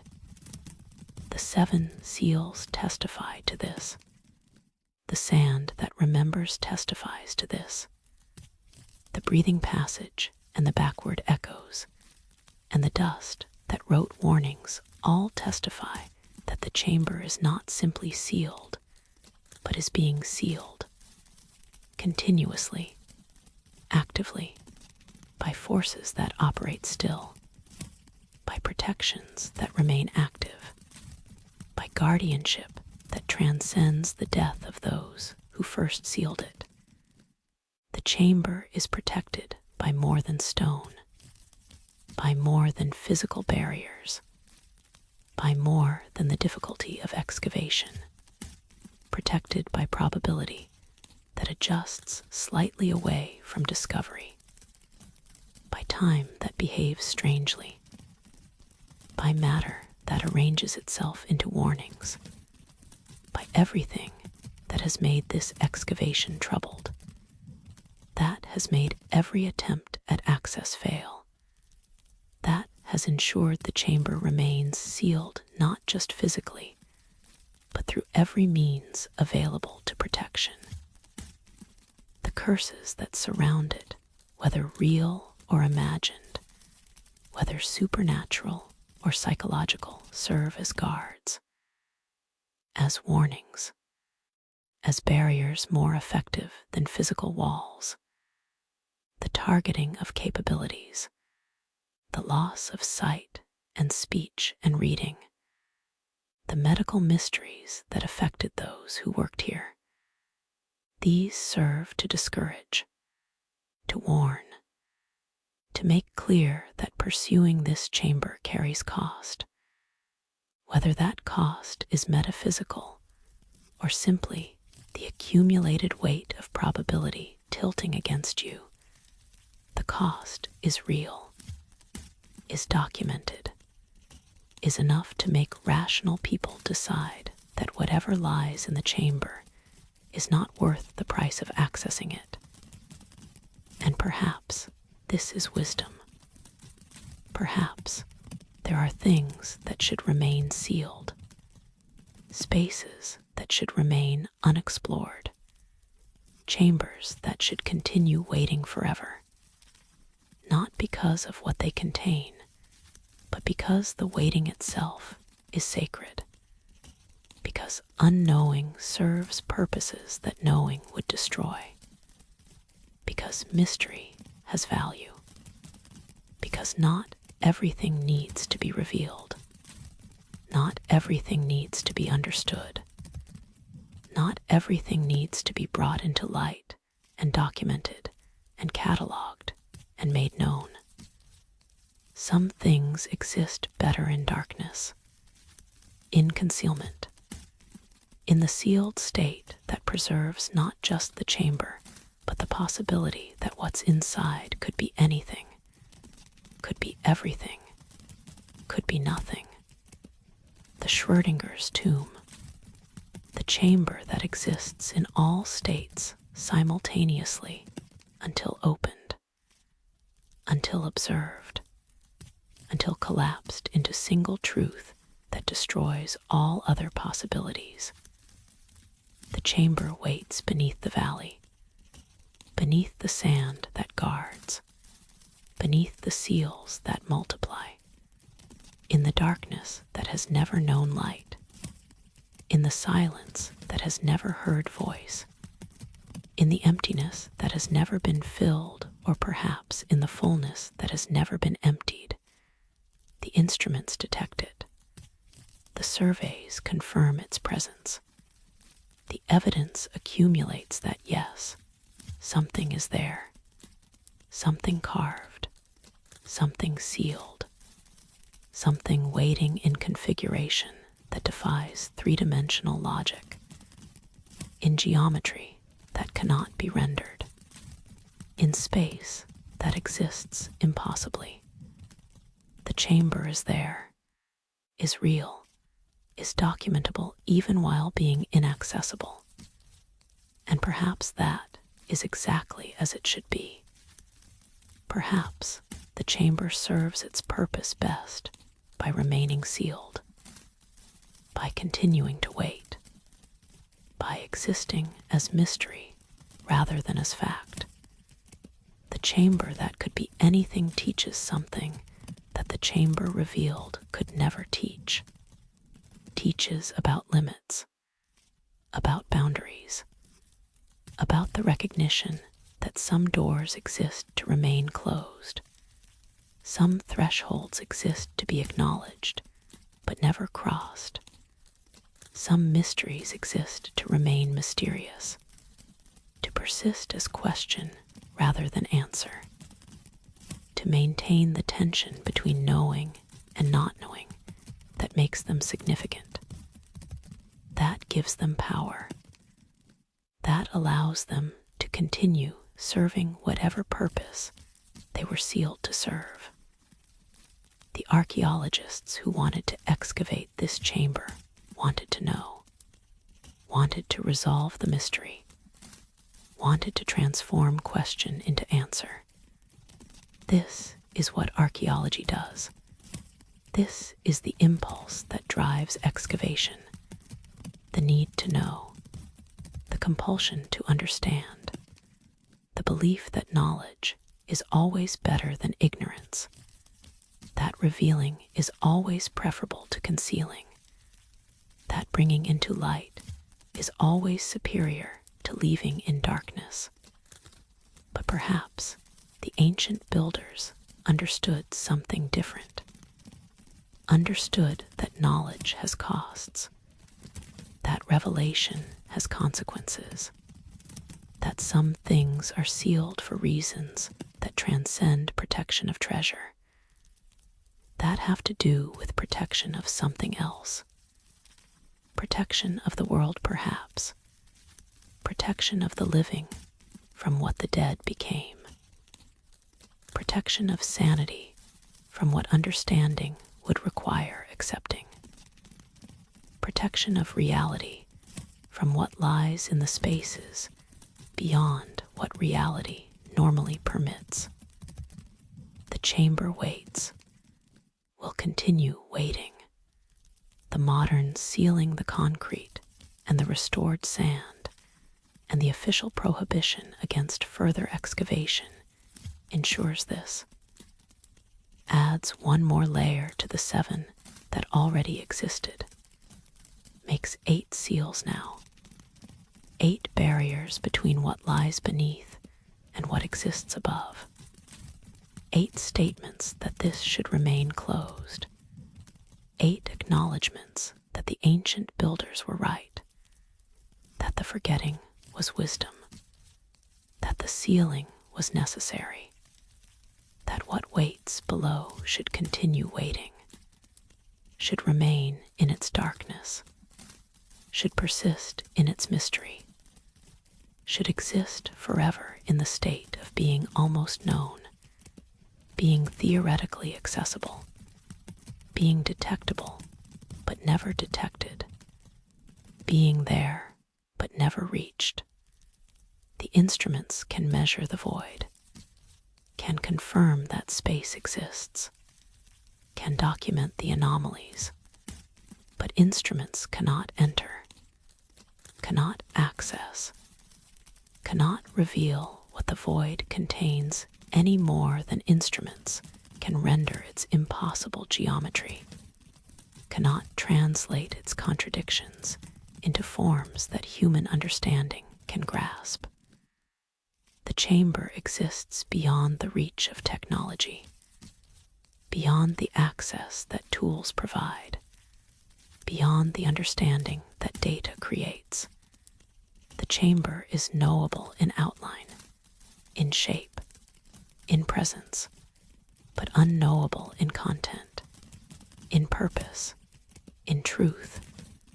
The chamber demonstrates the limits of what can be known, what can be accessed, what can be brought into light through any means available to modern humanity. And so the chamber waits, in darkness, in silence, in the sealed state that has been its state for millennia, for however long it has been since the last Pharaoh who knew of it died, since the last priest who tended it performed his final ritual, since the last person who understood what it contained took that understanding to their own grave. The chamber outlives those who sealed it, outlives those who would unseal it, outlives the purposes it was sealed for, becomes eternal through persistence, through patience, through simply continuing to exist while civilizations rise and fall and technologies advance and understanding grows. And still the chamber remains sealed, remains dark, remains mysterious, remains waiting.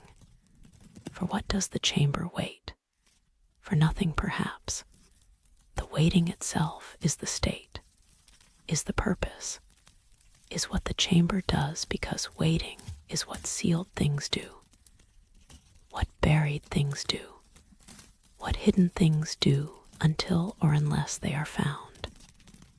But this chamber has been found, has been detected, has been documented, and still waits, still remains sealed, still persists in its darkness, because being found is not the same as being opened. Being detected is not the same as being accessed. Being documented is not the same as being known. The chamber has been found and has remained unfound, has been revealed and has remained concealed, has been almost opened and has stayed absolutely closed. The finding that is not finding, the revelation that reveals nothing, the discovery that discovers only that some things resist discovery. Some mysteries persist despite being solved in outline. Some chambers wait despite being located, despite being mapped, despite being real. The lost chamber of the Pharaoh's curse, still lost, still cursed, still chamber, still waiting in the depths, in the darkness, in the sealed spaces beneath sand that remembers, and doors that were sealed 7 times, and warnings written in dust, and backwards echoes of ancient voices speaking words that mean, what is opened cannot close. The chamber incorporates all the warnings, all the protections, all the strange phenomena and impossible occurrences and targeted misfortunes. All of it surrounds the chamber, guards the chamber, keeps the chamber sealed, keeps what lies within from being revealed, from being accessed, from being known. And perhaps in that sealing, in that patient eternal waiting, in that persistence across millennia of remaining exactly what it was made to be, sealed, dark, mysterious, inaccessible, the chamber achieves its purpose, serves its function, does what it was created to do, not to contain treasure for future discovery, not to preserve knowledge for future generations, but to remain sealed, to remain closed, to remain waiting, to demonstrate that some things exist beyond human reach, not because of distance or difficulty, but because of design, because of intention, because of the accumulated wisdom of people who understood something we're only beginning to suspect, that some doors should never open, some chambers should never be entered, some mysteries should never be solved. The chamber waits, will wait forever perhaps, until the mountain crumbles, until stone becomes sand, until the valley itself erodes away, and what was beneath becomes what is above, and the chamber is exposed not to human searching, but to the patient work of geology, of time measured in epochs rather than years. The chamber has waited this long, can wait longer, has patience that human patience cannot match, has persistence that human determination cannot overcome. The chamber waits, dark, silent, sealed, eternal, teaching through its waiting that some things endure precisely by remaining unreached. Some secrets persist by never being revealed. Some mysteries achieve immortality by never being solved. The chamber waits, forever waiting, forever sealed, forever holding its darkness and its silence and whatever lies within. The lost chamber, still lost, still waiting, still teaching that the greatest treasures are sometimes the ones never found. The deepest knowledge is sometimes the knowledge never gained.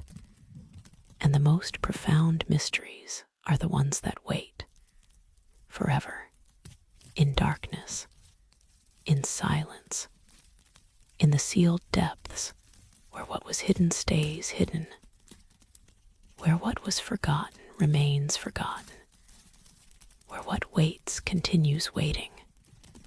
Forever, the chamber, still, waiting, in the darkness beneath the mountain's heart. Long pause, soft ambient sounds fade gradually to silence.